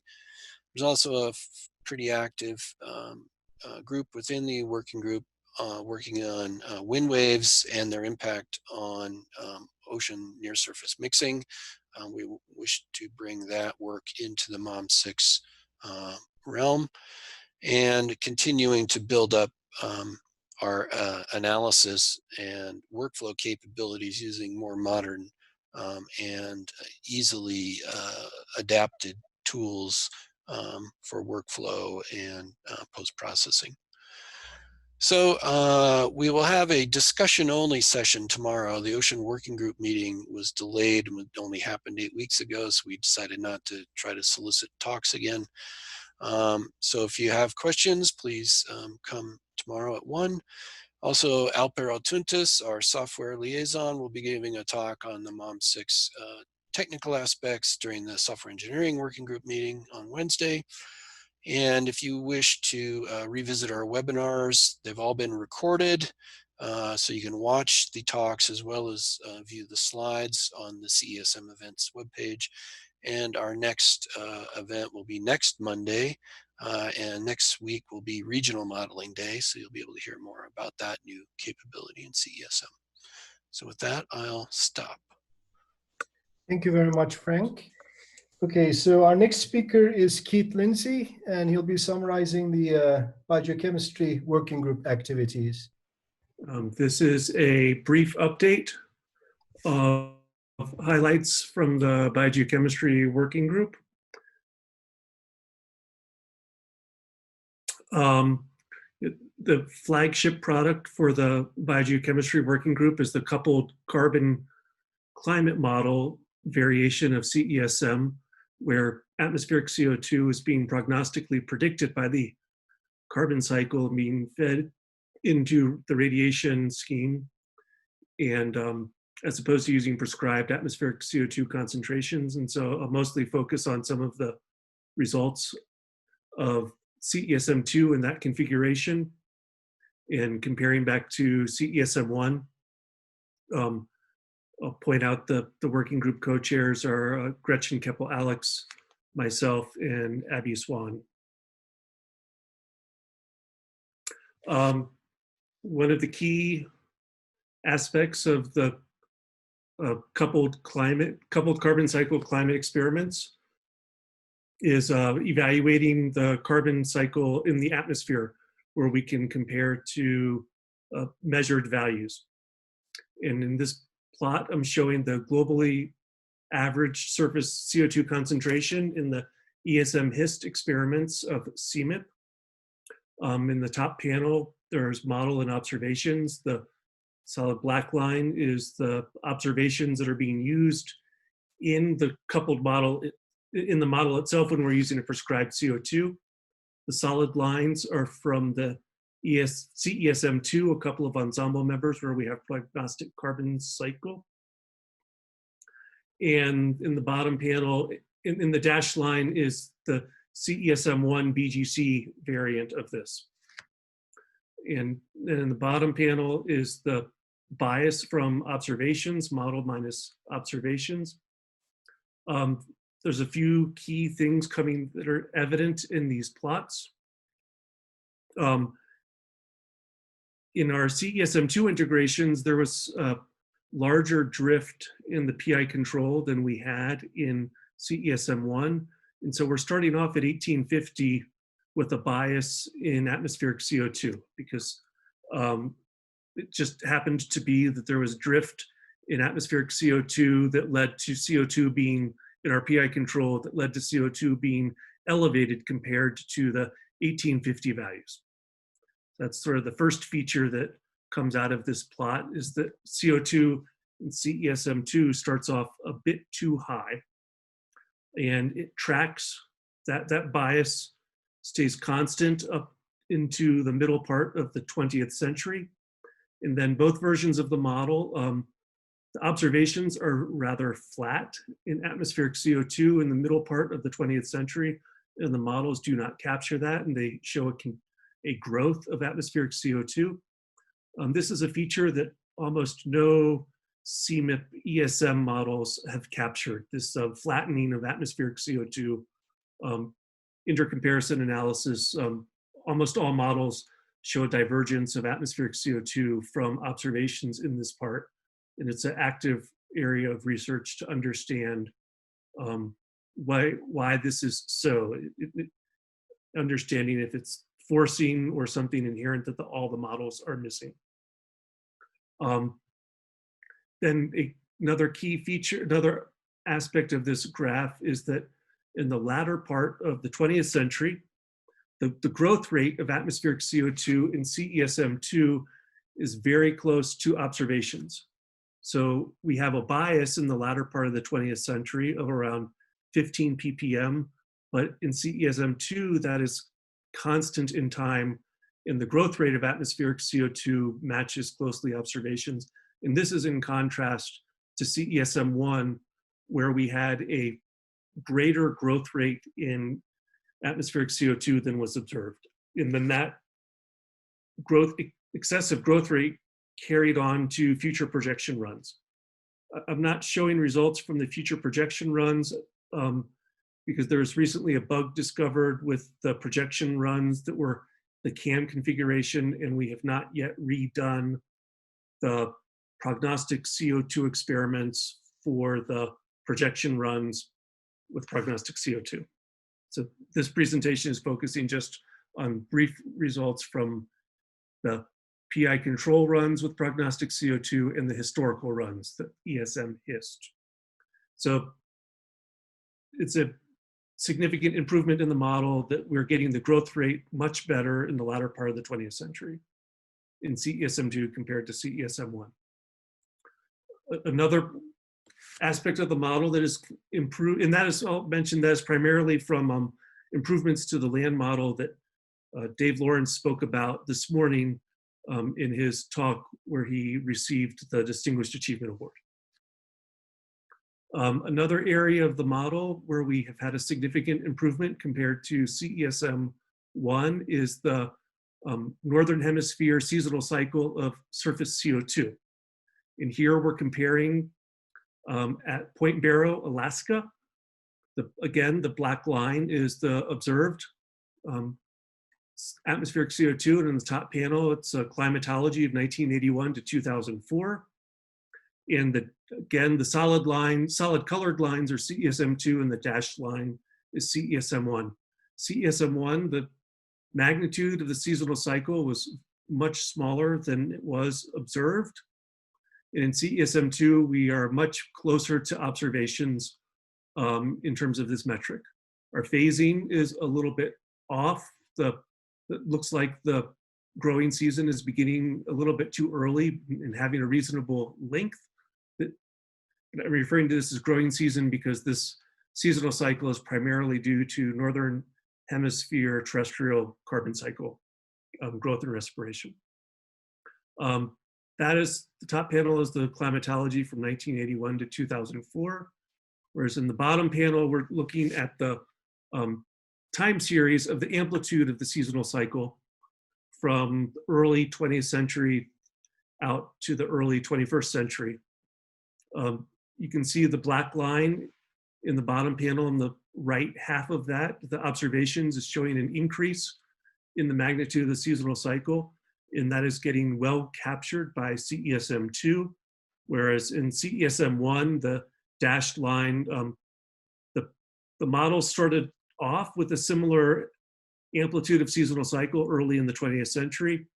And the bias that you can see in the top panel is because there's not enough growth in the amplitude of the seasonal cycle in CESM1, and CESM2 has a better representation of that. And this improvement in the model is primarily from improvements to the land carbon cycle model going from CLM4 to CLM5. This is looking at Barrow, Alaska. We go look at the same diagnostic going a little bit farther south to Mauna Loa. It's not looking quite as rosy, but the model is improved in CESM2 compared to CESM1, but there still is a significant bias compared to the observations. So you can see in this bottom panel, the growth rate of this seasonal cycle in CESM2 is improved compared to CESM1 and closer to the observations, but there still is a gap between the model and the observations. And we're trying to, analysis is ongoing to try to determine if this is from the surface fluxes themselves, and how much of this can be attributed to vertical exchange of CO2 anomalies in the surface out of the boundary layer into the free troposphere. So a unique aspect of the Mauna Loa Observatory is that not only is it capturing sort of large-scale northern hemisphere features, but the observation is in the free troposphere. It's not at a sea level elevation, and the model is being sampled at a corresponding pressure level, and so that we haven't disentangled this bias into the component due to the surface fluxes versus a component due to the propagation of the signal out of the atmospheric boundary layer into the free troposphere where the observation station is. Continuing the trend of things that aren't necessarily so rosy in the model, another measure of the carbon cycle is the response to interannual variability. This plot is a little bit more complicated. This is the lag regression slope of atmospheric CO2 versus Nino 3,4 SSTs. And this is now in the PI control runs for CESM1 and CESM2. A known bias in CESM1 is that the interannual variability of atmospheric CO2, looking at stations such as Mauna Loa and Point Barrow, was low compared to observed variability. And at least at the low latitude stations, a large component of that variability was associated with ENSO dynamics. And that the feedbacks are primarily coming from the terrestrial system as precipitation from teleconnections to ENSO variability changed carbon cycle fluxes. This is showing a normalized view of the response of the carbon cycle to those Nino 3,4 anomalies. They're normal, I'm viewing them normalized so that it can take into account that the different models have different magnitude ENSO variance. And you can see here that the carbon cycle in CESM2's response to ENSO is weaker than half that of what it was in CESM1. In previous work has shown that the response in CESM1 was weak compared to observations. So unfortunately, this aspect of the model, it's been a degradation from CESM1 to CESM2. So sort of briefly summarizing these highlights of our flagship model. Uptake of anthropogenic CO2 by the surface components is improved considerably compared to CESM1. The seasonal cycle of atmospheric CO2 is improved, and the magnitude of the carbon cycle interannual variability has gone down, making a known bias worse. These results are all in a manuscript for the CESM2 special collection that is in preparation. We're just really scratching the surface and analyzing the carbon cycle in CESM2. Additional community analysis of the carbon cycle is encouraged and welcomed. Frank alluded to this, so I just added this slide about near-term activities. We're going to continue the analysis of carbon cycle in CESM2. And a big part of the Biogeochemistry Working Group activities that is coming up is the OMWG transitions from the POP ocean model to MOM6, looking forward towards CESM3. We need to be prepared for that with the biogeochemistry model, and that will involve coupling the MARBLE biogeochemistry module to MOM6. This is a work in progress. At this point, we're just reading tracers in and starting to compute surface fluxes, but we have not coupled yet source sink terms, so there's some ways to go before we can start looking at the results to see if the results look as if that coupling has been done in an appropriate fashion. There's some things that we know we need to be on the lookout for, such as having a time varying vertical grid. That is the case in MOM6 that we did not need to deal with in the POP ocean model. So that is my brief summary of results from the carbon cycle in CESM2 and some of our near-term future activities. Thank you very much, Keith. Thank you again. So our last speaker before the break is Will Wider, and he'll be giving an update on the land model working group activities. I'm not sure whether there's anything left for him to say after this morning's talks, but we'll see. Go ahead, Will. We can't hear you. The problem. There, is that better? Yes. Great.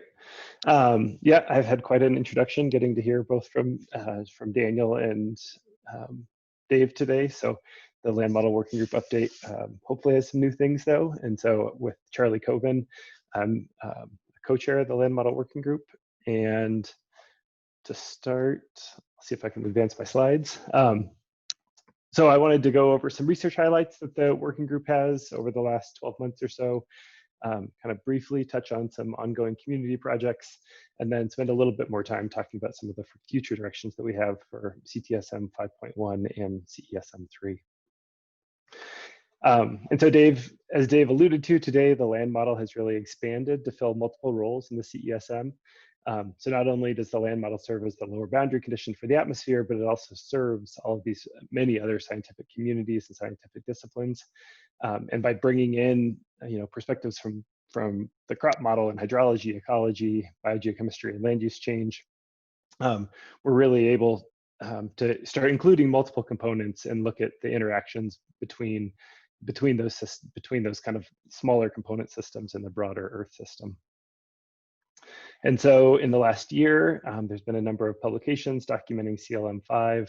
I don't want to go over all of these that have been presented at previous meetings, but kind of the highlight of that is Dave's 2019 paper in James, as well as Gokhan's 2020 paper also in James. And so this is actually from Gokhan's paper.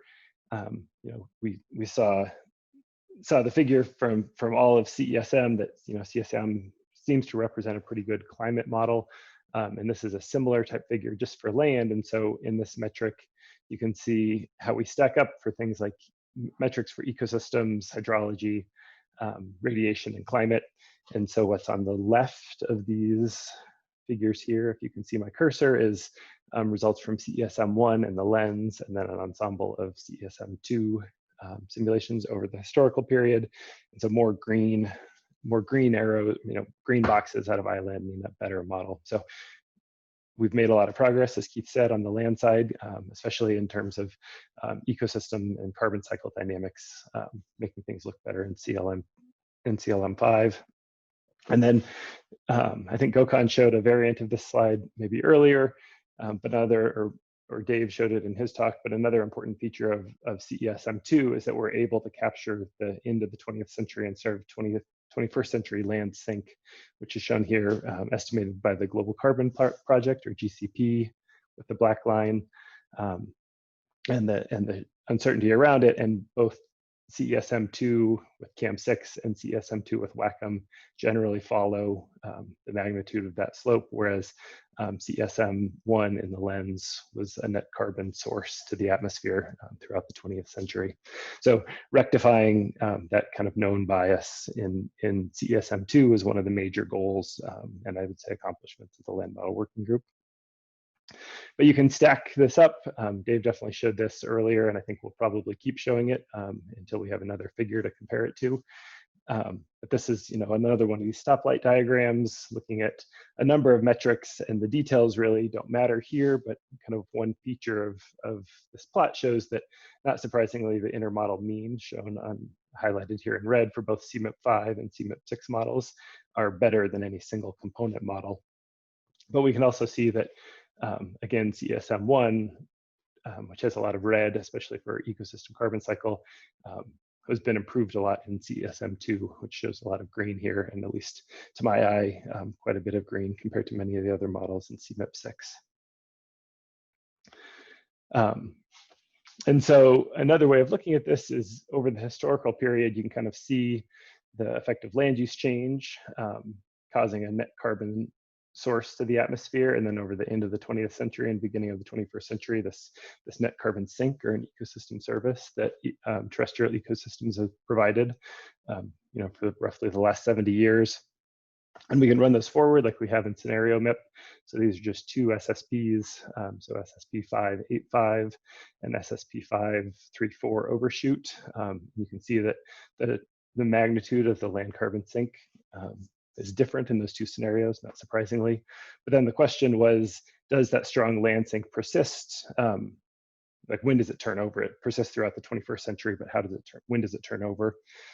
So Rolando presented this kind of temperature curves for these simulations, and these are the carbon cycles curves for the SSP extensions. And so these were scenarios that are done with a 1 degree CESM2 WACM6 run. There's one ensemble member each. The extensions start in 2100 with constant aerosol forcings and fully transient CO2, nitrogen deposition, land use, land cover change, and ice sheets. So Mike Mills is just about finished running these. I should finish through the course of this meeting probably. And there were contributions from the land model, land ice, climate change, and variability working group, as well as the biogeochemistry working group, and contributing these core hours, and a resource that I'd welcome people to start looking at. Another kind of apropos named project that Dave's starting to work on is the CTSM Parameter Perturbation Ensemble, or PPE. And the CTSM PPE is really a chance for us to start exploring some of the sensitivities of various model features in the land system to reasonable uncertainty in kind of model parameter values. So a lot of Rosie Fisher's work has pointed to the importance of this parameter uncertainty. So what we'd like to do with this project is to start quantifying the parameter uncertainty effects and long-term trajectories of terrestrial carbon and water dynamics under climate change.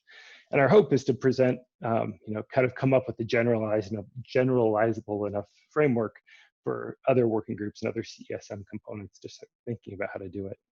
So briefly, I'll kind of go through how we're doing this.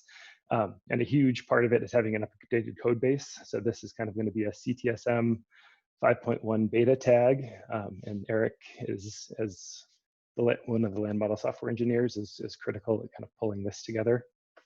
Another huge component of the work has been coming up, both isolating all the parameters that we have in the model, pulling a lot of those hard-coded parameters out into parameter files so that we can use them in the PPE, and then identifying ranges for those parameters. So there's a number of people that have been working on this, and I've just highlighted Keith here. A third component is we need the model to work fast. So we are working on a sparse grid with reduced dimensions that Forrest Hoffman at Oak Ridge is coming up with, and then an efficient workflow and analysis that Katie Dagon and Daniel Kennedy have been really critical in putting together.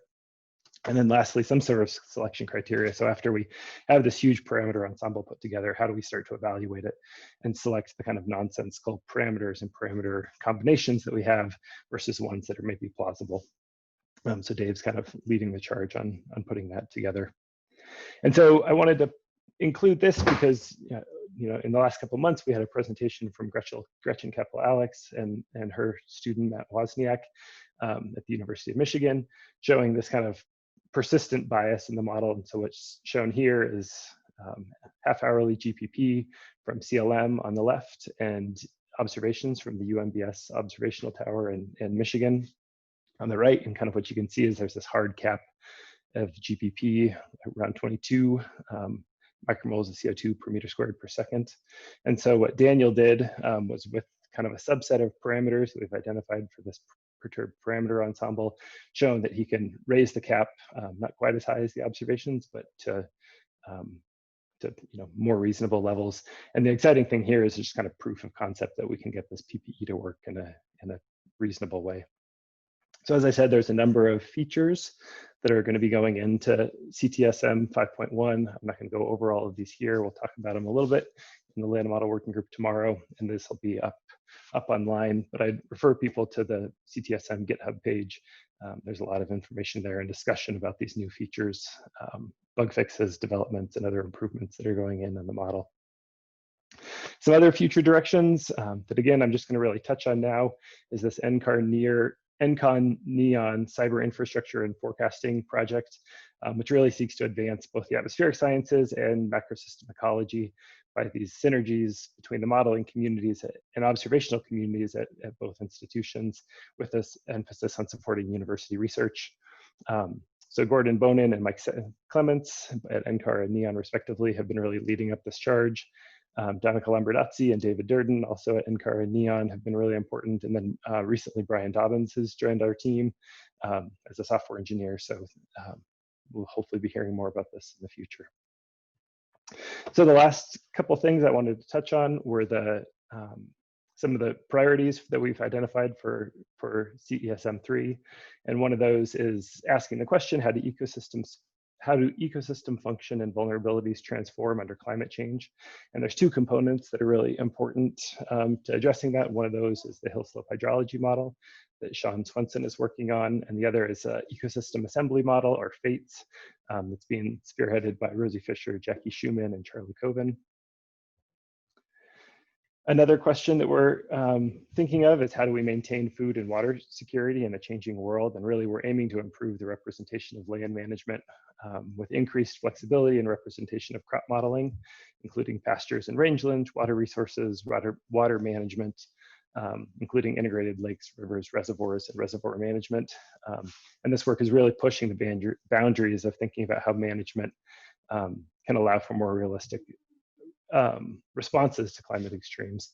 And so the crop model work is being led by Danica Lamberdazzi and Vin Pang with a model called AppSim. And then Naoki is heading up a new river model called Mizu Route, which will allow us to do more of the management work.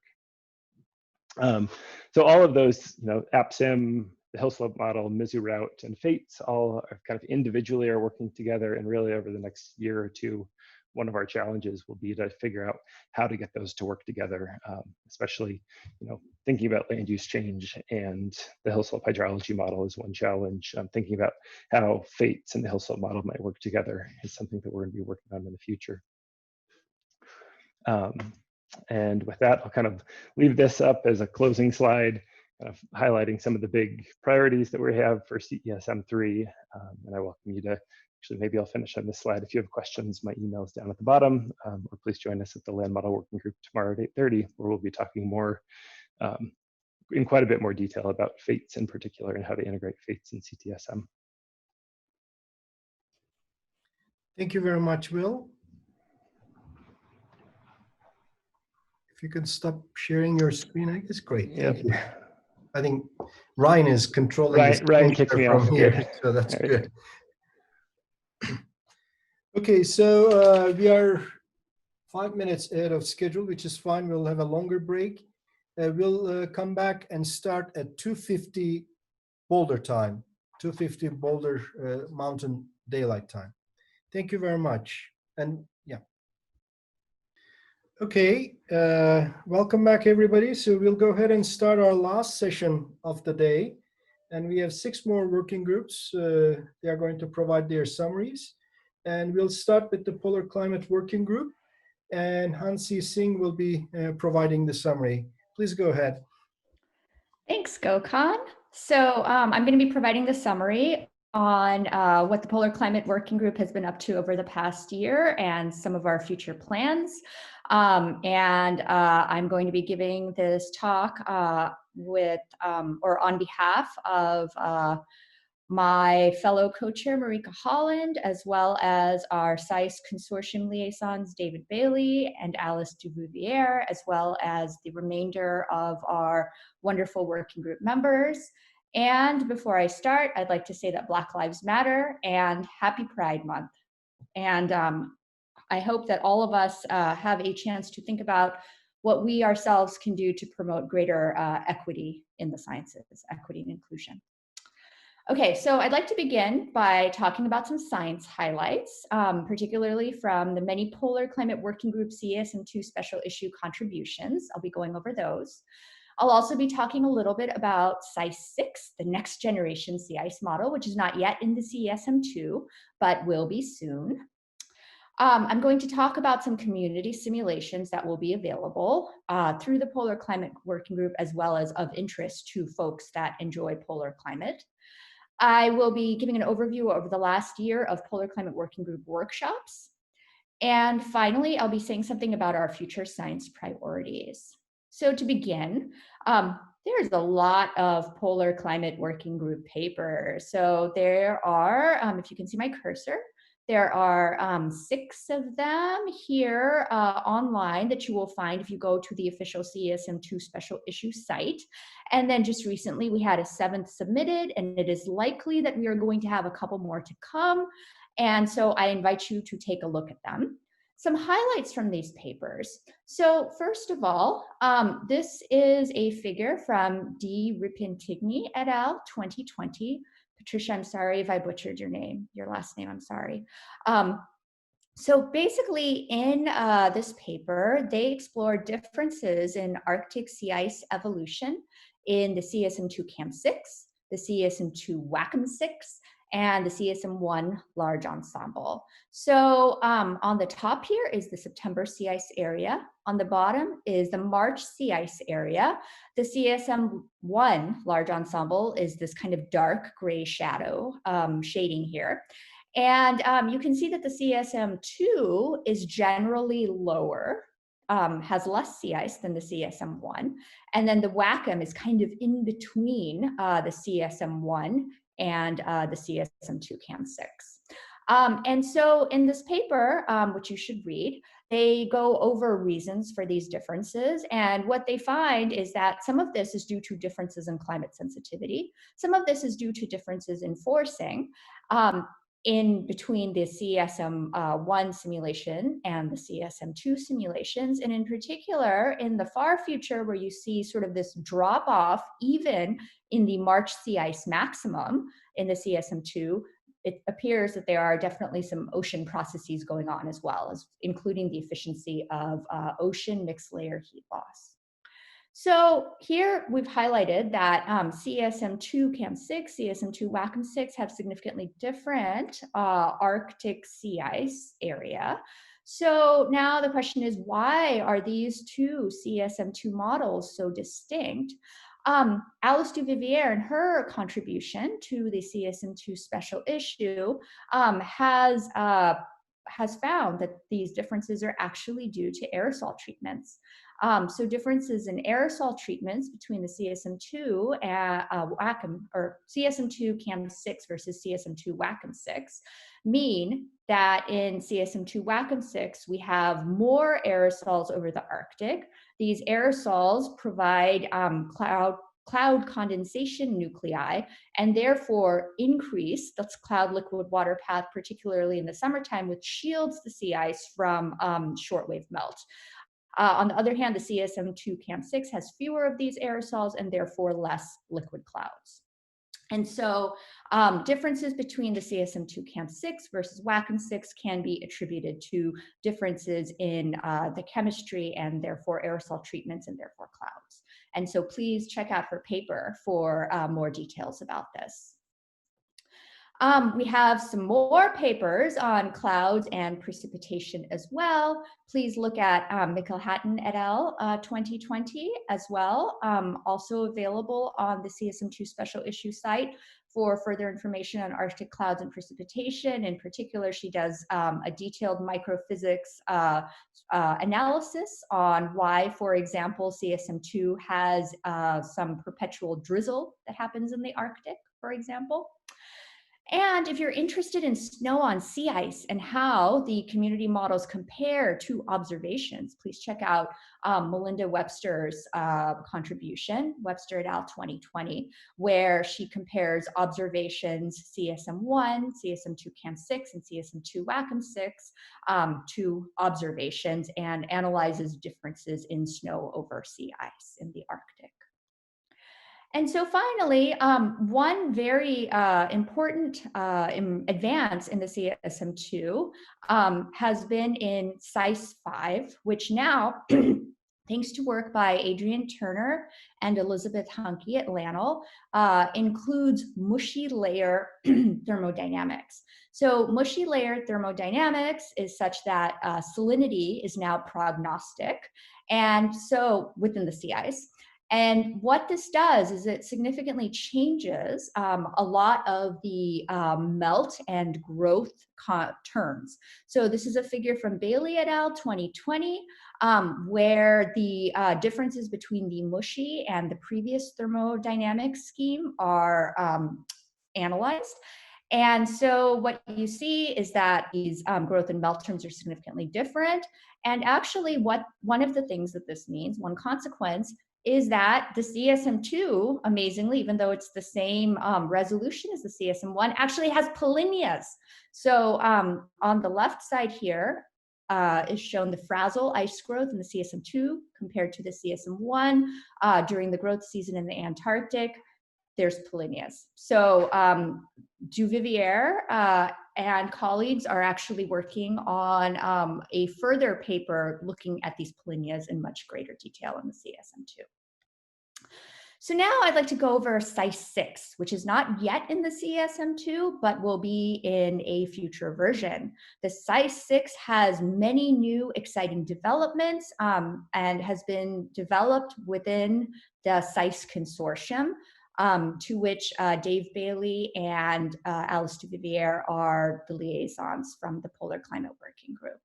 So first of all, the CEIS-6 will have land-fast sea ice. The CEIS-6 has a flow size distribution. This has been developed by Letty Roach et al. And colleagues. CEIS-6 has a treatment of surface radiation that is now uniform with the surface radiation treatments in the land model. And that is Charlie Zender's work via SNCR. And CEIS-6 will also have sea ice biogeochemistry, which has been developed by Nicole Jeffrey and colleagues at LANL. CEIS-6 will also have the awesome ice pack column model for all of your model hierarchy needs. And hopefully one day somebody will take that and combine it with SCAM and combine it with some pencil ocean model, and we'll have a full Arctic or Antarctic column. It'll be so exciting. And finally, there's also some numerical changes. These are still in progress, and these are being done by Dave Bailey and colleagues to move CEIS-6 to the Arakawa Sea Grid in order to facilitate coupling between CEIS-6 and the future MOM. So now I'd like to highlight some community simulations that are going to be available. So first of all, there is the CSM2 tuned sea ice small ensemble, or as Jen K says, the mini ensemble. There are 3 ensemble members here. The albedo of snow on sea ice has been tuned by changing the snow grain radius. And by tuning the snow grain radius, we can increase the albedo and thereby increase ice area, for example. And so the CESM2 large ensemble is shown here in gray. And then the little mini ensemble with the tuned sea ice is shown in blue, with the mean of the mini ensemble shown in this kind of thicker blue right here. And observations are shown in black. This figure is from some preliminary work on this ensemble by Jen K. And there is likely going to be a publication of these features. And in particular, one thing that's very interesting is to think about how differences in parameters change the sensitivity of the sea ice in particular. So if you would like to hear more about this, Jen K will talk about some of her work on this in a flash presentation at our Polar Climate Working Group joint meeting on Wednesday. So more community simulations. There's also a CESM2 run with CMIP5 forcing. This has been being performed by Cecile Hannay. So thank you so much for doing this run. And so this will have pre-industrial 20th century and an RCP 8.5 future, and this will enable better comparison between the CESM2 and the CESM1 large ensemble, for example. And I believe that the pre-industrial is already done here, and we are in the midst of the 20th century, and the future will be done in the future very soon. Furthermore, there's also work being done on a regionally refined Arctic CESM2 configuration. So this figure is from Van Kampen Hoot et al. 2019, where they do use the same CESM2 variable grid feature to focus over Greenland.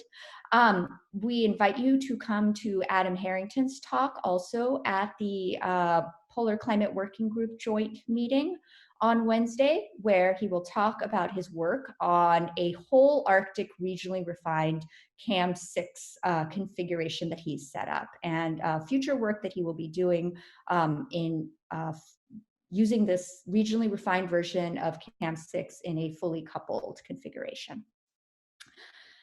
Another important aspect of what the Polar Climate Working Group does is the training and networking of early career professionals in polar climate, and creating the future leaders of tomorrow. So in light of this, we have the CESM Polar Modeling Workshop that was done in August 2019.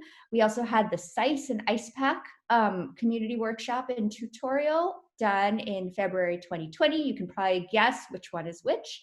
And so we also want to thank members from other working groups who have also volunteered their time during these workshops and helped make them a success for everyone involved.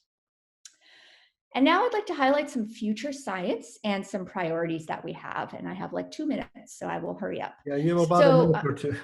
A minute, yes, a minute. I have a minute. So first of all, we really like to integrate observations with models. Here we have the Mosaic mission right here, where we have an icebreaker that has been in the Arctic over the last 8 months, and I believe will be there for another 4 more months. And so this figure right here is of some potential Lagrangian ship tracks that such a mission could experience after being parked in the Arctic for a year. And so you can see this is from satellite, this is from the seasonal CESM large ensemble, so where ice is seasonal, and this is for perennial ice. And so one thing that is clear is that you get different ice tracking depending on sort of what ice regime that you're in. And so for more information on this, you can look at Duvivier et al. 2020. And so in addition to using models to help make better observations possible, we would also like to use observations to make our models better. In order to do this, we need to compare models to observations well. And so I invite you to come to Abigail Smith's talk on satellite simulators in the CESM2 to better compare observations to models. And now we are also working on coupling sea ice to ocean biogeochemistry in the future. We will be working on this. We want to do further work on polar prediction and predictability, particularly with the Earth Predictability Working Group. We'd like to think more about uncertainty in our polar projections and contribute to actionable science in navigating the new Arctic. And so please, we would love to have more community input on what our future priorities should be. Please get on our mailing list. And once again, I'll make a shameless plug for our joint session on Wednesday morning. Please join us. Thank you so much. Thank you very much, Hansi. Bill is going to provide an update on the land ice working group. Go ahead, Bill.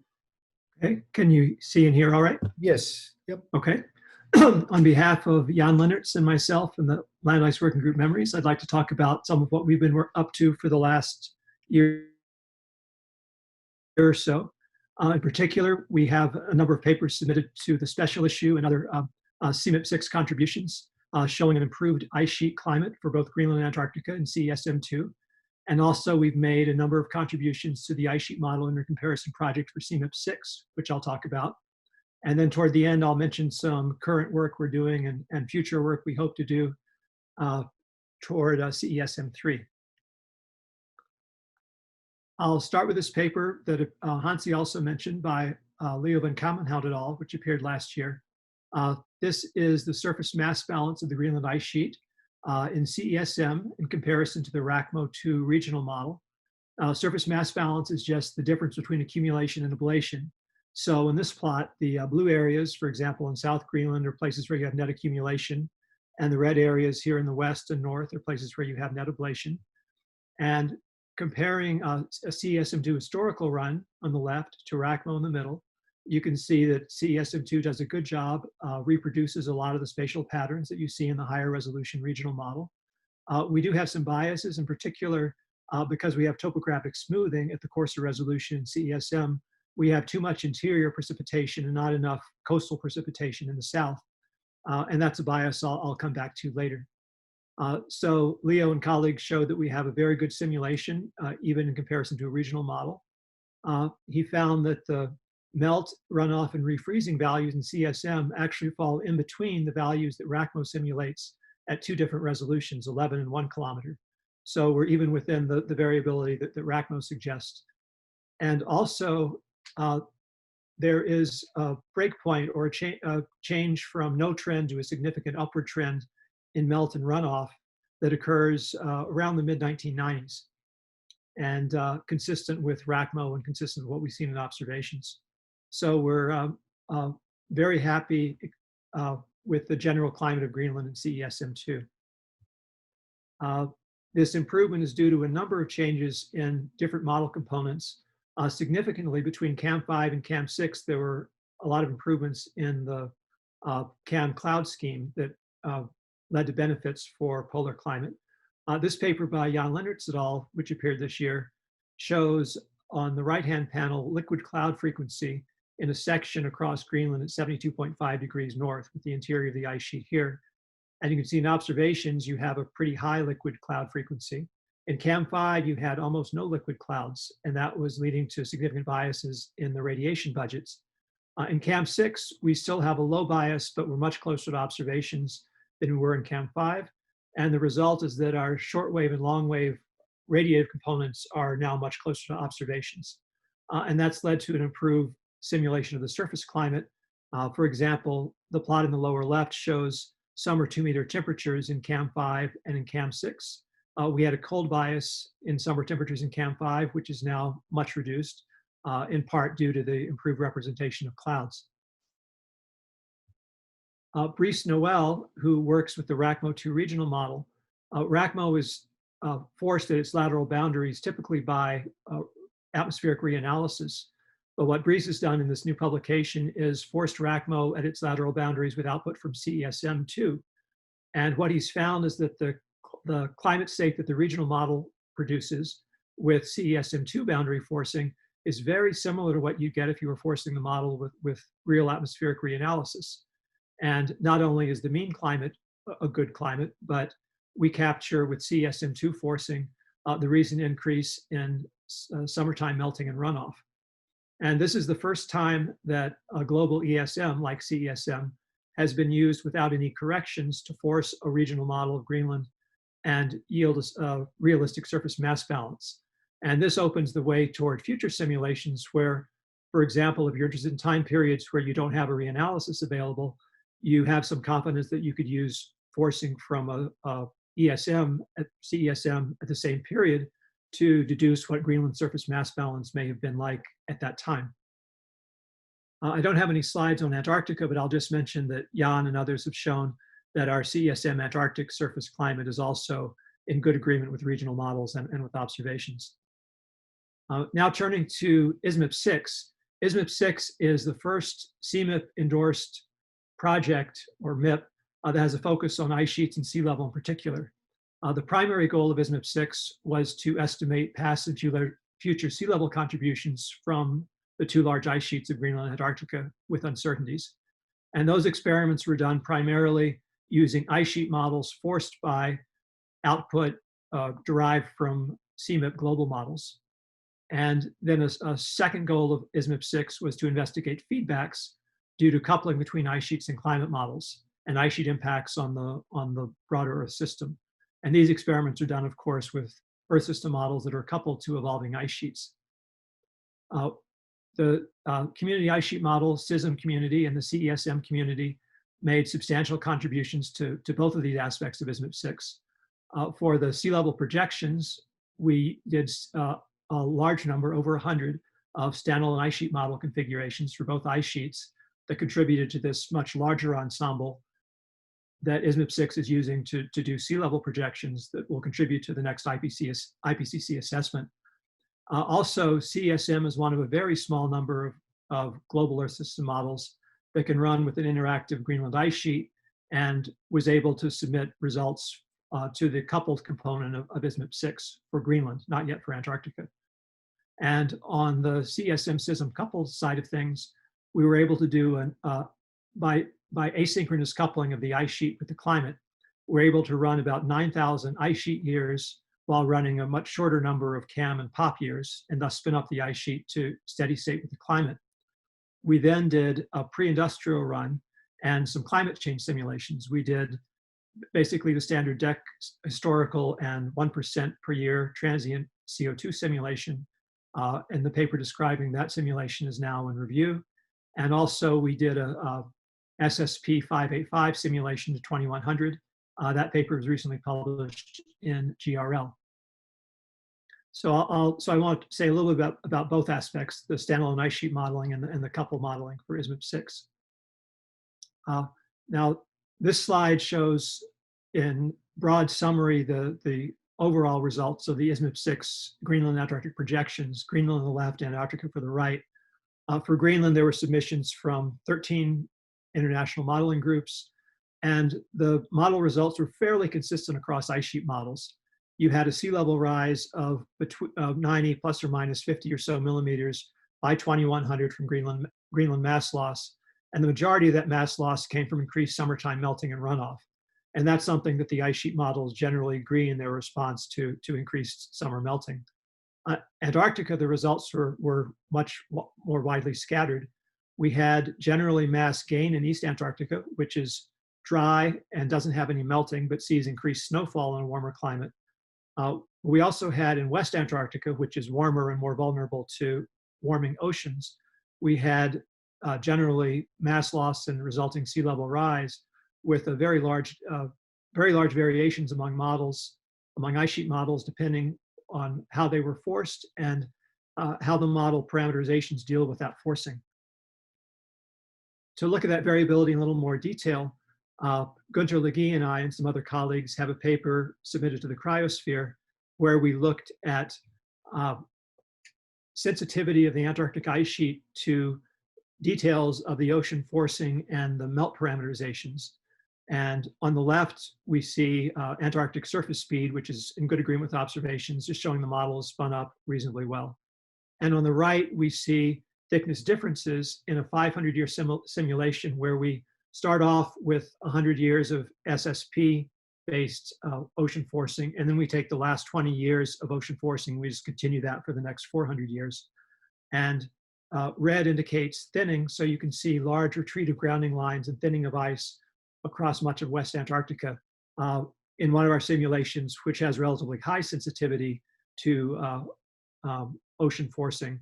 Other simulations show less response. A few that are forced with particularly warm ESM show a greater response. So the main point of this is just to highlight that there's a lot of uncertainty in Antarctic sea level projections associated with ocean physics and ocean forcing, which deserve to get more attention in coming years. The paper by Laura Muncherwerf and colleagues shows results of a global climate simulation with an interactive Greenland. And one of their main findings is that mass loss from Greenland accelerates significantly after mid-century.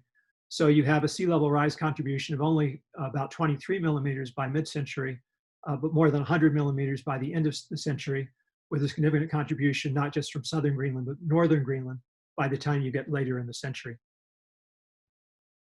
And I'll say a bit about things we have planned for the next couple of years. In terms of model development, our community ice sheet model has a pretty strong dynamical core, efficient and accurate. And we've tested a lot for Greenland in couple simulations, and we've tested a lot for Antarctica in standalone simulations, but not yet couple simulations. So something that's been on our list for a long time is to enable coupled Antarctic ice sheet simulations within CESM. These initially would not be fully coupled in the sense that the ocean geometry, the pop geometry for now, would be held fixed even while the ice sheet geometry is evolving. But we do hope in the longer run that we would couple to MOM6, which is capable of having an evolving boundary with an ice sheet. And then we'd like to work on improved treatments of ice sheet physical processes, including the subglacial hydrology, which determines how fast the ice flows at the bed. We would like to look at ocean parameterizations and reduced order ocean models to better represent the sub-ice shelf melting that's important in driving Antarctic ice sheet retreat in particular. And also we're working on improved schemes of iceberg calving. And then for coupled simulations, in the near term, we plan to do some additional ISMIP6 related runs, CMIP6 type runs. And then we also have some really interesting collaborations going on with the Paleoclimate Working Group to look at the last interglacial and following years up until the LGM and the last deglaciation. We'd also like to start running with a coupled Antarctica, and we'd like to explore variable resolution grids to reduce biases. So Esther, who will follow me, will talk about some really interesting last interglacial simulations.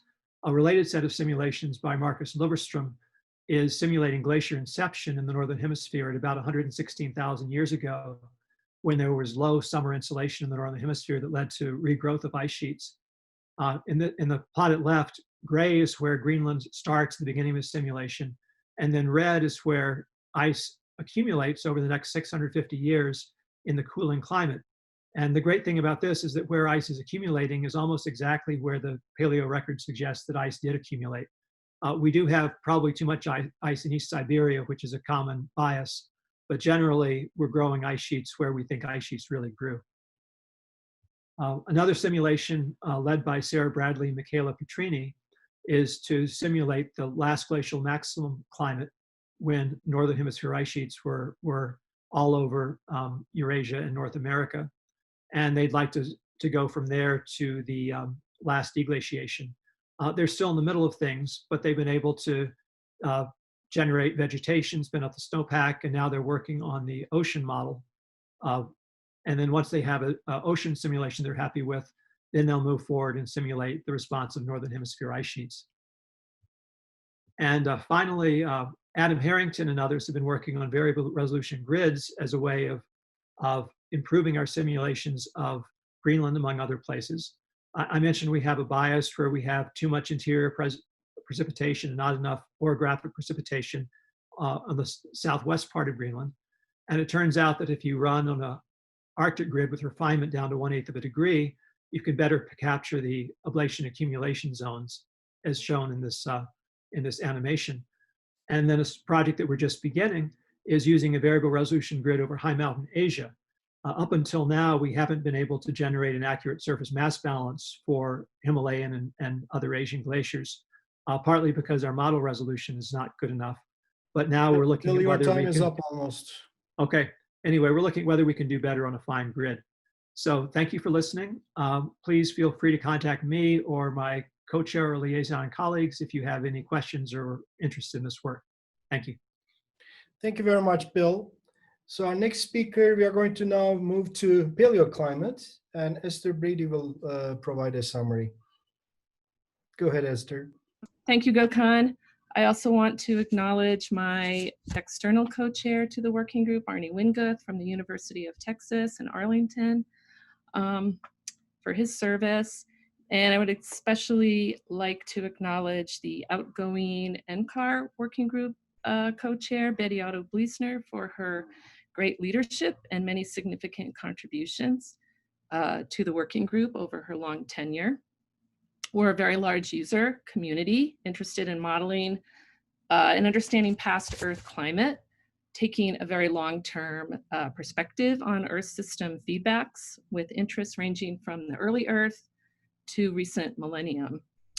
I'm going to be talking and presenting some science highlights that colleagues have sent into me over the year, and I want to thank them for their contributions. So let's get started here.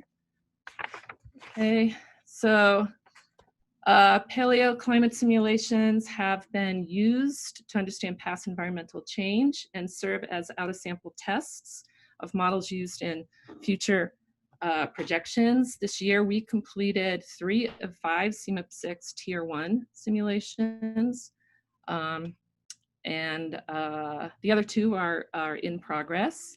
The output is on the CMIP6 ESGF. The mid-Holocene and the last interglacial simulations have been described in a CESM2 special issue contribution. And for the first time, I want to say that the last interglacial at 127,000 years has been included as a Tier 1 simulation to allow model assessment in the IPCC AR6. The Earth's orbit at this time had summer solstice near perihelion, higher orbital eccentricity and axial tilt, and as such, it yielded greater northern summer insolation. Proxy reconstructions show that last interglacial to be a warmer climate at northern latitudes with suggested retreat of summer sea ice extents. Figures shown here are from a model intercomparison paper submitted to the PMIP4 special issue led by Betty Otto-Bleesner on the left side. It shows the number of CMIP models in a 1-degree grid box with at least 15% coverage in the summer, at the summer minimum. What you can see is about half of the 17 models in the ensemble show less extensive summer sea ice coverage comparable to the observed extent in the most recent decades and even more retreated. The plot on the right is from a MIP paper of just the Arctic sea ice for PMIP4. And it shows, it kind of indicates the relevance to understanding future projection responses of summer sea ice. It shows a really strong linear correlation between the sea ice area in the summer, the climatological summer for the last interglacial as compared to the 1% CO2 simulation at near doubling. However, the proxy sea ice reconstructions aren't yet sufficient to discriminate which models have the most realistic last interglacial response and hence give insight into future projections. Another Tier 1 simulation that's been completed is the mid-Pliocene warm period. It was written up and led by Ron Feng at the University of Connecticut. The Pliocene had an elevated CO2 over the pre-industrial, but similar levels to today. The full boundary conditions for the run include a retreat of the Western Arctic ice sheet, as well as other changes to the surface boundary conditions like vegetation and orography. The protocol was repeated in other CSM versions, allowing some intercomparisons within the CESM family. And one aspect that Ren is going to be talking about in the joint session on Wednesday is how the hydroclimate response to the mid-Pliocene forcing compares in the multi-model ensemble. Shown on the left is the multi-model mean of the annual P-E change compared to the pre-industrial with the proxy data overlaid in the circles representing either wetter or drier conditions. You can see there's been a moistening in the African and Asian monsoon regions in the ensemble mean that compares relatively well to the proxy data. The right panel shows individual pattern correlations with the proxy data for different thresholds, and comparing the CESM models in that highlighted red box suggests that the CESM 1.2 shows the best pattern correlations for a wide range of thresholds. Okay. So the DeepMIP early Eocene simulation is another university-led project by Jean Zhu and Chris Polson at the University of Michigan. We're delighted to now have Jean Zhu join us as a new project scientist in CGD. Across the CESM versions, the ECS, the equilibrium climate sensitivity has increased over time, as shown in the left panel by the colored dots. The latest estimate reaches over 5 degrees C in the CESM2, well beyond the consensus range in the earlier assessment reports, shown by the gray boxes. Past warm climates like the early Eocene provide unique constraints on the model response to elevated greenhouse gas forcing.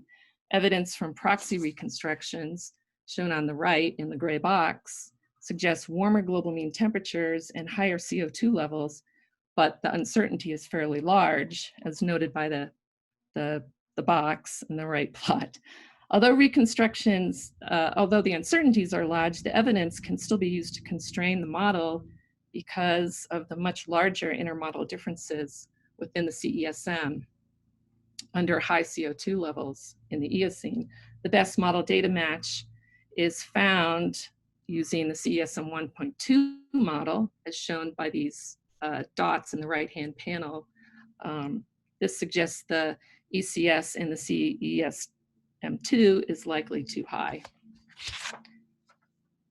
Next is what Bill just talked about, a really exciting cross-working group simulation that's been completed now. It's to simulate the evolution of the Greenland ice sheet over the last interglacial period from the 127,000 year ago point towards about 119,000 years. This is a coupled CESM2 climate and interactive ice sheet model, the CESM2. The project involved both lab and university collaborators as well as NCAR scientists. As noted earlier, the last interglacial is a warmer climate, especially at high northern latitudes in the summer, and this is attributed to its peculiar orbital induced high summer insolation. Proxy data suggests expansion of boreal forests in the circumarctic region. Greenland ice sheet was smaller and sea level stands higher. As the Earth's summer solstice processed away from perihelion, however, positive high northern insolation waned. In order to capture such a long transient response to this slow forcing, new coupling techniques and methodologies needed to be devised and worked out for this simulation. For example, the orbital forcing in this run was accelerated by a factor of 5, and the CESM2 was likewise integrated forward 5 years for every 1 year in the rest of the climate components. In total, 8,000 ice sheet orbital years were simulated. Results show really good agreement in the lower panels. You can see a melting back of the Greenland ice sheet to its minimum at about 121,000 years ago, and then a regrowth following that. We believe this is the first ever coupled transient climate Greenland ice sheet simulation with the CMIP-6 model of such sophistication. A manuscript is in preparation on the fast track, and many more papers will surely follow, as there are a lot of more interesting lines to investigate. Okay, just keep going here. All right, we have more cross-working group projects that are ongoing. One is, I think was mentioned by Rolando earlier today. It's the CMIP-6 Tier 1 Past 1000 simulation. And this is to evaluate model variability on decadal and longer timescales. The simulations are being conducted with the WACM 6 version of the CESM2 coupled model, and we're working closely with ACOM scientists to produce this simulation. The other effort involves scientists from multiple working groups as well. It's designed to evaluate the response to transient forcing from the mid-Holocene up to the start of the last millennium. It also involves creating new data sets, particularly land cover and land use change, as well as volcanic emissions over this time period. We're intending to use a CAM-CHEM version of the CESM2 to better incorporate volcanic emissions, as the WACM 6 would not be feasible for this long simulation. So we do have other non-CMIP research projects going on in the Paleo Working Group. There's some, these two figures come from examples of these. On the left are a set of studies being conducted by university researchers on climate of the Paleocene-Eocene thermal maximum at about 56,000 million years ago, and that figure shows tropical cyclone tracks with the quarter-degree version of the CAM5. On the right, it's a figure from the Transient Climate Project that goes through the last deglaciation with the isotope-enabled CESM 1.3 version. The right, it shows a multi-millennia long simulation through the first half of the deglacial period through the cold Younger Dryas. It's a collaboration with Zhengyu Liu at Ohio State, excuse me. These runs have transient forcings applied, the most significant being meltwater events that occurred as the ice sheets melted and climate warmed. The focus here is mainly on understanding abrupt change in the records, and to compare better to those records, the isotope-enabled version of the CESM2 is being used. Lastly, I want to show a figure from Christine Shields, who's been working with Ryan Johnson to update and reorganize the paleo resources that are on our GitHub repository. You can use this link to get there, and you'll find this landing page. It contains recipes for instructions on conducting boundary conditions for different experiments, an FAQ section, a section detailing new concepts that we've developed for paleoclimate simulations. For CESM2, we have concepts now for our CMIP-6 mid-Holocene and last interglacial simulations available, and there are also some deep time concepts that work with the CESM 1.2. We would also like to see the user contributed code section grow. Paleo runs are monstrously difficult sometimes to set up. So if the community can share new tools to improve the workflow, this would be a boon to all of us. Okay, this is my last slide. I want to thank you for listening, and also remind you that output from many of our CESM Paleoclimate simulations is now or soon will be on either the CMIP6, ESGF, or the NCAR Climate Data Gateway. And we have many older simulations as well with older versions of the CESM. And I invite you to come to our joint session with the polar and land ice working groups on Wednesday morning. Thanks. Thank you very much, Esther. Our next speaker is Bill Sachs, and he'll summarize the software engineering working group efforts. Go ahead, Bill. So as is often the case with the software engineering working group, much of the work that we have done and continue to do is really work by the software engineering liaisons to just keep the model running smoothly and moving forward. And I'm not going to be able to talk about all of that, but that's not to minimize or trivialize all of that important work. The credits here really go to many, many members of both software engineers and scientists. However, I'm not going to have time to mention everyone by name in here. So first, you've heard about this a lot today, and there's been a lot of software engineering effort as well as science effort that's gone into bringing in new and vastly expanded components that really touch on every scientific component in CESM. So just, you've heard a lot about this, I think, already, but just to kind of very briefly summarize some of this work, on the ocean side, MOM6 is a completely new component coming in that will be available as a functional release in CESM 2.2, and then that's planned to be the primary ocean component in CESM 3. A lot of the work underway now involves getting that working better scientifically, as well as adding biogeochemistry coupling. On the sea ice side, CEIS 5 is being replaced by CEIS 6, which should be available, I believe, in CESM 2.3 and future versions. On the software engineering side of that, two of the major changes are having dynamic memory allocation, which allows runtime changes of the grid, tracers, and other configurations, as well as having the vertical thermodynamics separated into the ice pack model, which allows column testing. On the atmosphere side, you've heard about some of the major changes in CAM, which include a pretty fundamental rewrite for the Common Community Physics Package, or CCPP, which I'll talk about a little more in just a minute, as well as support for new dynamical cores. On the land side, CLM has morphed into CTSM, the Community Terrestrial Systems Model, which the name there implies sort of expanded scope of this model and support for an expanded range of options for numerical weather prediction and other applications. Again, I'll talk about that a little bit more in just a minute.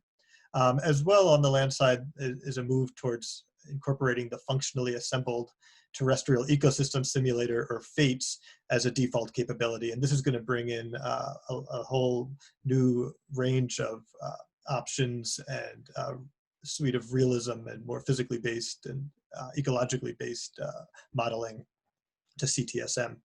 On the river, a new river component called Mizuroute is being incorporated. This runs, as opposed to running on regular lat-long grids, this runs on more accurate hydrologic response units and will enable some new science, such as dynamic lakes and reservoirs. And on the land ice side, you just heard about CESM being enabled over Antarctica as well as Greenland. Now, a lot of these new and expanded components, I should mention, really have an emphasis on building communities across NCAR and across many national labs. So a lot of these are really large collaborations that these are facilitating. The CESM driver coupler infrastructure has also been completely rewritten now. It's called the Community Mediator for Earth Predictive Systems, or CMEPS. This new coupling architecture is based on ESMF's National Unified Operational Prediction Capability, or NUOPSI.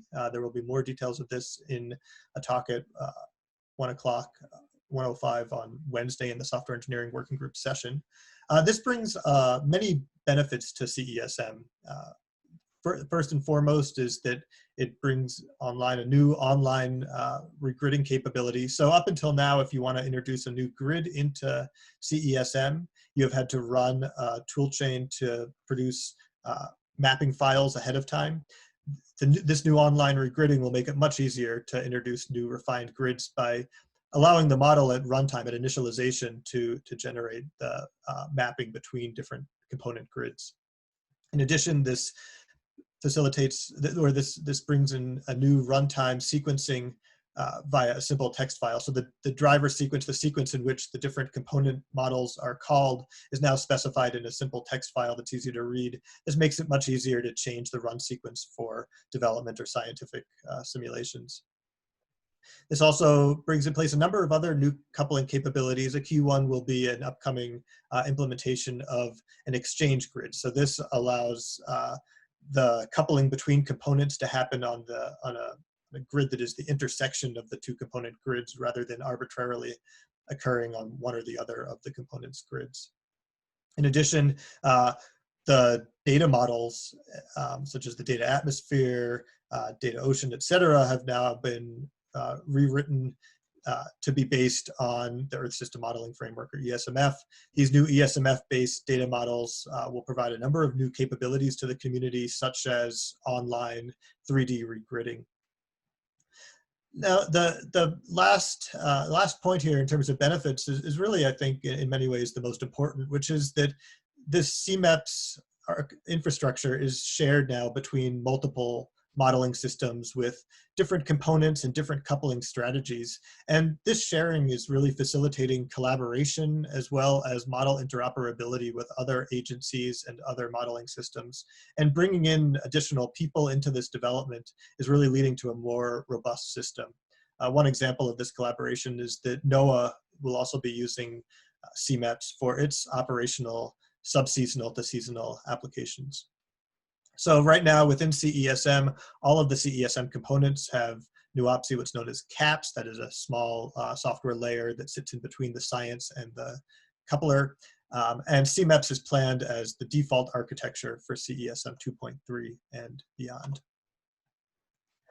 In addition, as CESM adopts more capabilities for prediction applications, we're finding that the workflow and model initialization have become particular software challenges. So to this end, new workflow capabilities have been implemented in the CESM infrastructure code, that is SEAM, which will help with prediction as well as other applications.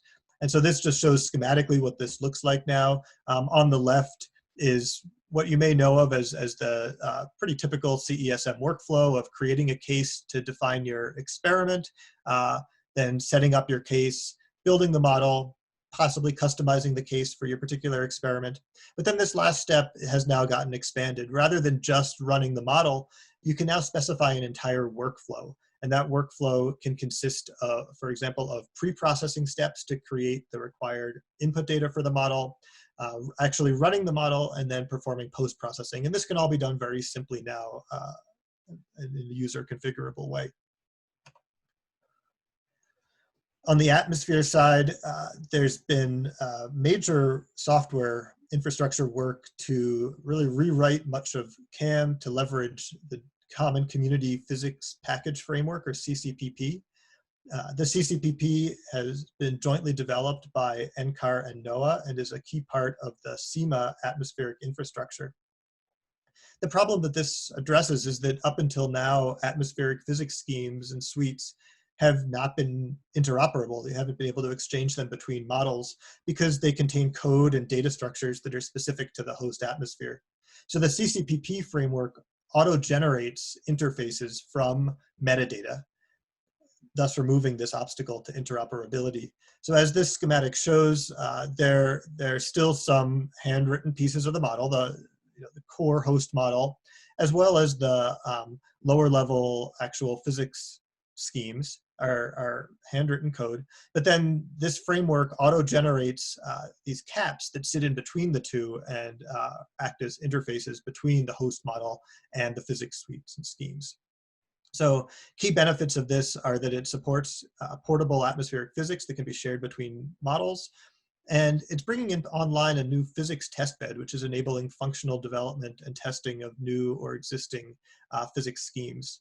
Currently, the Kessler physics suite has been ported to this. Work has started on porting the entire CAM6 physics suite. In addition, the MPAS atmosphere model is in the process of implementing a CCPP interface. For the land model, CTSM, interoperability has also been a large focus. Here, though, the focus has been on developing a lightweight coupling infrastructure known as LILAC for coupling CTSM to other atmosphere models that do not wish to become full CESM components. So this slide illustrates the key difference in architecture between CESM and many of these other atmosphere models. On the left is CESM, which has what's known as a hub and spoke architecture. Here at the center is the coupler or driver, and that really coordinates the calls to each of the individual model components. In contrast, many regional atmosphere models, such as WRF, are written with the atmosphere as the driver, and they expect to call the land model from potentially deeply within their physics. So LILAC, this new infrastructure, allows the atmosphere model to be the driver in this way, coupling to CTSM. LILAC's built on top of the Earth system modeling framework and provides a simple interface for other models to couple to and call CTSM. We've implemented at this point a coupling of CTSM to WRF using this infrastructure and plan to soon couple CTSM to other regional atmosphere models. With all this increase in complexity, there's also been a renewed emphasis on supporting some simpler model configurations in CESM. There's already a number of available configurations, especially on the atmosphere side, as well as some configurations under development, such as a gray radiation aquaplanet, a coupled ocean aquaplanet, a pencil ocean model, and a full single column Earth system model. In addition, there have been a number of other projects recently funded, partly thanks to 2 recently funded NSF projects. One is the incorporation of the Simple Land Interface Model, or SLIM. This is really for those who want to use CESM for atmosphere-focused studies and don't want the full complexity of the full land model of CTSM. SLIM can then be used as a simpler set of parameterizations for the land surface. In addition, a larger project recently funded the development of idealized coupling modeling toolkits, which will implement a simpler model query tool that allows users to easily see what configurations are available, as well as tools for the generation of sort of boundary conditions of the ocean and the atmosphere and land. There's also been a push to get CESM running in the cloud, and already in place are some of these capabilities. So researchers can use a validated pre-installed CESM via Amazon Web Services. This has been used both for research in some simulations at Yale University, for example, as well as training. Now some workshops at AGU and AMS have used CESM in the cloud to allow participants to run CESM at these conferences. Coming soon are some additional features, such as simpler deployment and expanded options on the Amazon Web Services, as well as automatic selection of the most cost-effective options for your configuration.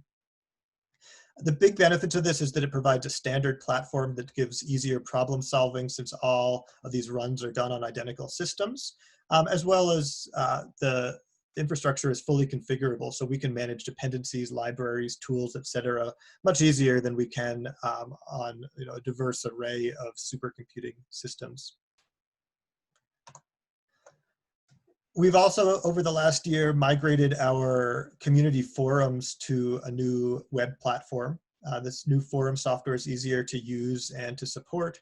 And in addition to the infrastructure change, we've also renewed our emphasis on making sure that forum posts are seen and generally receive a reply. We really encourage you, if you haven't already, to visit these forums, both to ask questions and, if you can, answer other people's questions. We really hope this can continue to be a strong community tool for people to receive support, both from us at NCAR and from the broader community. So finally, I just want to end by inviting you to the Software Engineering Working Group session Wednesday afternoon, and especially to the second half of this, where we'll be discussing, have a large discussion session on managing model output for CESM3. This is really going to be one of our big priorities for CESM3, and we really hope to get input on these topics from scientists as well as software engineers. Thank you. Thank you very much, Bill. Right on time.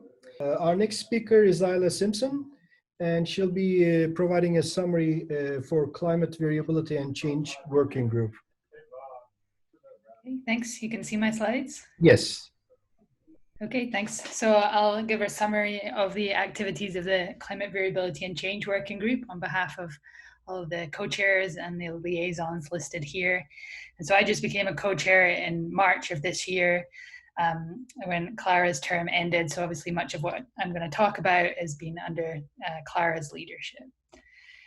So one of the things I want to mention first is that we have some revamped websites due to Adam Phillips. And so if you go and check out the Climate Variability and Change Working Group website, you'll see a list of all the community projects and simulations that are available, hopefully in a kind of a clearer way than they were before. And when you click on those simulations, you find information of what they're about.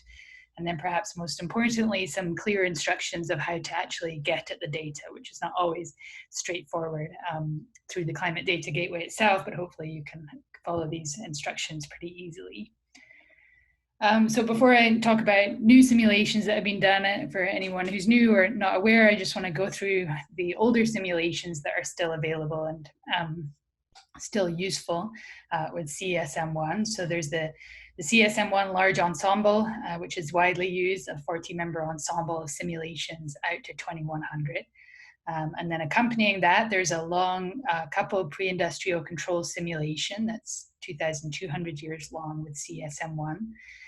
And then there's also a companion pre-industrial control run that's not coupled. It's run with prescribed climatological sea surface temperatures that are taken from the coupled runs. So these make a useful pair if you want to compare atmospheric versus coupled internal variability. We have a number of ensembles with prescribed observed sea surface temperatures. These TOGA ensembles refer to simulations where the time-varying SSTs from observations are prescribed in the tropics, and then the climatological SSTs are prescribed elsewhere. And then the GOGA simulations are where the time-varying observed SSTs are prescribed everywhere. And we have a variety of SST data sets that have been used, so you can see the sensitivity to that. In addition, there's 20-member Tropical Pacific Pacemaker ensembles. So these are coupled simulations where the SST anomalies in the Eastern Equatorial Pacific are nudged towards observations. And then there are also some pacemaker ensembles that follow a similar protocol, but where the observed, the nudging toward the observed anomalies is performed in different regions. There's a 10-member North Atlantic pacemaker ensemble and a 10-member Indian Ocean pacemaker ensemble. And so if you're interested in any of these simulations, you should be able to get at them from the website. In addition, there are a number of high-resolution simulations run with the 1/4-degree atmosphere and a 1-degree ocean, and these are both AMIP and coupled simulations. These are available on request, so please get in touch if you're interested in them. They're not available directly for download just because they were run on a different HPC system than Cheyenne. So moving on now to the newly available simulations, or the ones that are coming soon. So before we move on to the CESM2 simulations, there's one new data set with CESM1, and that's the single forcing large ensemble. So this is using the same model version as the CESM1 large ensemble, so it's very complementary to that. And there are 4 ensembles, and these are of the form of leaving one out forcing. So in these simulations, everything is evolving except for the one forcing that you choose to keep at 1920s values. So there's a 20-member ensemble of these XGHG simulations where greenhouse gas forcing is kept at 1920s values. There's a 20-member ensemble where industrial aerosols are kept fixed at 1920s values. A 15-member ensemble that's slightly shorter where the biomass burning aerosols are kept fixed. And then a smaller ensemble still where land use and land cover changes are kept fixed. So you can find out the role of each of these individual forcings by taking the difference between the full large ensemble with all the forcings and these single forcing runs. And so this is documented in a paper by Clara Orbe that's currently in review at the moment, so it should be coming soon. And I'm just showing an example of the kind of thing you can do with these simulations here. This is looking at the correlation of 50-year trends in tropical precipitation, so the spatial pattern correlation. And it's the correlation between the influence of aerosols in the blue and greenhouse gases in the red with the overall pattern that you see in the large ensemble. And so it allows you to look at the evolving contributions of these forcings to what you see in the large ensemble, with the aerosols playing an important role in trends in the 20th century, and then the greenhouse gases really taking over as you go into the future. In addition, we are now running lots of CESM2 simulations. So some climate variability and change working group resources were used to extend the pre-industrial control that was run for CMIP6 out to 2,000 years. In addition, we're running a companion pre-industrial control that's not coupled, where the SSTs are prescribed to the climatology from the coupled run. So again, this will be a nice pairing to compare internal atmospheric variability and then coupled variability in a pre-industrial setting. We now also have some prescribed observed SST simulations available. There's a 10-member GOGA ensemble with observed SSTs prescribed globally, and a 10-member TOGA ensemble where the observed SSTs are time evolving in the tropics and climatological in the extratropics. So these just run out to 2014 at the moment, but we will be extending those out to the present day as soon as we can. We're also about to start on the CESM2 Tropical Pacific Pacemaker. So this will follow a similar protocol to the CESM1 pacemakers, a 10-member ensemble that will be run. They're starting a bit earlier this time in 1880. And so these are coupled simulations, but the SST anomalies in the Eastern Equatorial Pacific are being relaxed towards observations. In addition, members of the Climate Variability and Change Working Group and some resources have been contributed to various MIPS, as you see here. And so most of these are available on the Earth system grid, I believe, except for FAFMIP. And then the high-res MIP simulations are going to be, they're part of the IHES project that Gokhan discussed earlier. So you can go and check out the website for that to see the data availability for those high-res runs, which were done with CESM1. In addition, as it was also mentioned by Gokhan this morning, there's the CESM2 large ensemble is coming soon, so you can go and check out the website for some more information. This is going to be a 100-member ensemble that's run from 1850 to 2100 under SSP 370. And unlike last time, which just used micro initialization, where only the atmosphere was perturbed at initialization, this is going to include a mixture of micro and macro initialization. So there's going to be 20 members initialized every 10 years across a 200-year period of the pre-industrial controls. So that's macro initialization. So the SSTs will be different at the beginning of each member. And then there's going to be 4 sets of 20-member ensembles with micro perturbations, so just perturbations to the atmosphere. And each of these are starting from a different ocean state. And the motivation behind the initial years here is based on the behavior of AMOC. So the 4 years were chosen as years when AMOC was highly positive, negative in terms of anomalies, trending down and trending up. So this will allow for an investigation into the influence of those different ocean states. So the status of that is 40 members are completed out to 2100, and so this should be finished toward the end of the year. And there's also a plan for a complementary single forcing large ensemble, like I mentioned, for CESM1, now with CESM2. And these will likely be the all but one forcings, 2 scenarios with about 15 to 20 members. So I should have mentioned that all of these simulations are being run with the collaborators in Korea, and NCAR resources will be used for the single forcing large ensemble.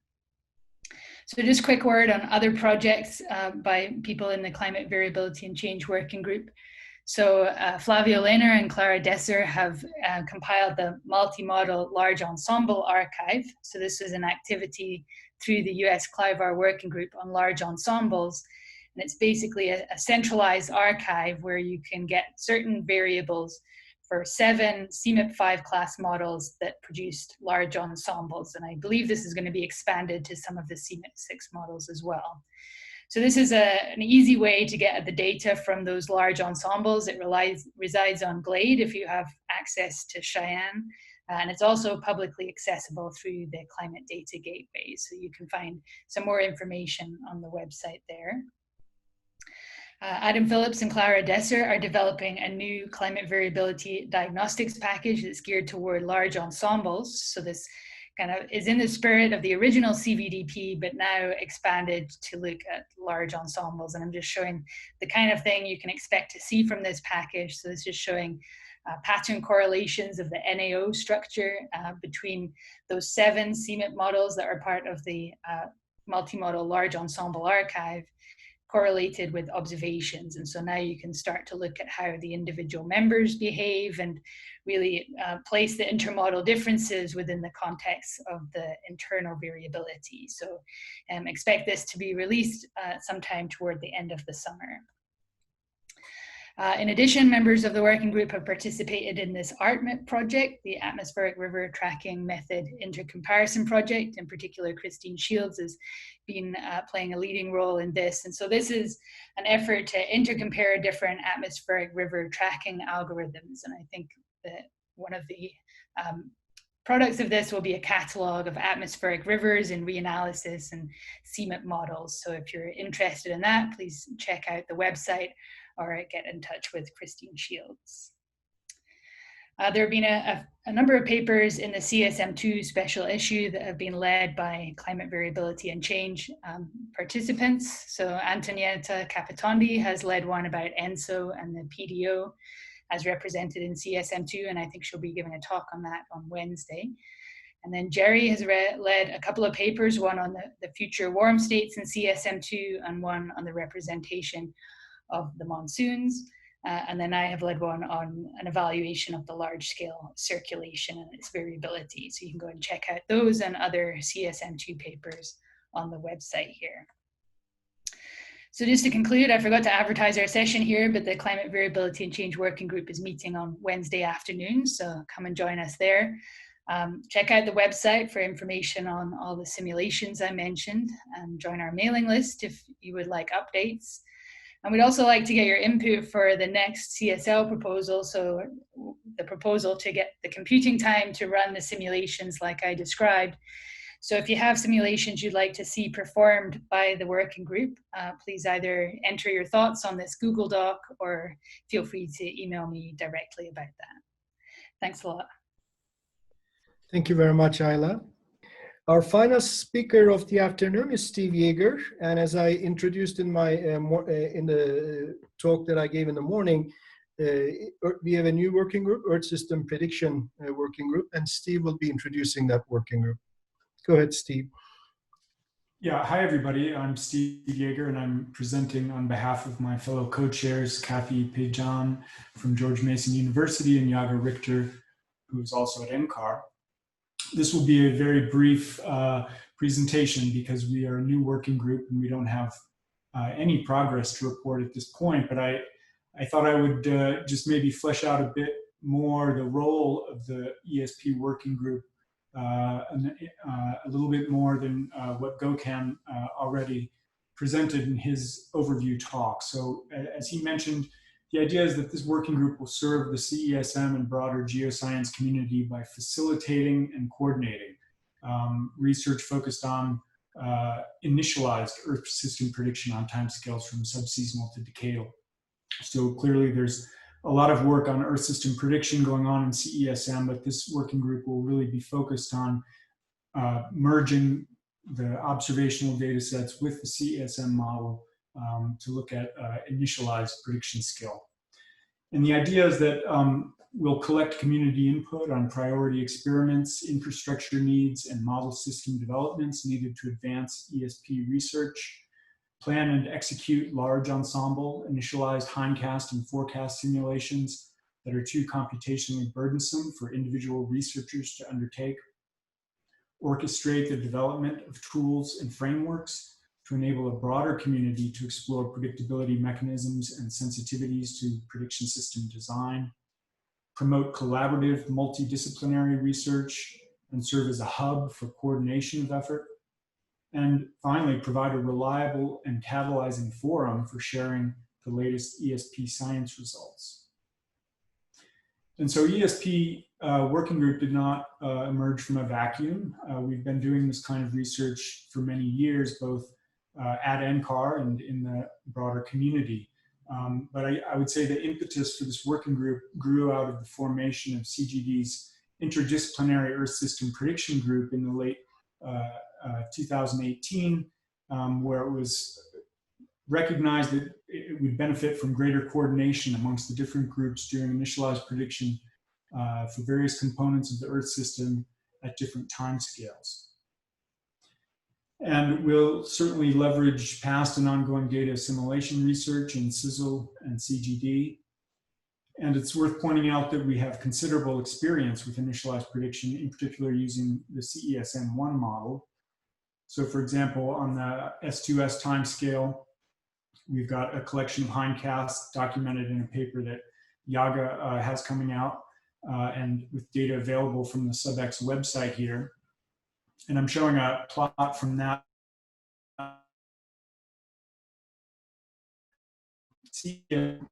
Subseasonal scale-up predicting O is second only to ECMWF in terms of producing useful scale-up past 25 lead days. So quite a good foundation to build off of. And on the longer time scales, we've got the CESM Decadal Prediction Large Ensemble that was documented in a BAMS paper that I led in 2018.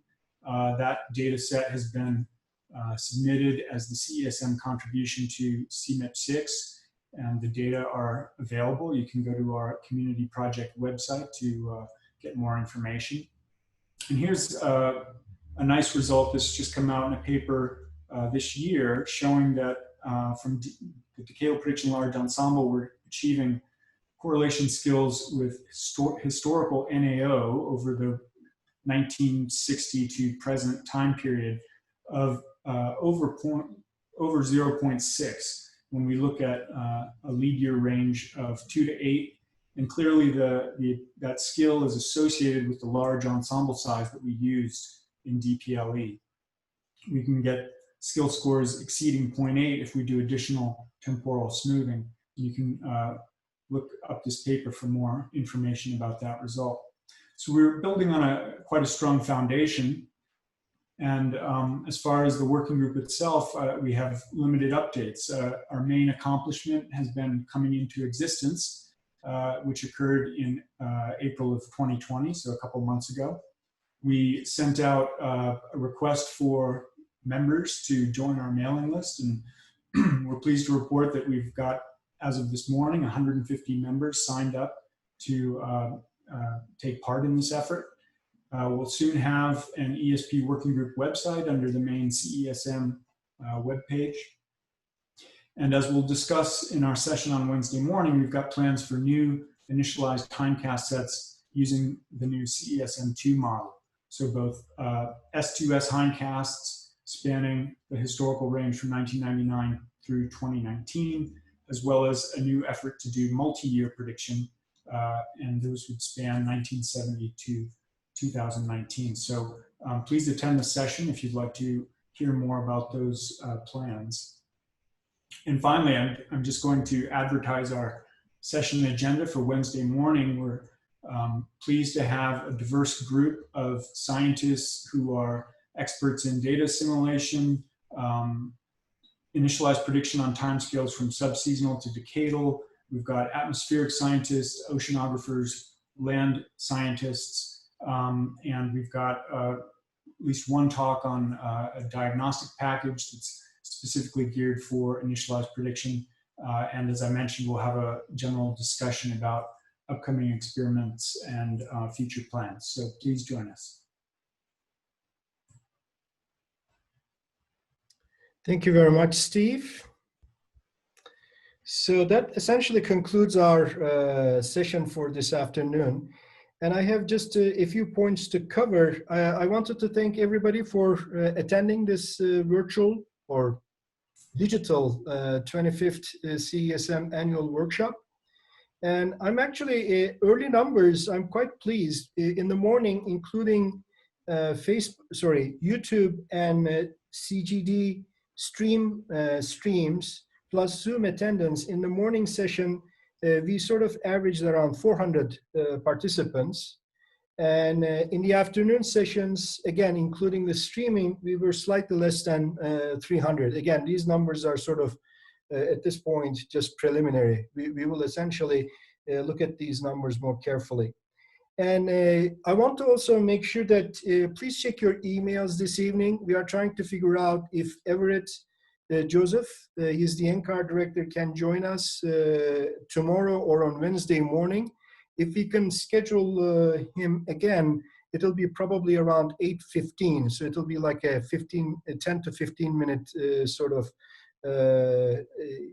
speech from Everett. So we don't know exactly. He's very busy at this time of the year. And presentations are being made available. I believe they're the ones that we have right now. They're already posted on the CESM website.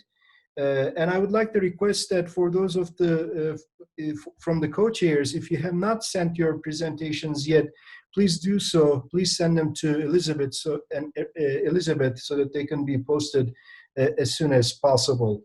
There were some requests for these because people wanted to take a look at them again so that they can ask questions in tomorrow's or Wednesday's working group meetings.